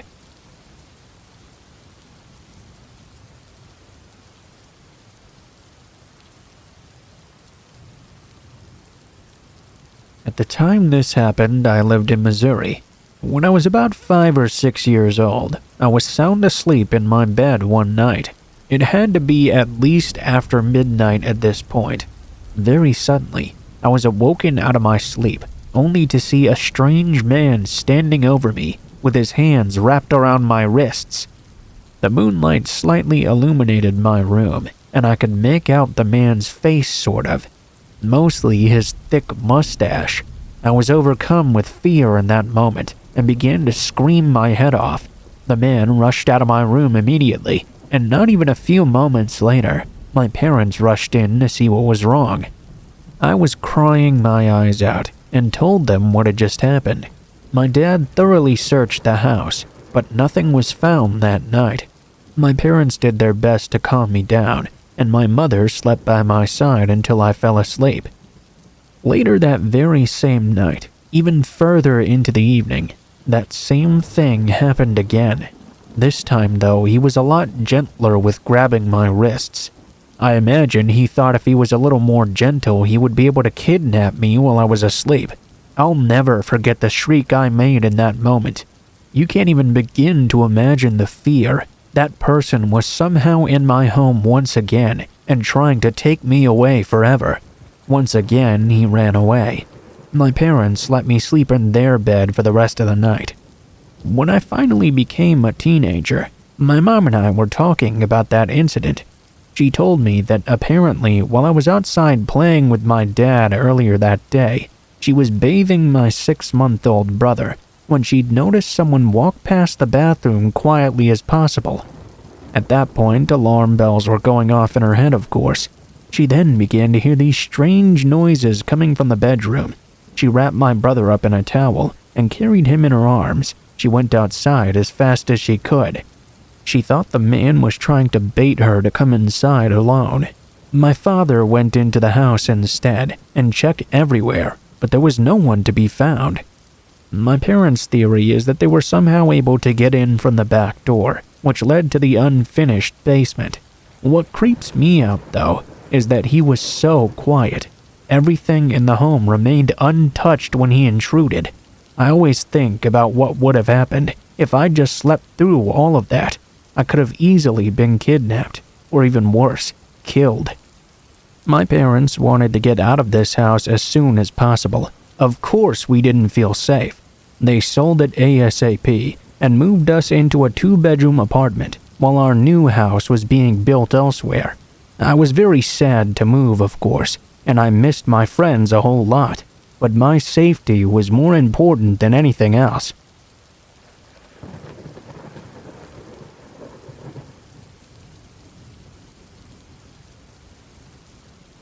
So, heads up for right now. This story is actually supremely fucked up. The story is that I went on a website kind of like Facebook, but it wasn't exactly. I guess I'll call it tea time. It was around 2010, and I went on there basically religiously every day. I was quite young and also somewhat dumb. A 14-year-old female. It sounds like a cheesy as hell start, but it was actually quite terrible. As this cheesiness goes, I found a couple of friends on there, around 5 who I became close with. We didn't instantly become friends though, gradually grew closer over time. They knew what country and state I lived in, but that was basically it. I was really scared of being stalked by people online. I knew basically just as much about them, because we were friends online, but that was about all. After a year, though, I got more close with one of the guys specifically. Things got more intimate, I guess I'd say. He lived all the way on the other side of the country. He'd been planning to meet me for a while, but I didn't quite trust him yet, you know? We were all supposedly around the same age, and had similar interests as well. I just happened to connect with this particular guy the most of all. Eventually, I stopped using tea time. I had school, and I realized something was kind of weird after one of them accidentally called me by my real name. I told them my name was some pseudonym or something. That made me so scared, I deleted that account right away and never logged back on. Then I completely forgot all about that messaging app. Well, what I hadn't seen in the meantime was all of the threatening messages sent to me over and over, telling me to get back on tea time or else. That person didn't seem to care about me at all. He told me my address, my full legal name, where I went to school. He then told me that he and the other guys had intentions of kidnapping me for their boss, some guy named Carlos or something, a very racist Mexican stereotype they'd crafted. I was so scared. I started skipping school, putting up cameras all over the place, wearing different clothes and even changing my hair. November 2012, they finally showed up at my house one day out of nowhere, a day I'd skipped school. They'd brought pistols with them, it seemed, and what looked to be a machete type of knife. I did what I thought was best at the time. I hid in the closet in my room and called the police right away. The faces they made while searching my house for me will haunt me to this day. They made me feel super insecure about myself while insulting me, and told me all the crazy and sadistic things they would do to me if they found me, cutting my skin open, breaking all of my fingers, shoving the knife up my ass. I was mortified. I was so scared in that moment, I forced the lock on my closet so it would stay locked from the inside. When the police arrived, it took them 5 minutes to break me out. I was crying my eyes out, and I was more scared than I'd ever been. Somehow, the police weren't able to catch those guys. I never found my closure. I did find some further information on them, though, because of others who seemed to have similar problems.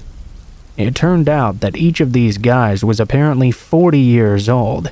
There was a guy that picked people who looked particularly young to pretend to be young girls and boys and try to befriend kids online.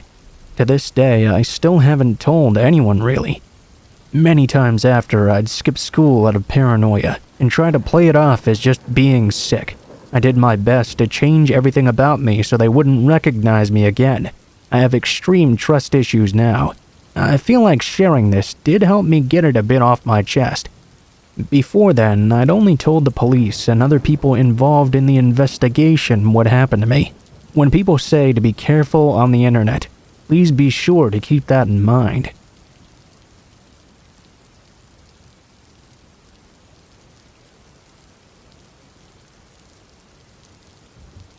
So this was a really weird experience that happened to me. I went out rock hounding solo today to a place my husband and I have gone to many times before. Everything seemed fairly normal when I arrived. It's a fairly secluded area of the creek with a rock bar in the middle and a small patch of woods to the left. There's a far denser forest off to the right. I crossed the creek and set up my gear on the rock bar. I grabbed a bag and started walking up along the creek. About 45 minutes into this, I kept on glancing up at the forest. I didn't know why at first, but I just kept on getting this eerie feeling. Every now and again, I'd hear a couple of thumps somewhere out there in the woods. But, it's nature. I tried not to think too much of it. After about 15 minutes more, though, I suddenly heard a very quiet meow. I was so focused on pulling up clay that I instantly stood up. I was extremely confused. I couldn't have just heard a house cat meowing out here, could I? 10 minutes went by. I was now walking further up the creek, and damned would I be if I didn't hear it again. I stopped instantly. I'd for sure just heard a cat's meow. How strange. But something seemed really off about it. I started to feel real uneasy now. I turned around and headed back to my site. Something about the sound I'd heard wasn't quite right. It was like a matter-of-fact meow, if that makes sense. I don't know how else to explain it. About 5 minutes into the trek, I could hear that meowing sound behind me now. I was sweating like crazy because of the heat, but that instantly made me feel cold and clammy. The hair stood up on the back of my neck. I knew what I was supposed to be hearing, a single meow, but it wasn't coming from a cat. The sound was now closer, and I could tell it sounded like someone imitating a cat's meow. I kept focused on getting back to my site. 5 minutes later, another meow from behind me. This is where I realized that things were getting really concerning now. And that sound was coming from the same distance behind me, no matter how far I kept walking or how fast. Finally, I reached my site once more. I pulled out my drinks and took a moment to rehydrate. That's when another cat's meow sounded right next to me. This time, I knew with everything in me, this was not a cat following me. I calmly gathered up my gear and began the trek across the creek to the path to my car. This time, right from behind my ear, a meow came. I sprinted across the creek and hunched down in a pit. I'd parked my car right next to the edge of the forest, and I was really starting to lose my shit now. I grabbed my keys and mace out and put my gear on me so I could dive into my car and rearrange later. That's exactly what I did. I dove right in. I nearly shit myself having to take the opportunity to find the courage and sprint out to my car, but I did so, and I hightailed it out of there as fast as possible. I want to hear your guys' thoughts on this. The rational answer is that someone was just screwing at me. But why would they be so far out into the woods? It was like 200 acres of forest. I just don't know.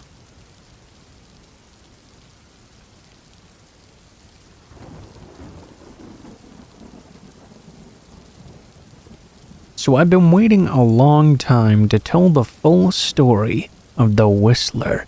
This story requires many details, but is unexplainable, creepy, and 100% true. When I was about 8 years old, I was taking my dog for a walk through the neighborhood with my mother. It was maybe 11 p.m. or so. We lived right next to a swampy woods area on the edge of our neighborhood in Lansing, Michigan.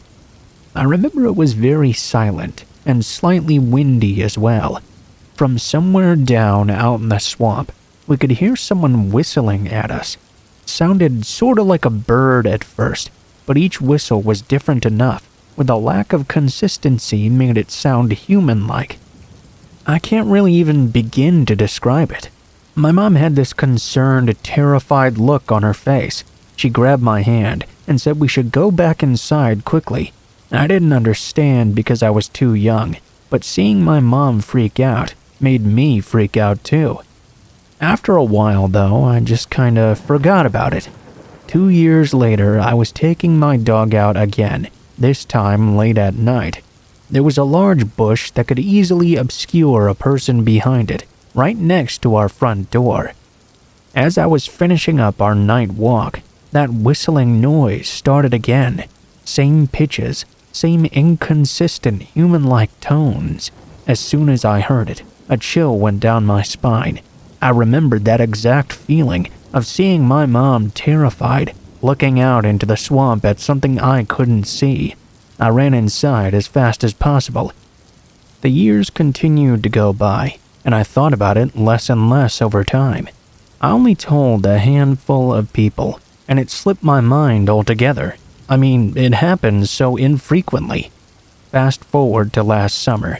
I was now 24 and started dating my girl Sarah. We moved out to South Dakota for work. For Independence Day, we decided to go to Pierre, South Dakota, and watch the fireworks along the bank of the Missouri River.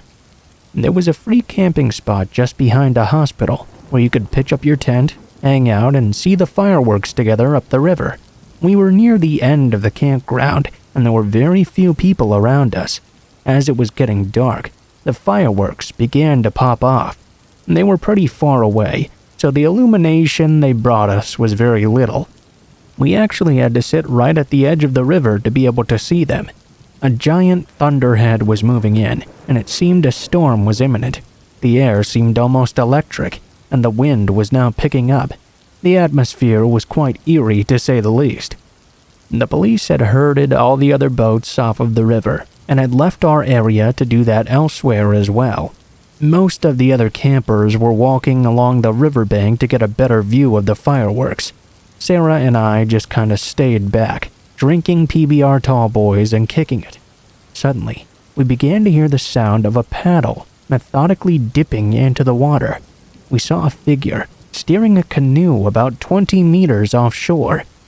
Sarah decided to go get some more beers from the car, leaving me all alone to stare at this mystery person. All of a sudden, they started to whistle at me. My entire body was frozen, covered in goosebumps. It was that exact same whistling sound from my childhood, now more than a decade later. I looked over to that figure. It was much too dark to discern who it could be. They seemed to be wearing a big hat. When perpendicular to the shore from me, they stopped paddling altogether. They turned the canoe to face directly at me and began to whistle at me once more. I was so frightened I jumped up and shouted at them, "Who are you?" They didn't say anything, just whistled a couple of more lines, then turned the canoe 180 degrees and paddled all the way out of sight. I'm a videographer, so I already had my camera by my side and was taking video of the fireworks at that moment. As the canoe was almost out of sight, I grabbed my camera and got a shot of them whistling as they paddled away. When Sarah came back from getting beers, she was very confused as to why I was so freaked out now. When I explained, she freaked out a bit too. I was convinced we would both be murdered or something that night. How would this whistling person manage to follow me after 14 years all the way to South Dakota? Was it just a coincidence? Why were they whistling the exact same tune then? Who was that person and where were they going? So many questions were left unanswered. To this day, I'm more afraid of being outside in the dark, where I might hear that whistling once again. I'm open to any explanations.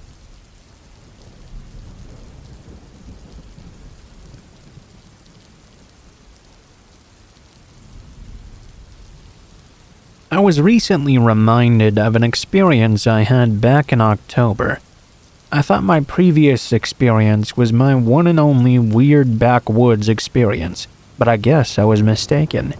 Where I live, we have relatively few COVID cases. There were almost none back in the fall. Because of that, although there were certain restrictions still, we had more public health-sanctioned freedoms than many other places. For example, at the time we were permitted to share our social bubble with one other household and travel within our region. My family and our fellow bubble family decided to take advantage of this by going on a fall getaway together. We rented 2 side-by-side cabins in a beautiful waterfront wooded area and had a lovely, relaxing weekend.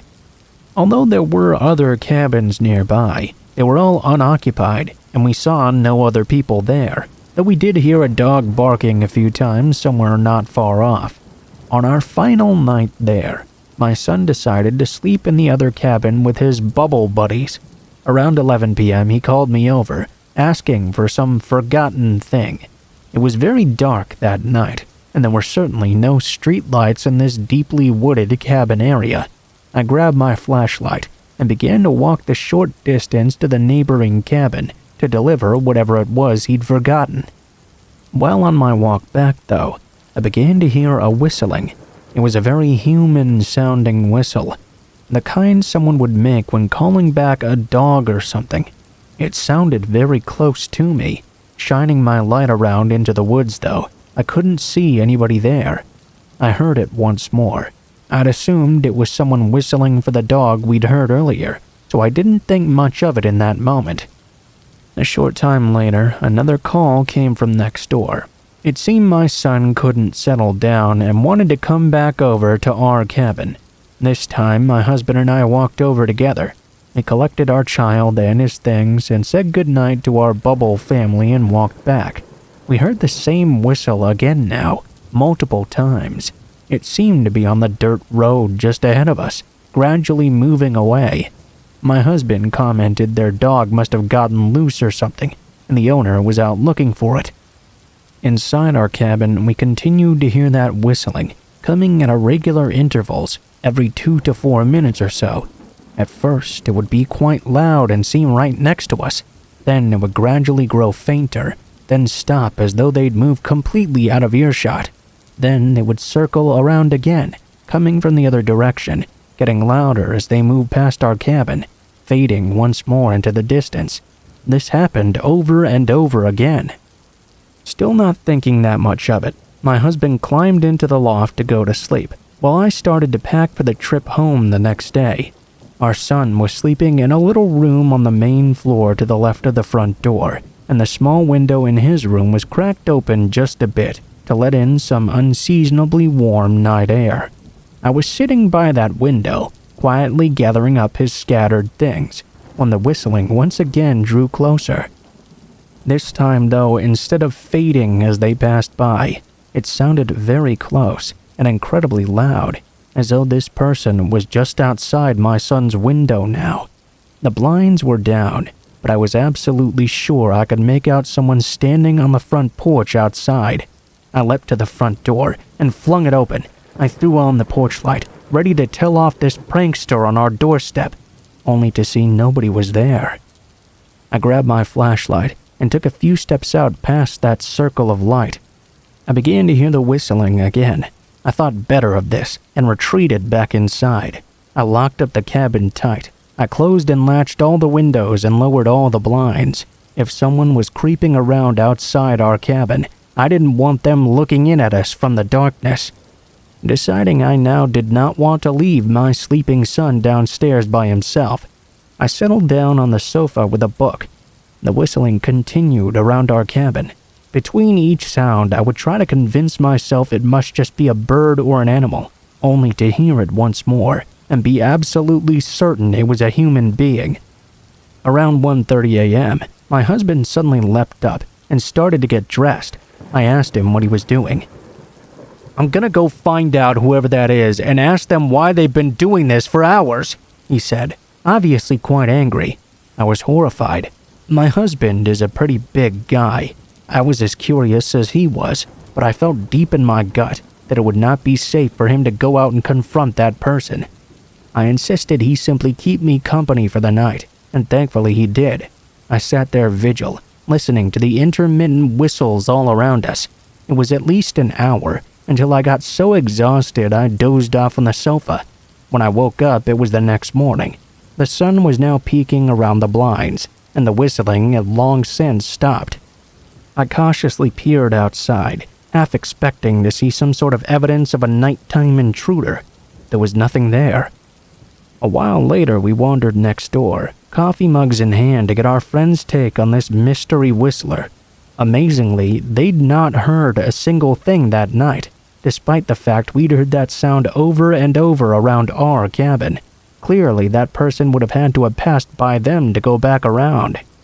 We couldn't understand how they'd not heard it. I guess maybe they hadn't done it when they were going around them. At checkout, I asked the woman at the kiosk down the road about this. She gave me this real strange look and said she didn't have any idea what I was talking about. When I got home, I searched for audios of bird calls common to the area, even ones not common in the area, in hopes of finding that same whistle somewhere on there. Nothing I found was even close. We still don't know what that was that night, circling for hours and stopping just outside our cabin door.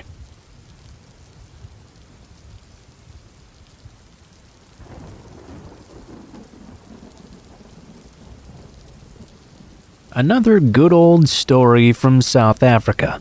As people from there might know, there are a lot of game farms, lodges, and those sites of facilities, especially around the area of Kruger National Park. This incident took place on a very tranquil 4-star game farm close to the southern tip of the aforementioned park. We frequented this lodge often over the 5 years before this incident. It was a favorite with me and my wife, actually, who was at the time still my girlfriend. The lodge had a very nice central area, with a pool, restaurant, and then tented chalets were spread around, with the furthest one about 1 kilometer from the restaurant. They were very private and set up in the bush as well. You couldn't see the next one over because of this, and could only really hear your neighbors if they were very loud. Sadly, the lodge had fallen on some hard times and gone backwards a bit. The weekend this incident took place, only 2 of the 25-plus units were occupied for that Friday night, and we were the only ones there on Saturday. Honestly, that made me feel a little bit uneasy. To make matters even worse, the lodge/farm manager came by on Saturday morning, saying he would be leaving for the weekend as well. He told us if we needed anything to just help ourselves to the restaurant fridges and leave a note. We could settle the bill at a later time. Sure, no problem, I guess. We had the pool and jacuzzi and the rest of the facilities all to ourselves. We left to go for a visit to the KMP after the manager left and stayed out most of the day. We got back around 3 p.m., and right as we got out of the car, I immediately got goosebumps. It was 35 degrees Celsius out, over 100 degrees in Fahrenheit, so I definitely was not getting those from being cold. We had parked about 150 meters away and had a little path we liked to walk down. As we approached, though, I noted some large shoe prints over me and my girlfriend's prints from that morning. That put me even more on edge. I approached further and noticed the prints turned around suddenly and walked back the way they had come. Everything seemed to be in order when we got there, though. We went for a bit of a swim and a bit of a game drive around the farm as well, and returned at around 5:30. I started to make the fire, barbecue the meat, and prepare some other food. Those footprints still had me and my girlfriend on edge, though, and we were both very quiet. We sat down at around 8 p.m. to have dinner together. As we sat down, though, I could tell my girlfriend looked very worried. I asked her what was wrong. She said she had a really bad feeling for some reason, and we had to go right now. I felt the same, honestly. We needed to leave now, not after we ate, right this moment. We checked the food in the cooler, grabbed everything we could, and ran to the car. We jumped in and raced out of there. As we went out the gate and started to drive away, the feeling of dread slowly left us as well. We made the 150-kilometer drive home in the dark and slept in our own beds that night. We woke up on Sunday and went about our day as normal. About 4 p.m. that afternoon, though, my phone number rings. I saw it was the number from the lodge manager. I answered, and he frantically asked if we were okay. I said, yeah, why? He started explaining what happened, and I got ice cold. Apparently, that very same night, the lodge was broken into and ransacked. They took everything of value, and what they couldn't take had been destroyed. It seemed it was a group of men that had done it. Apparently, there was evidence they had ransacked one of the abodes as well. Only one. The one my girlfriend and I had booked into. The one we would have been sleeping in, had we not left so abruptly the previous night. That means they had been watching us the whole time. The lodge had cameras, but the part we were staying in did not. We left just after 8 p.m., probably about 8:20 or so. Cameras caught the first signs of movement at the lodge just before 8:30. At least one was visibly armed with a firearm in the footage, and a few had machetes as well. I shudder to think what would have happened had we actually been there. The nearest people would have been over 3 kilometers away in a straight line, and we were completely alone out there. There wasn't any cell reception at the lodge either. We wouldn't have been able to call for help. Needless to say, we did not go to lodges or isolated areas for a long time after, and sadly, even though we loved that place, it went under not long after too. I saw some ads it was being sold on bank auction. That incident shocked us both a bit, and we vowed to always trust our instincts and intuition from then on. Also, to tell each other if something ever felt off to one of us. We both had had that uneasy feeling since about 3 that afternoon when we came back, but the reason neither of us said anything was because we didn't want to spoil the trip for the other. The cost was almost the ultimate price. Lesson to be learned here: trust your gut and tell your partner what you're feeling. If something feels off, it's probably because it is. It may just save your life.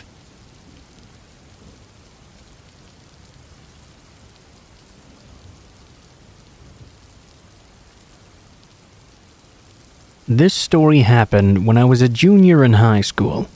I'm a girl and was a friendly/curious person. 1 month into the fall semester, we got a new transfer student. He looked very nervous. Seated behind me, his name was Joe. I, of course, introduced myself to him, trying to ease some of his tension. I helped to teach him what we'd learned so far, and I helped him look over his class schedule as well. We had 2 classes and lunch period together. Naturally, because of all this interaction, we got to know each other and become somewhat good friends. He was a quiet kid on his own, but he talked quite a lot around me. I assume that just meant he was very comfortable with me. I made it very clear we were just friends, by the way, and he seemed not even interested in anything else. We started hanging out with my group of friends as well. Fast forward to spring break. I told Joe I was going out of town with my family. He seemed very disappointed we couldn't spend the break together, but he said it was understandable. A while later, though, I ran into Joe in a restaurant. I hadn't told him where I was going, so I thought to myself, wow, well, what a coincidence, right? He said he happened to be visiting family in the same town. Going along further in senior year, Joe and I were now hanging out at least once a week. Then that turned into 2, then that turned into 3. I started to notice we were spending a bit too much time together. I wanted to make time for my other friends too, you know? That's when things started to change. I would run into Joe everywhere, or should I say it was more like I'd see him out of the corner of my eye whenever I was spending time with someone else, or hiding behind something when I was by myself. It was obviously very obsessive and clingy. The first 2 or 3 times, I didn't really think that much of it. It all became clear, though, when I questioned him on why this was happening. He told me he was accidentally following me because he wanted to make sure I was safe. Well, now I felt really creeped out. He apologized and asked for forgiveness, but I told him I didn't want to be friends anymore. He got furious and stormed out. He didn't come to school for the next 2 or 3 days. My friends had told me he'd begun harassing them for snitching on him or something. I don't really know how that made sense. He did come back to school eventually, only to pretend he didn't know me. One particular day on my walk home, I began to hear Joe calling my name in a low and unfamiliar tone.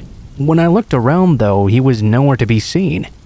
I didn't know why in that moment, but my gut told me I needed to run away as fast as I could. I started sprinting and kept running until I got home. I was too scared to look back. I made sure every door and window was locked up tight. Actually, I hadn't seen him the entire way. I almost convinced myself I was just being paranoid. When my phone screen lit up, Joe was calling me repeatedly. Then I heard him calling my name again. I went to check. He was in front of my house now. He began to bang on the door. I called my dad and told him what happened. I pleaded for Joe to just go away. Everything went completely silent after 5 minutes, which felt like an eternity. The last words I heard from him as he left were, "You'll always be my best friend." The issue was brought up to the school, but Joe never showed up again after. Now 4 years have passed by, and just a few days ago, I got friend requests on 2 of my social media accounts. It was Joe. I blocked him and changed my names to something else. I don't live in the same town, I don't live in the same country. Now I'm on the other side of the world. Still though, I can't help but feel scared like 18-year-old me again. I've become much more cautious around other people because of him. I did report him and get a restraining order against him when that happened.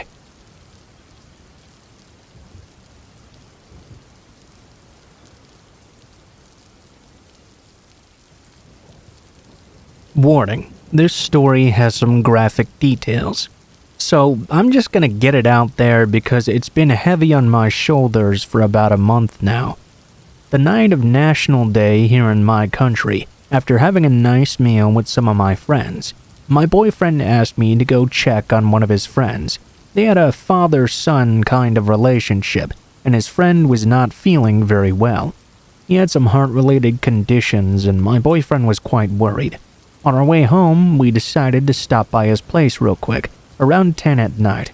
We got there, drank a beer, had a friendly chat with him, his wife, and his stepson for a moment. After about 45 minutes, we were just about to leave when we heard a crazed howling coming from outside in front of the house. In retrospect, it almost sounded like a zombie's growling. his stepson cautiously opened the door and asked what was going on. He didn't even have time to finish his sentence before a man erupted at the door. He was covered in blood. I mean dark black dried blood. So much of it I almost thought he was a different ethnicity because his skin had such a dark tone from all that blood. It took me about 30 seconds to realize that all that blood was coming from 2 gigantic, gaping wounds in the side of his head. I must say, he looked and sounded like a living corpse. There were 3 gashes. The biggest was on the middle from his forehead all the way down to the back of his head, 2 inches wide at the largest. The guy began to scream and yell and thrash around before falling to the ground and freezing just like in the movies. We jumped into action. This guy was clearly not in good shape. We brought him out without looking back.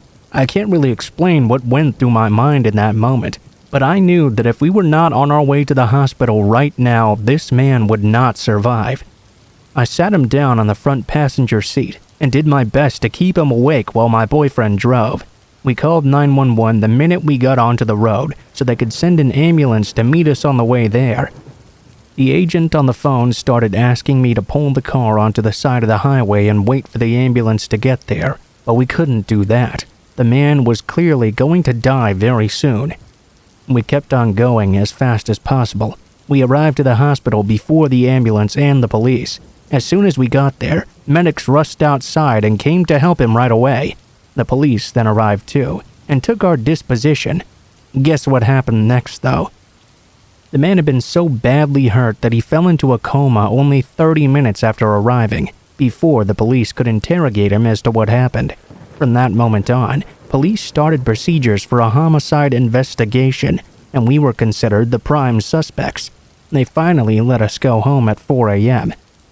They came back the next day asking further questions and letting us know that now they knew we were not related to this crime. They informed us the man had also escaped the hospital the next morning. The attack was probably gang-related, and those gashes had been done by a machete. He'd managed to survive the attack because he was completely strung out on heroin. I'll never forget that night, and that man's horrifying screams. At least I can hold on to the fact that I helped to save a life.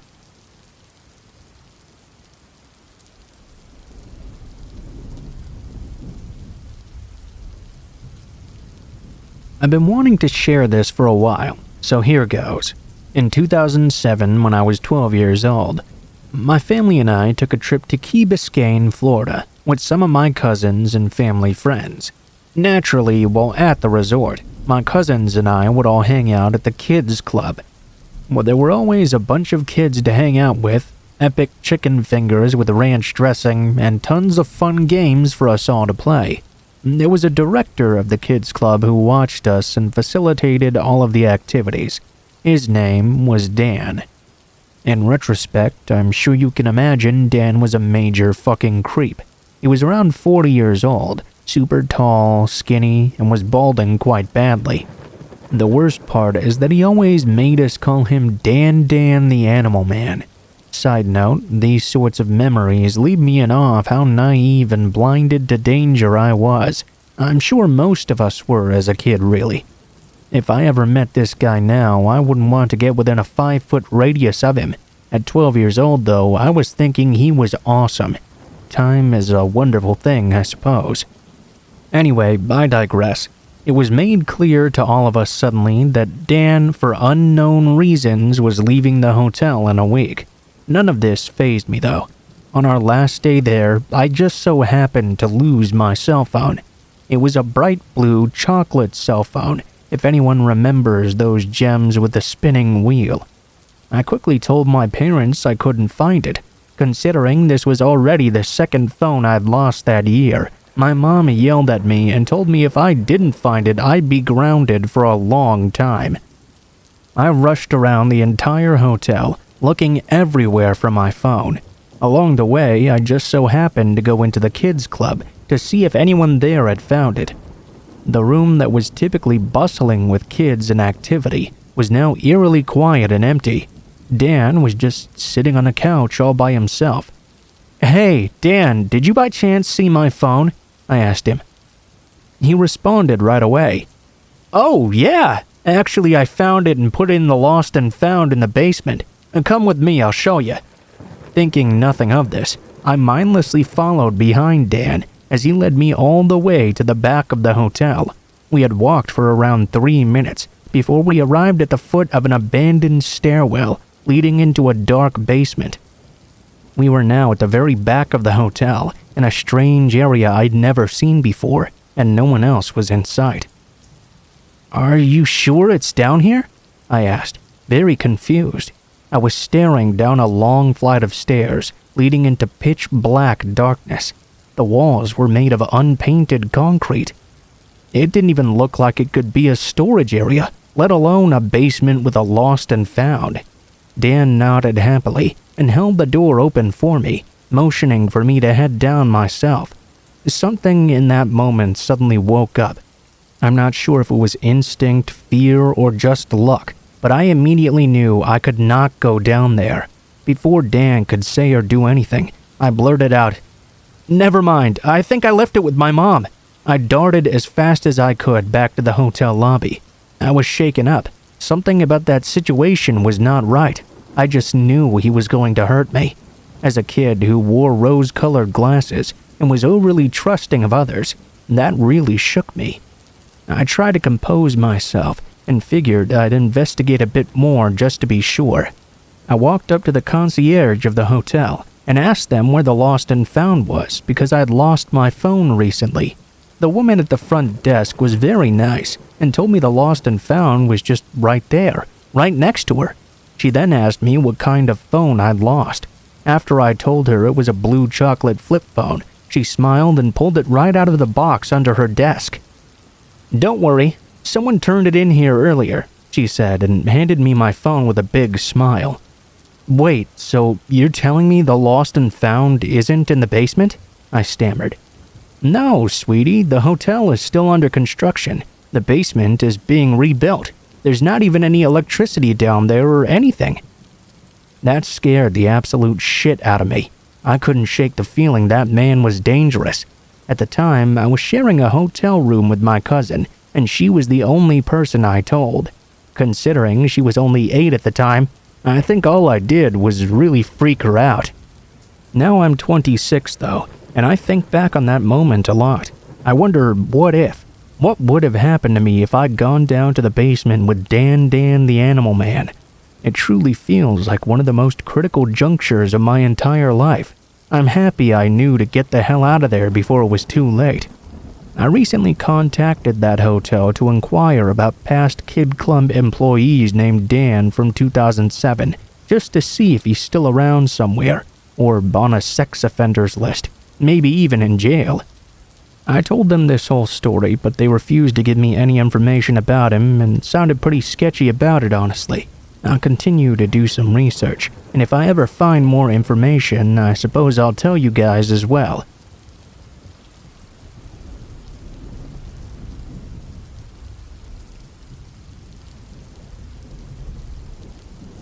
Recently, I was shopping in a very popular department store when I had the feeling I needed to use the bathroom. The women's restroom was all the way in the very back of the store, right near an emergency exit. This meant it was pretty secluded. I walked in the 2-stall bathroom. One of them was already taken. Without thinking anything of it, I went into the only other stall available. As soon as I locked the door, though, the person in the other stall, without even flushing, unlocked their door and walked over to the sink. I was not really thinking too much of it in that moment. I'm kind of shy, so I was just sitting there waiting for them to leave. Instead, they did nothing. Now I was kind of confused. I pieced together they were not washing their hands, and they'd never flushed the toilet either. I slowly tilted my head down as quietly as possible to look underneath the stall. I noticed that whoever this was very clearly wearing large men's boots and ratty jeans. Now I was really scared. I'm a natural worrier already, and we were in a very secluded area. I tried to calm myself down and count to 15 to give them a chance to prove me wrong. Maybe it was just a girl fixing her makeup or something. As I was counting, though, I realized that even if it was a woman fixing her hair or something like that, I would surely have heard some sort of shuffling or any noise at all. Instead, it was complete silence. I counted all the way to 15 and still no movement. Now I was fully shaking. I realized just how alone we were. I was cornered in a bathroom with what I assumed was a large man based on their legs. I reached into my purse to fake a phone call. I was so nervous I didn't even think to try to make my phone ring by playing a ringtone first. I just put it to my ear and said, "Hello?" I was too nervous to even keep making up conversation because I didn't know what the man would do. Luckily, as soon as I did this, he left immediately. I watched his feet under the stall to make sure he was gone. Even creepier, I watched him walk to the right. As I exited the bathroom as fast as I could, I noticed that to the right of this restroom was the emergency exit door, now propped open. Who knows what this guy wanted to do, or where he wanted to bring me. There could have been a car right out back waiting for us for all I know. I still can't imagine the face I would have seen looking back at me if I'd just finished my business and left the stall. I told the store manager after, and I kinda feigned concern, but I could tell they either didn't really care or didn't believe me. I even called their headquarters the next day to report it again.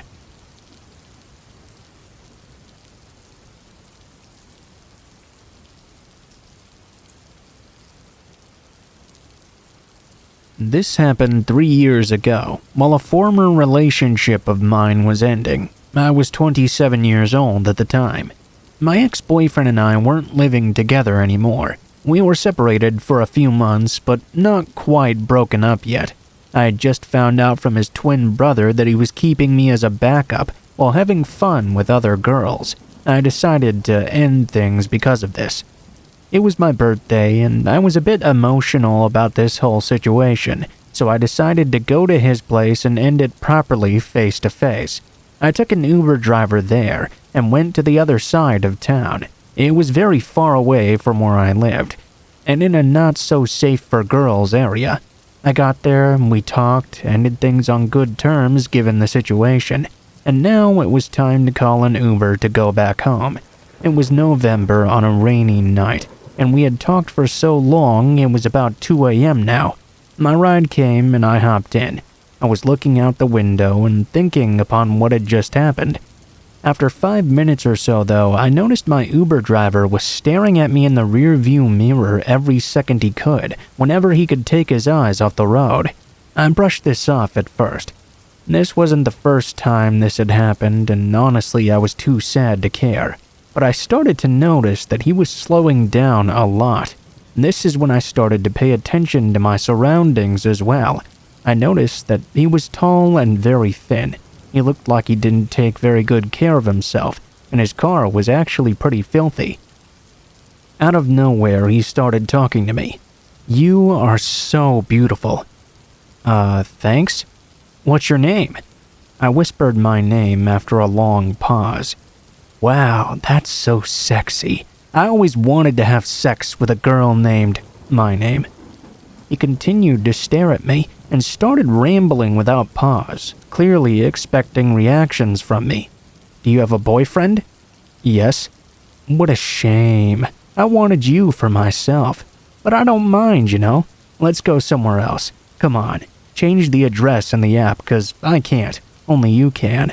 I know a place where we can go be alone and do some fun stuff." At this point, I started to pay closer attention to the route he was taking.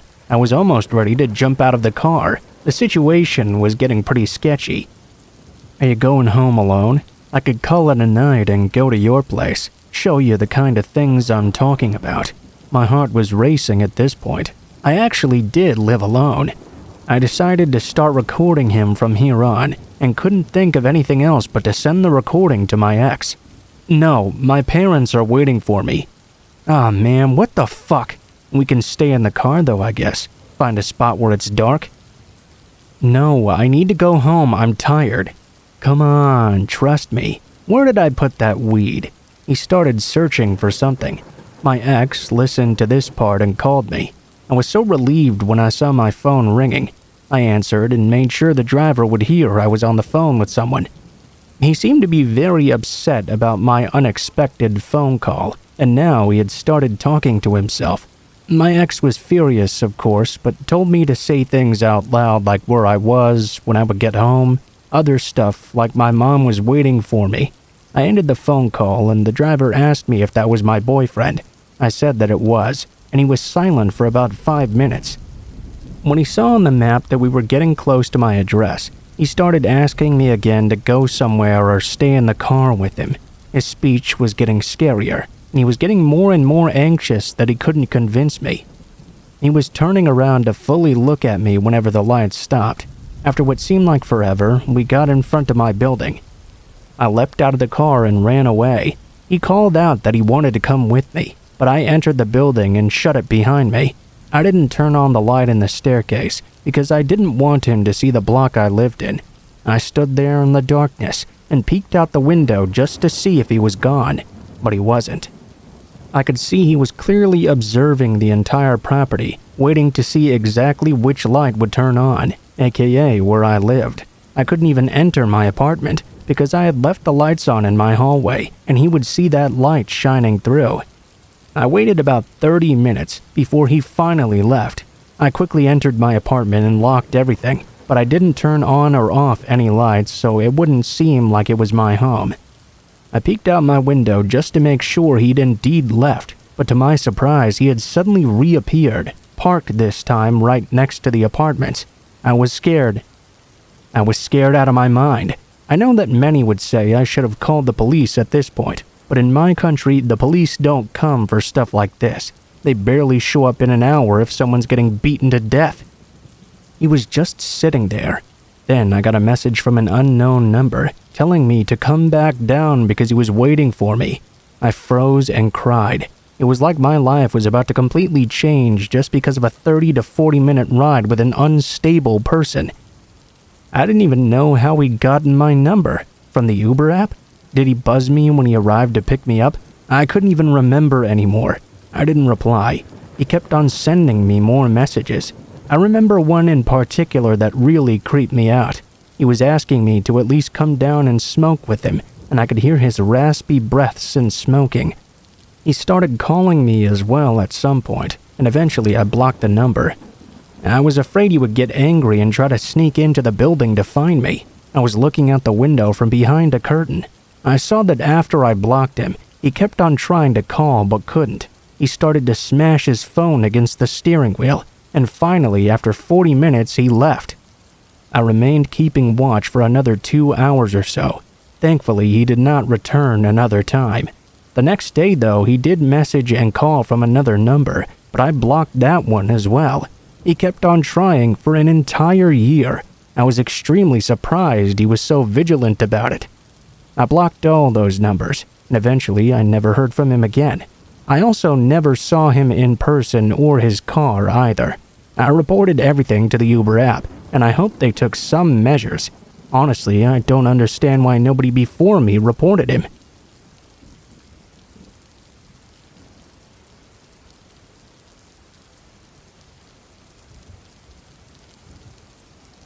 Unfortunately, living in London, I've been attacked a few times, but this was by far the scariest, and also the first. I was 8 years old at the time, visiting my grandparents who lived in London. At the time, I didn't live there yet, and I was just visiting for the summer. I was on a day outing with my parents and our visiting American friend. Let's call her Laura. My dad grew up in this area, so he wanted to take us sightseeing. We had done the Tower of London, Trafalgar Square. We were wandering through the Oxford Street area, just window shopping. I remember I was trailing slightly behind my parents for just a moment, looking into a busy cafe as I walked. It had a counter bar where 2 large ladies were perched on pedestals eating some ice cream. All of a sudden, I remember watching these 2 ladies fall to the side off their chairs onto the floor, almost as if in slow motion. It was like a dream sequence. I even recall the music from the cafe sounding like it was underwater and slowed down momentarily. Except they weren't falling to the floor. Actually, it was me. All I remember next is a huge shooting pain coming from my back and Laura screaming over me. I watched my mom sprinting away through the busy forming crowd, full of shocked faces, staring down at me with concern. My dad was on his phone. I remember being angry somewhat because mobile phones were new at the time, and he was always on his, talking to work stuff. I later found out that actually he was calling the police. It took me a moment to figure out what actually happened to me. Well, I thought those big ladies were falling off their chairs. Actually, a homeless man in a heavy coat had suddenly come out of the crowd, picked me up by my collar, and slammed my head down into the pavement. My mom had immediately run after him, chasing him down a busy London street until he pulled a knife on her. Somehow, she and 3 men who were following managed to disarm the man and hold him down until the police arrived. It took around 2 minutes. In the moment it happened, I had no recollection of being attacked. I was excited to ride in an ambulance actually and a police car, and to get the experience of going down to the station. I asked to see a cell, and even remember getting a pen by a police officer. I was in a lot of pain, but I couldn't understand why the paramedic was fussing over me so much. Boy, when the adrenaline wore off, it sure did hurt quite a lot. It's amazing how a child's mind works when it's trying to protect you. As a side note, I did wake up screaming for months every night after, saying the man had snuck into my room. According to my mom at least. I only remember that happening once. In fact, I had a cracked rib, giant black bruises all over my chest, and bruises all over my back from the viciousness of the attack. Later in life, I remember his face quite clearly. It's almost amazing that I didn't remember in the moment just how high he'd picked me up to slam me down. The memory was triggered by receiving birthday bumps as a teen, and it all came rushing back in the most bizarre way. I later found out that the man had in fact been using that large knife for a long time to murder other homeless people at night, and had attacked a few little girls in public as well. He'd always gotten away though. The police had been looking for him for months. It just so happened the dude hadn't counted on my mom being so fearless. He was put away that very same day, and I had to go to therapy for a few years to figure out just what went on.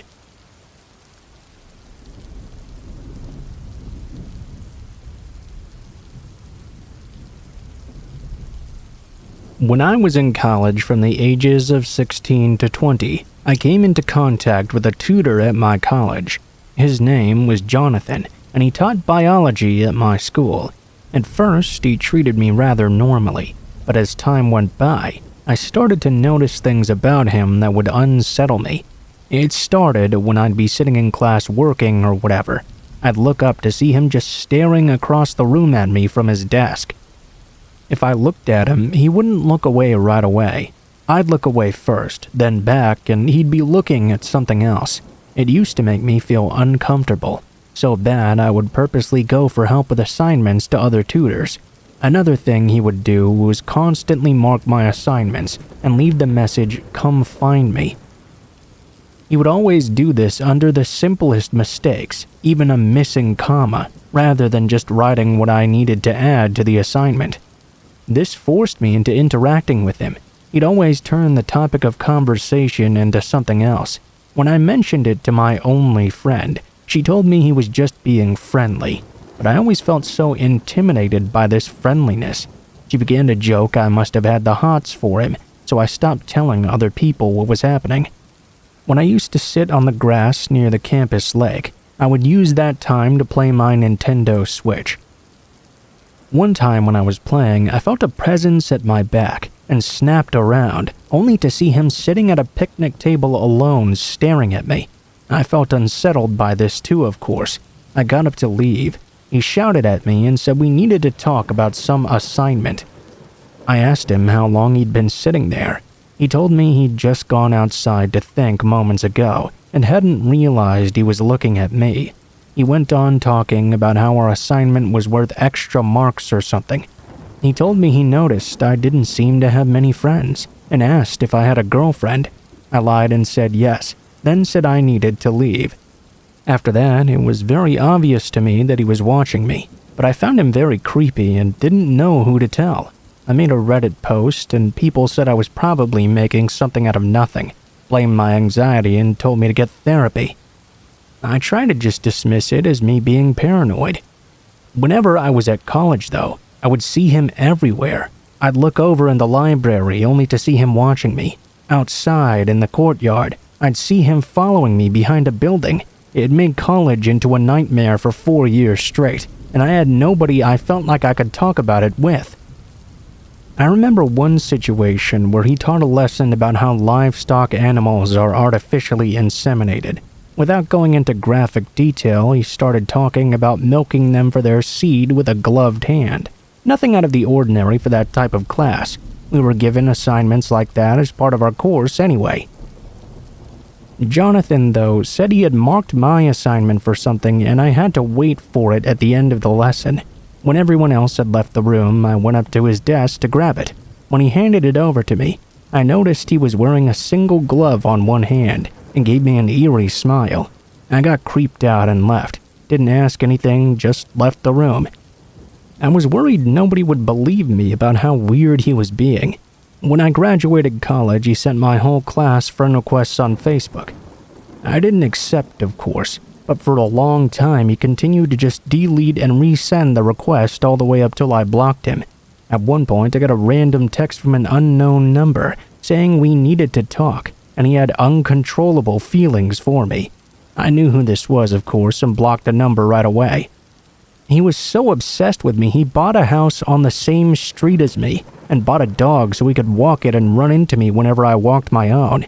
He tried to make it look like an innocent coincidence, but I knew he'd been doing this just to get close to me. To avoid him, I started going on late-night walks at 2 a.m., thinking I would be safe because he'd be asleep, only for him to approach me in the street out of the darkness. I told him to leave me alone and called him a stalker. He apologized for the way he'd been acting and begged for a second chance. I'd never even given him a first one, though. I went home, and I became certain he might try to kill me. And that's when I told my parents, who contacted the police. They couldn't do anything about it, though, because I had no evidence of any of these situations taking place. It was at least on record now. My parents started paying towards rent, so I could live in a different area to feel safer. Well, wouldn't you know, as soon as I left to rent in a different city, he sold the house he'd bought and bought a new one in my exact same city. I then moved and started renting somewhere else, and he was stuck with this house he'd bought this time. Even to this day, I feel like I have to keep looking over my shoulder. I'm not a very tall guy. I'm only 5 feet. He's over 6.5 feet tall. He's very intimidating, and every time I see him, chills run down my spine. I'm too scared to even have an online dating account anymore. I'm planning to move country soon, so I can be rid of him once and for all. I won't say where I'm moving just in case he finds this. I doubt he would, but better safe than sorry.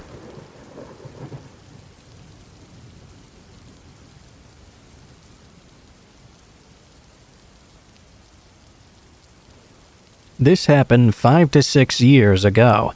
After meeting up with a couple of friends who were stationed near the bar, my friend Robin and I decided to end our girls' night early, at around 1 a.m. or so.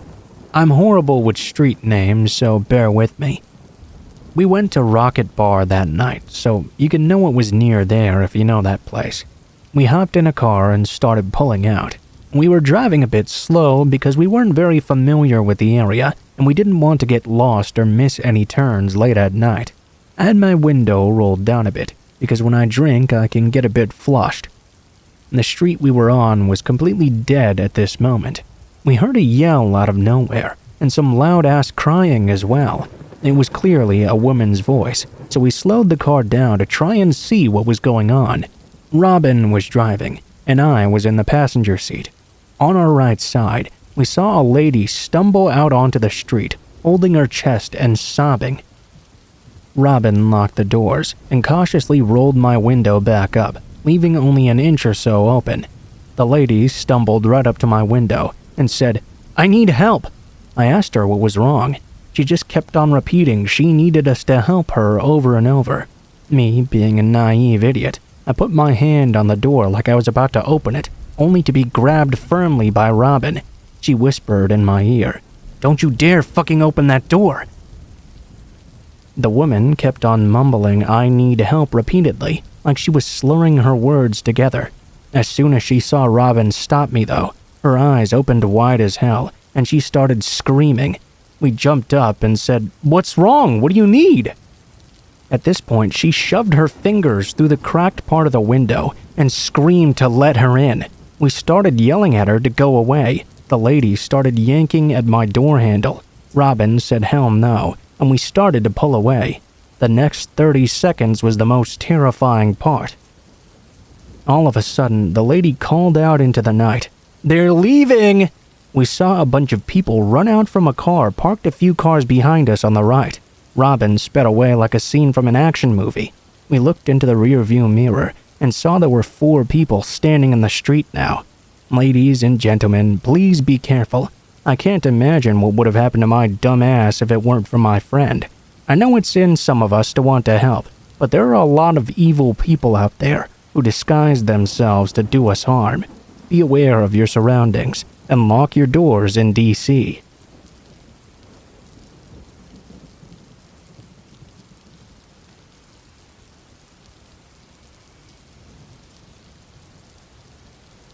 When I was 15, I traveled with 2 friends who were both 15 as well. We took the train to get to an event a few hours away from where we lived. We were all interested in working in healthcare and went to a "what it's like to work in this field" event in another city. After the event ended, we didn't have long to get to the train station to catch our train home. We had pre-booked for a taxi from the venue straight to the station because of this. This was before the days of Uber, mind you.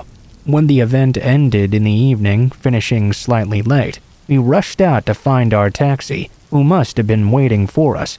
We approached one that appeared to be waiting for someone specifically. We had seen the driver turning away other people for a while.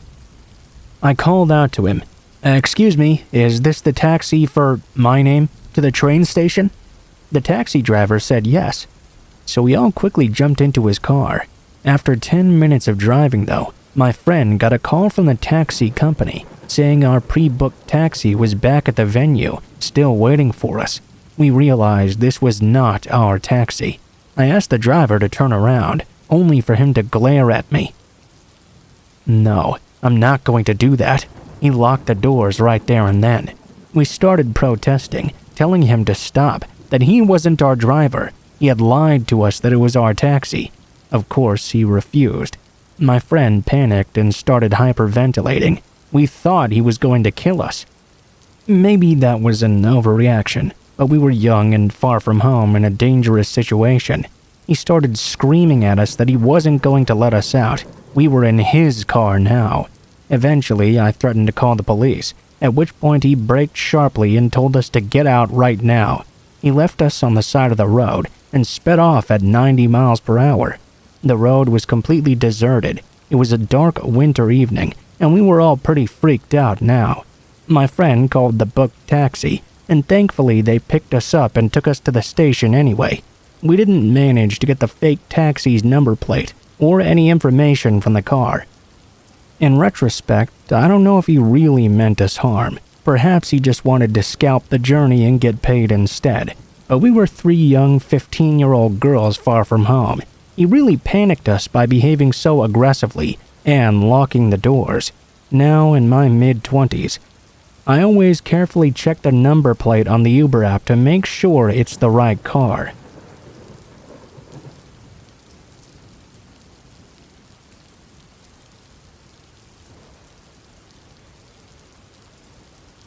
I'll preface this by saying this is a true story. We were staying in this fancy hotel for my cousin's wedding, and I was around 12 at this time. I woke up very suddenly that morning to a rough shove, assuming it was my sister waking me up. It was early morning, sometime around 7:30 or so. I groggily stepped out of the bed and was immediately hit with hairspray fumes. I could hear the sound of someone taking a shower, as well as loud hurried footsteps and repetitive spritzes of the hairspray can. I walked to the dresser and pulled out a blouse and a skirt. As I got dressed, I heard knocking on my door. I pulled my top fully on and opened it. No one was there. I was kind of freaked out right now, but I knew it must just be my imagination or something. After all, I was still half asleep. I exited the bedroom and heard the shower shut off as I passed by the lavatory. I then heard my father's heavy footsteps at the end of the hall. There was another restroom there. I could hear that same hairspray noise coming from inside, so I called out, "Hey, Mom, if you're in there, I need to pee. Dad's in the other bathroom right now." I heard my mother's voice call back, "Alrighty." It was definitely her voice, but that was not something she would ever reply with. I rolled my eyes though and walked away. I figured I should go wake my granddad, as I heard heavy snores coming from the room that he was sharing with my parents. In fact, I wondered why my parents hadn't woken him up yet. When I opened the door though, I was extremely startled to find that the room was empty. Just then, the noises and smell of hairspray stopped as well. I ran downstairs, only to see that everyone else was already eating breakfast. I checked my watch and saw it was already 10 o'clock. My mom stared at me. "What's wrong?" I started to ask. My sister interrupted me. "What the heck?" I asked them what was wrong. My sister then replied, "Didn't you just go to the bathroom?" She pointed to the lavatory next to the small kitchen area. I walked over there and pressed my ear to the door. Sure enough, I could hear someone was in there, washing their hands. I shook it off at first and counted my fingers. All 10 of them. It seemed I wasn't dreaming. I knocked on the door. Inside the bathroom, I heard a voice calling out, "Alrighty." I looked over at my parents, sister, and granddad, who were all pale. Behind my back, I heard the lock click, followed by what I swear was my own voice saying, "Hey there, Sarah," and footsteps. I turned around just in time to see my own feet, dressed in my black velvet flats, turning the corner on the staircase. At least, that's what it seemed. I felt paralyzed with fear, and goosebumps crept up my back immediately. I wasn't able to move for about a minute before I told my family about what happened a few moments ago. My sister told me that yesterday when she woke up, I wasn't in my bed, but she heard noises coming from the bathroom as well. When she went there, she saw someone that looked like me, walking down the hall in my pajamas. She called out to me, but they just kept walking. Well, when she went back to my room, she could see I was still sound asleep in my bed. She freaked out and didn't tell anyone. Fast forward to 2 years later, my cousin now has a 6-month-old baby, and we're talking to each other over tea. Well, I shared with my cousin that story about what happened to me and my sister, and she immediately froze. "What, you mean that happened to you too?" I felt goosebumps return to my arms and legs. She then told me she had woken up and walked downstairs, only to see someone who looked like her husband sitting at the table eating cereal. He greeted her like normal and then said he was going to get something from upstairs. Well, it was taking him quite some time. Eventually, she felt concerned and went to check on him, only to find he was still fast asleep in his pajamas.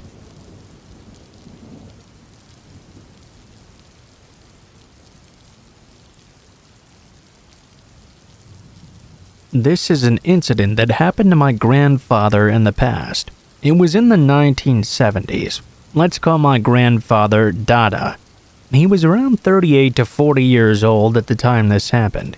They used to live in Patna, Bihar. Now, for your information, at that time, during the monsoon season, Patna used to get flooded a lot, and the danger of alligator attacks was also at its highest level. Every night he would go to the library, as he was very much into reading at that time. At the time of the monsoon, though, my Dada's elder brother used to accompany him to the library and back. After all, he didn't want to not go and find out his younger brother had died from an alligator attack or something. One day, they heard the rumor of a woman who practiced witchcraft roaming all around the city naked in the open air, killing humans for fun and dancing on their dead bodies. Apparently, she was a human being and nothing supernatural, but her mental condition was not exactly stable. The ignorant, superstitious people around thought she was a ghost. So, on to the encounter. One night, while returning from the library, he was crossing the mighty Ganga, which had alligators in it. There was no light, and both my dada and bro were obviously scared from this already. They had crossed the river. They didn't even realize it at the time when a dog arrived and his tail brushed against my dada's knee. In that moment, he thought it was an alligator, but then he looked down to see he was already on land, safe and fine. Instead, though, when he looked up, he saw something far more frightening. They moved ahead just a bit and looked back to see there was a woman naked in the open air, sitting on the land muttering something to herself, her eyes moving up and down rapidly, and there was now no sign of that dog. The woman turned to face them and smiled. "What's in the bag?" "None of your business." "There are books. I can see. I can see." She repeated this several times over. Then she got to her feet and frog jumped towards them. She jumped 3, 4, 5 times and then was right in front of them. She leaned in and whispered, "Can I kill you?" "What's wrong with you? Go back home!" She started to scream and cry aloud, screaming out home over and over. At this point, my daughter took a stone from the ground and threw it next to her to startle her. She suddenly fainted, and there they ran away as fast as possible. After a few minutes, though, just when they thought they'd arrived in a safe place, she was right in front of them again. She had that stone in her hand now, acting like she was ready to kill them. My grandfather tried to think quick. His brother used to smoke and always carried cigarettes on him. I don't know if any of you know about this, but here there's this thought of narcotics being so intoxicating it makes the person sleepy and gloomy. He asked his brother to take out that patch of cigarettes and lit one, holding it out towards the woman. She threw the stone away and grabbed the cigarette. Then she smoked it for a bit before slowly dozing off, or so it seemed. They started running again. This time they looked back and saw the woman was missing once more, and they couldn't see where she was at all. They ran and never stopped until they arrived back home. The woman was about terrorizing people for some time after.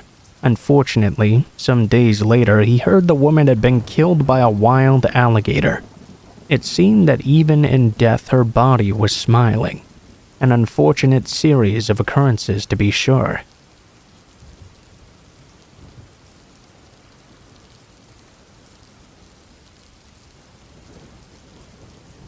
I still feel sick to my stomach whenever this memory pops back up. I was maybe 15 years old at the time, and my family had taken a trip to a ski resort in West Virginia. I'm the oldest out of 2 boys and a girl. The girl was maybe 6 at the time. She was adorable, big blue eyes and this crazy blonde hair. Bold and mature for her age because she'd grown up around all the big kids. My younger brother, who was maybe 8, and my aforementioned little sister decided to hang out in the sauna with me. We had been to the resort a few times before, and I was 15 years old.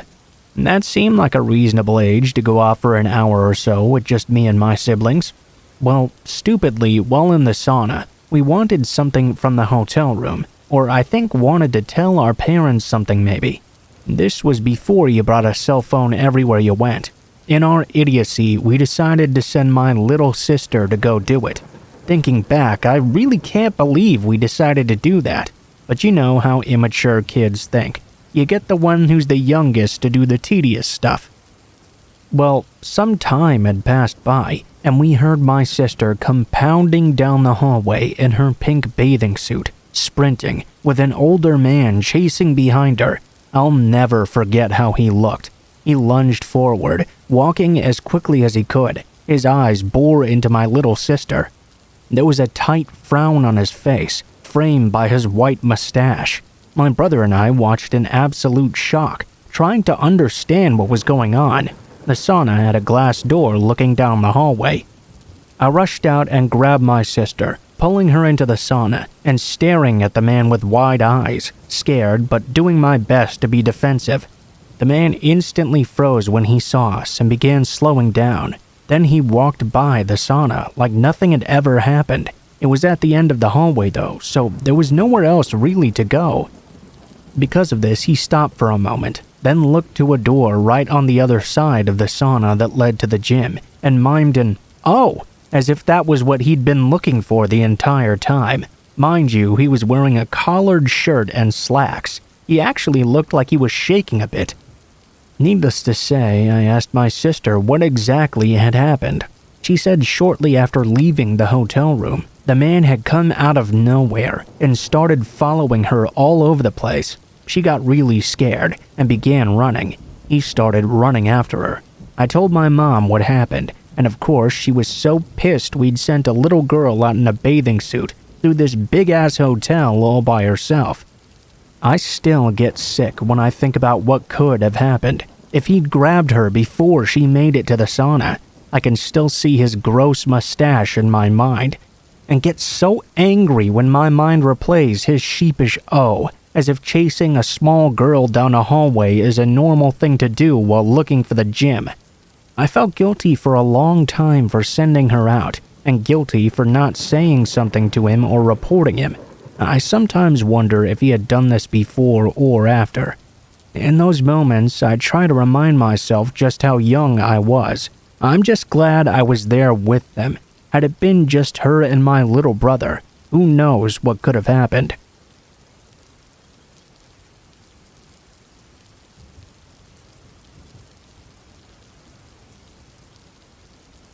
I was about 15 when I got my first real job in West New York, New Jersey. My mom had sent me to live with my sister, who was 13 years older than me. She and I had recently gotten into a huge argument. So much so, in fact, that we hadn't spoken in well over a week.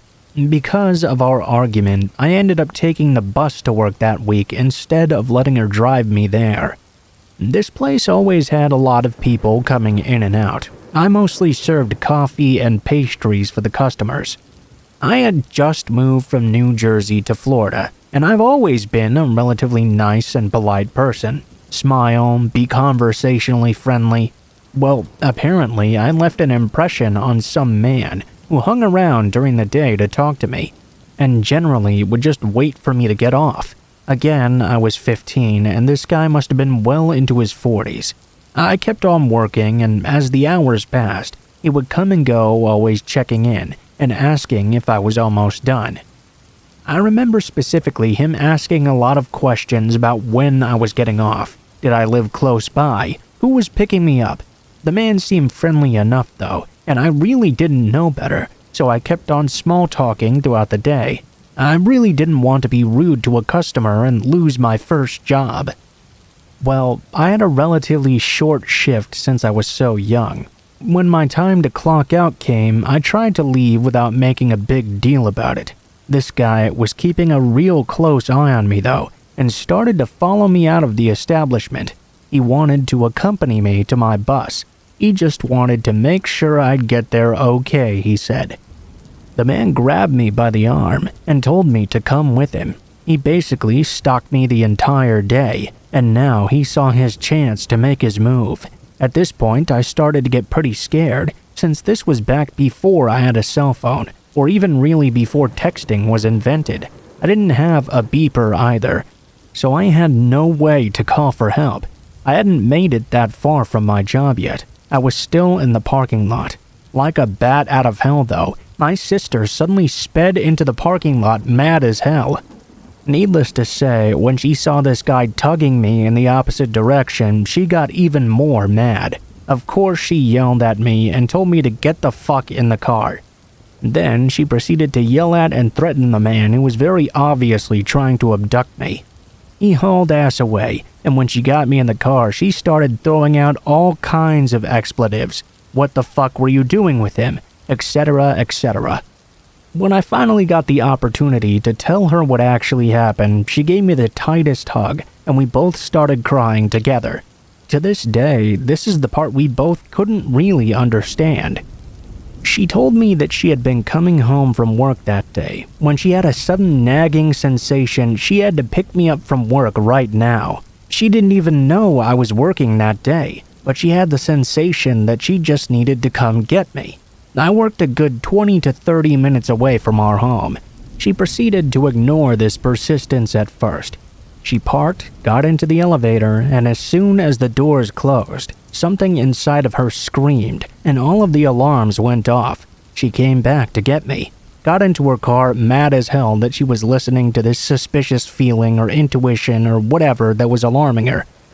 She didn't even think I was out of the house, but sure enough, she got there just in time. She's never experienced something like that since or ever before. I really don't know what to make of all of that. All I know is that she saved me that day. The guy kept trying to hang around, so I quit that job shortly thereafter, and she never allowed me to ride the bus there again or leave work alone.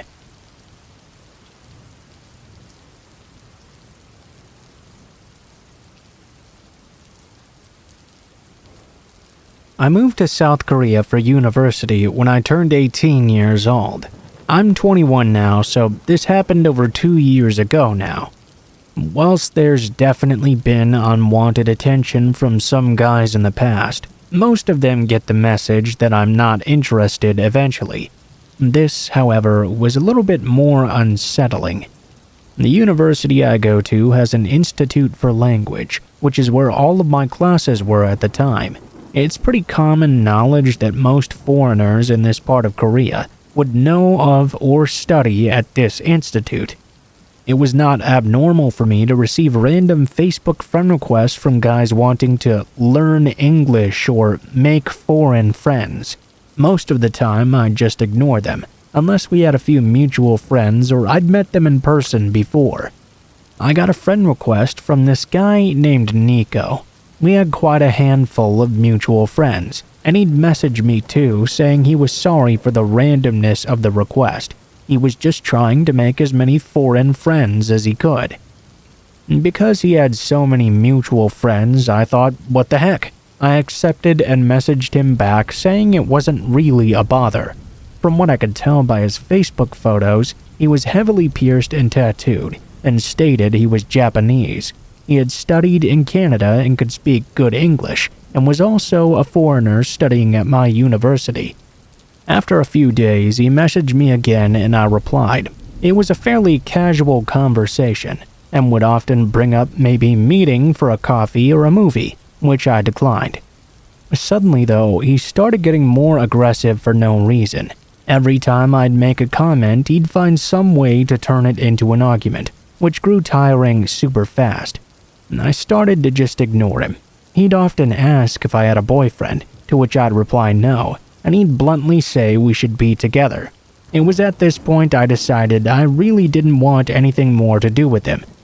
I politely declined on the basis that I didn't know him, we'd never met in person, and we hadn't even known each other a full week. He didn't take my refusal very well. He began throwing insults at me based on my looks, and saying overly graphic things he'd do to me if he ever saw me. Evidently, I was being stupid not to take him up on the offer, because I'd never do better than him and he'd make me see that.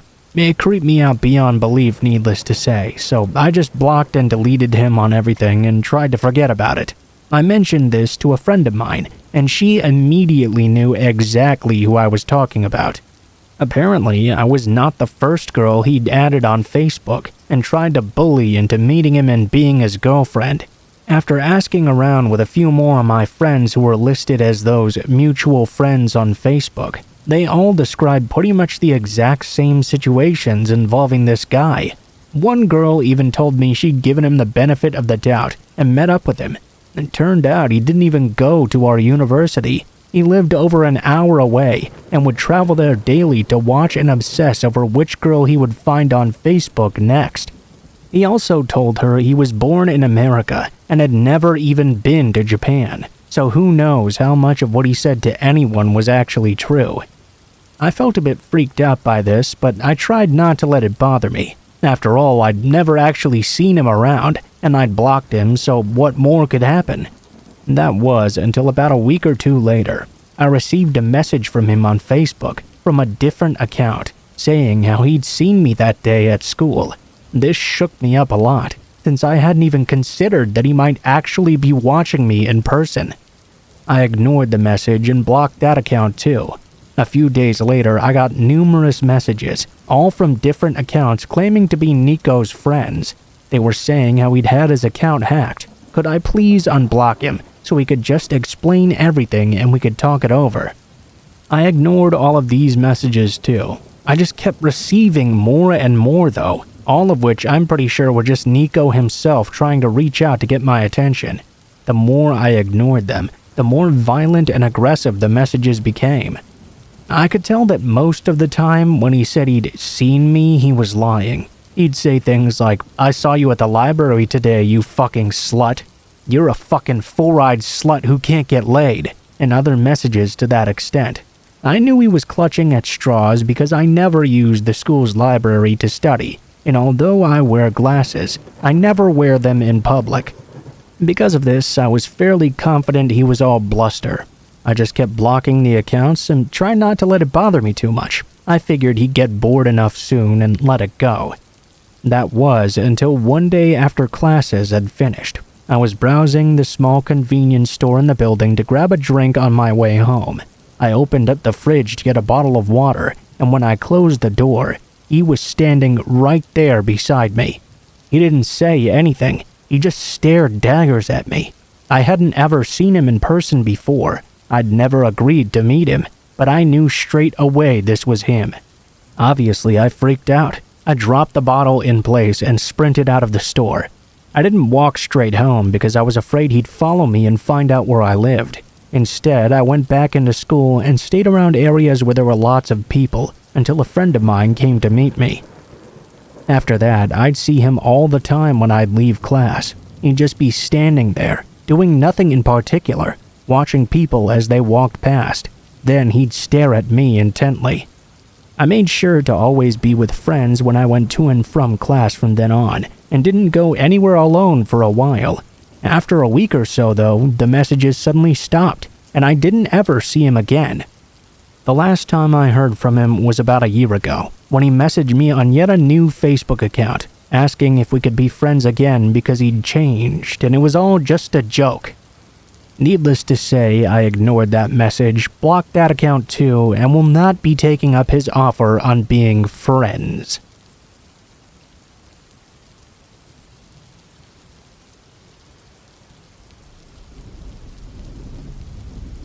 I was mindlessly browsing Facebook one day when I received a message to my inbox. Clicking on it, I realized it was from someone who I didn't know. His name was Peter, and he sent me this. "Hi, I was taken aback by how beautiful you are in your picture. I hope you don't find that too forward. I saw you post on insert local company's name here, Wall. I thought your comment was pretty funny. I couldn't resist clicking on your profile and messaging you. Your sense of humor is just like mine, and I'd like to thank you for making me laugh today. I just lost my mother a few months ago, you see, and I've had a real hard time with it. I can't remember the last time I smiled, let alone laughed, so really, thank you."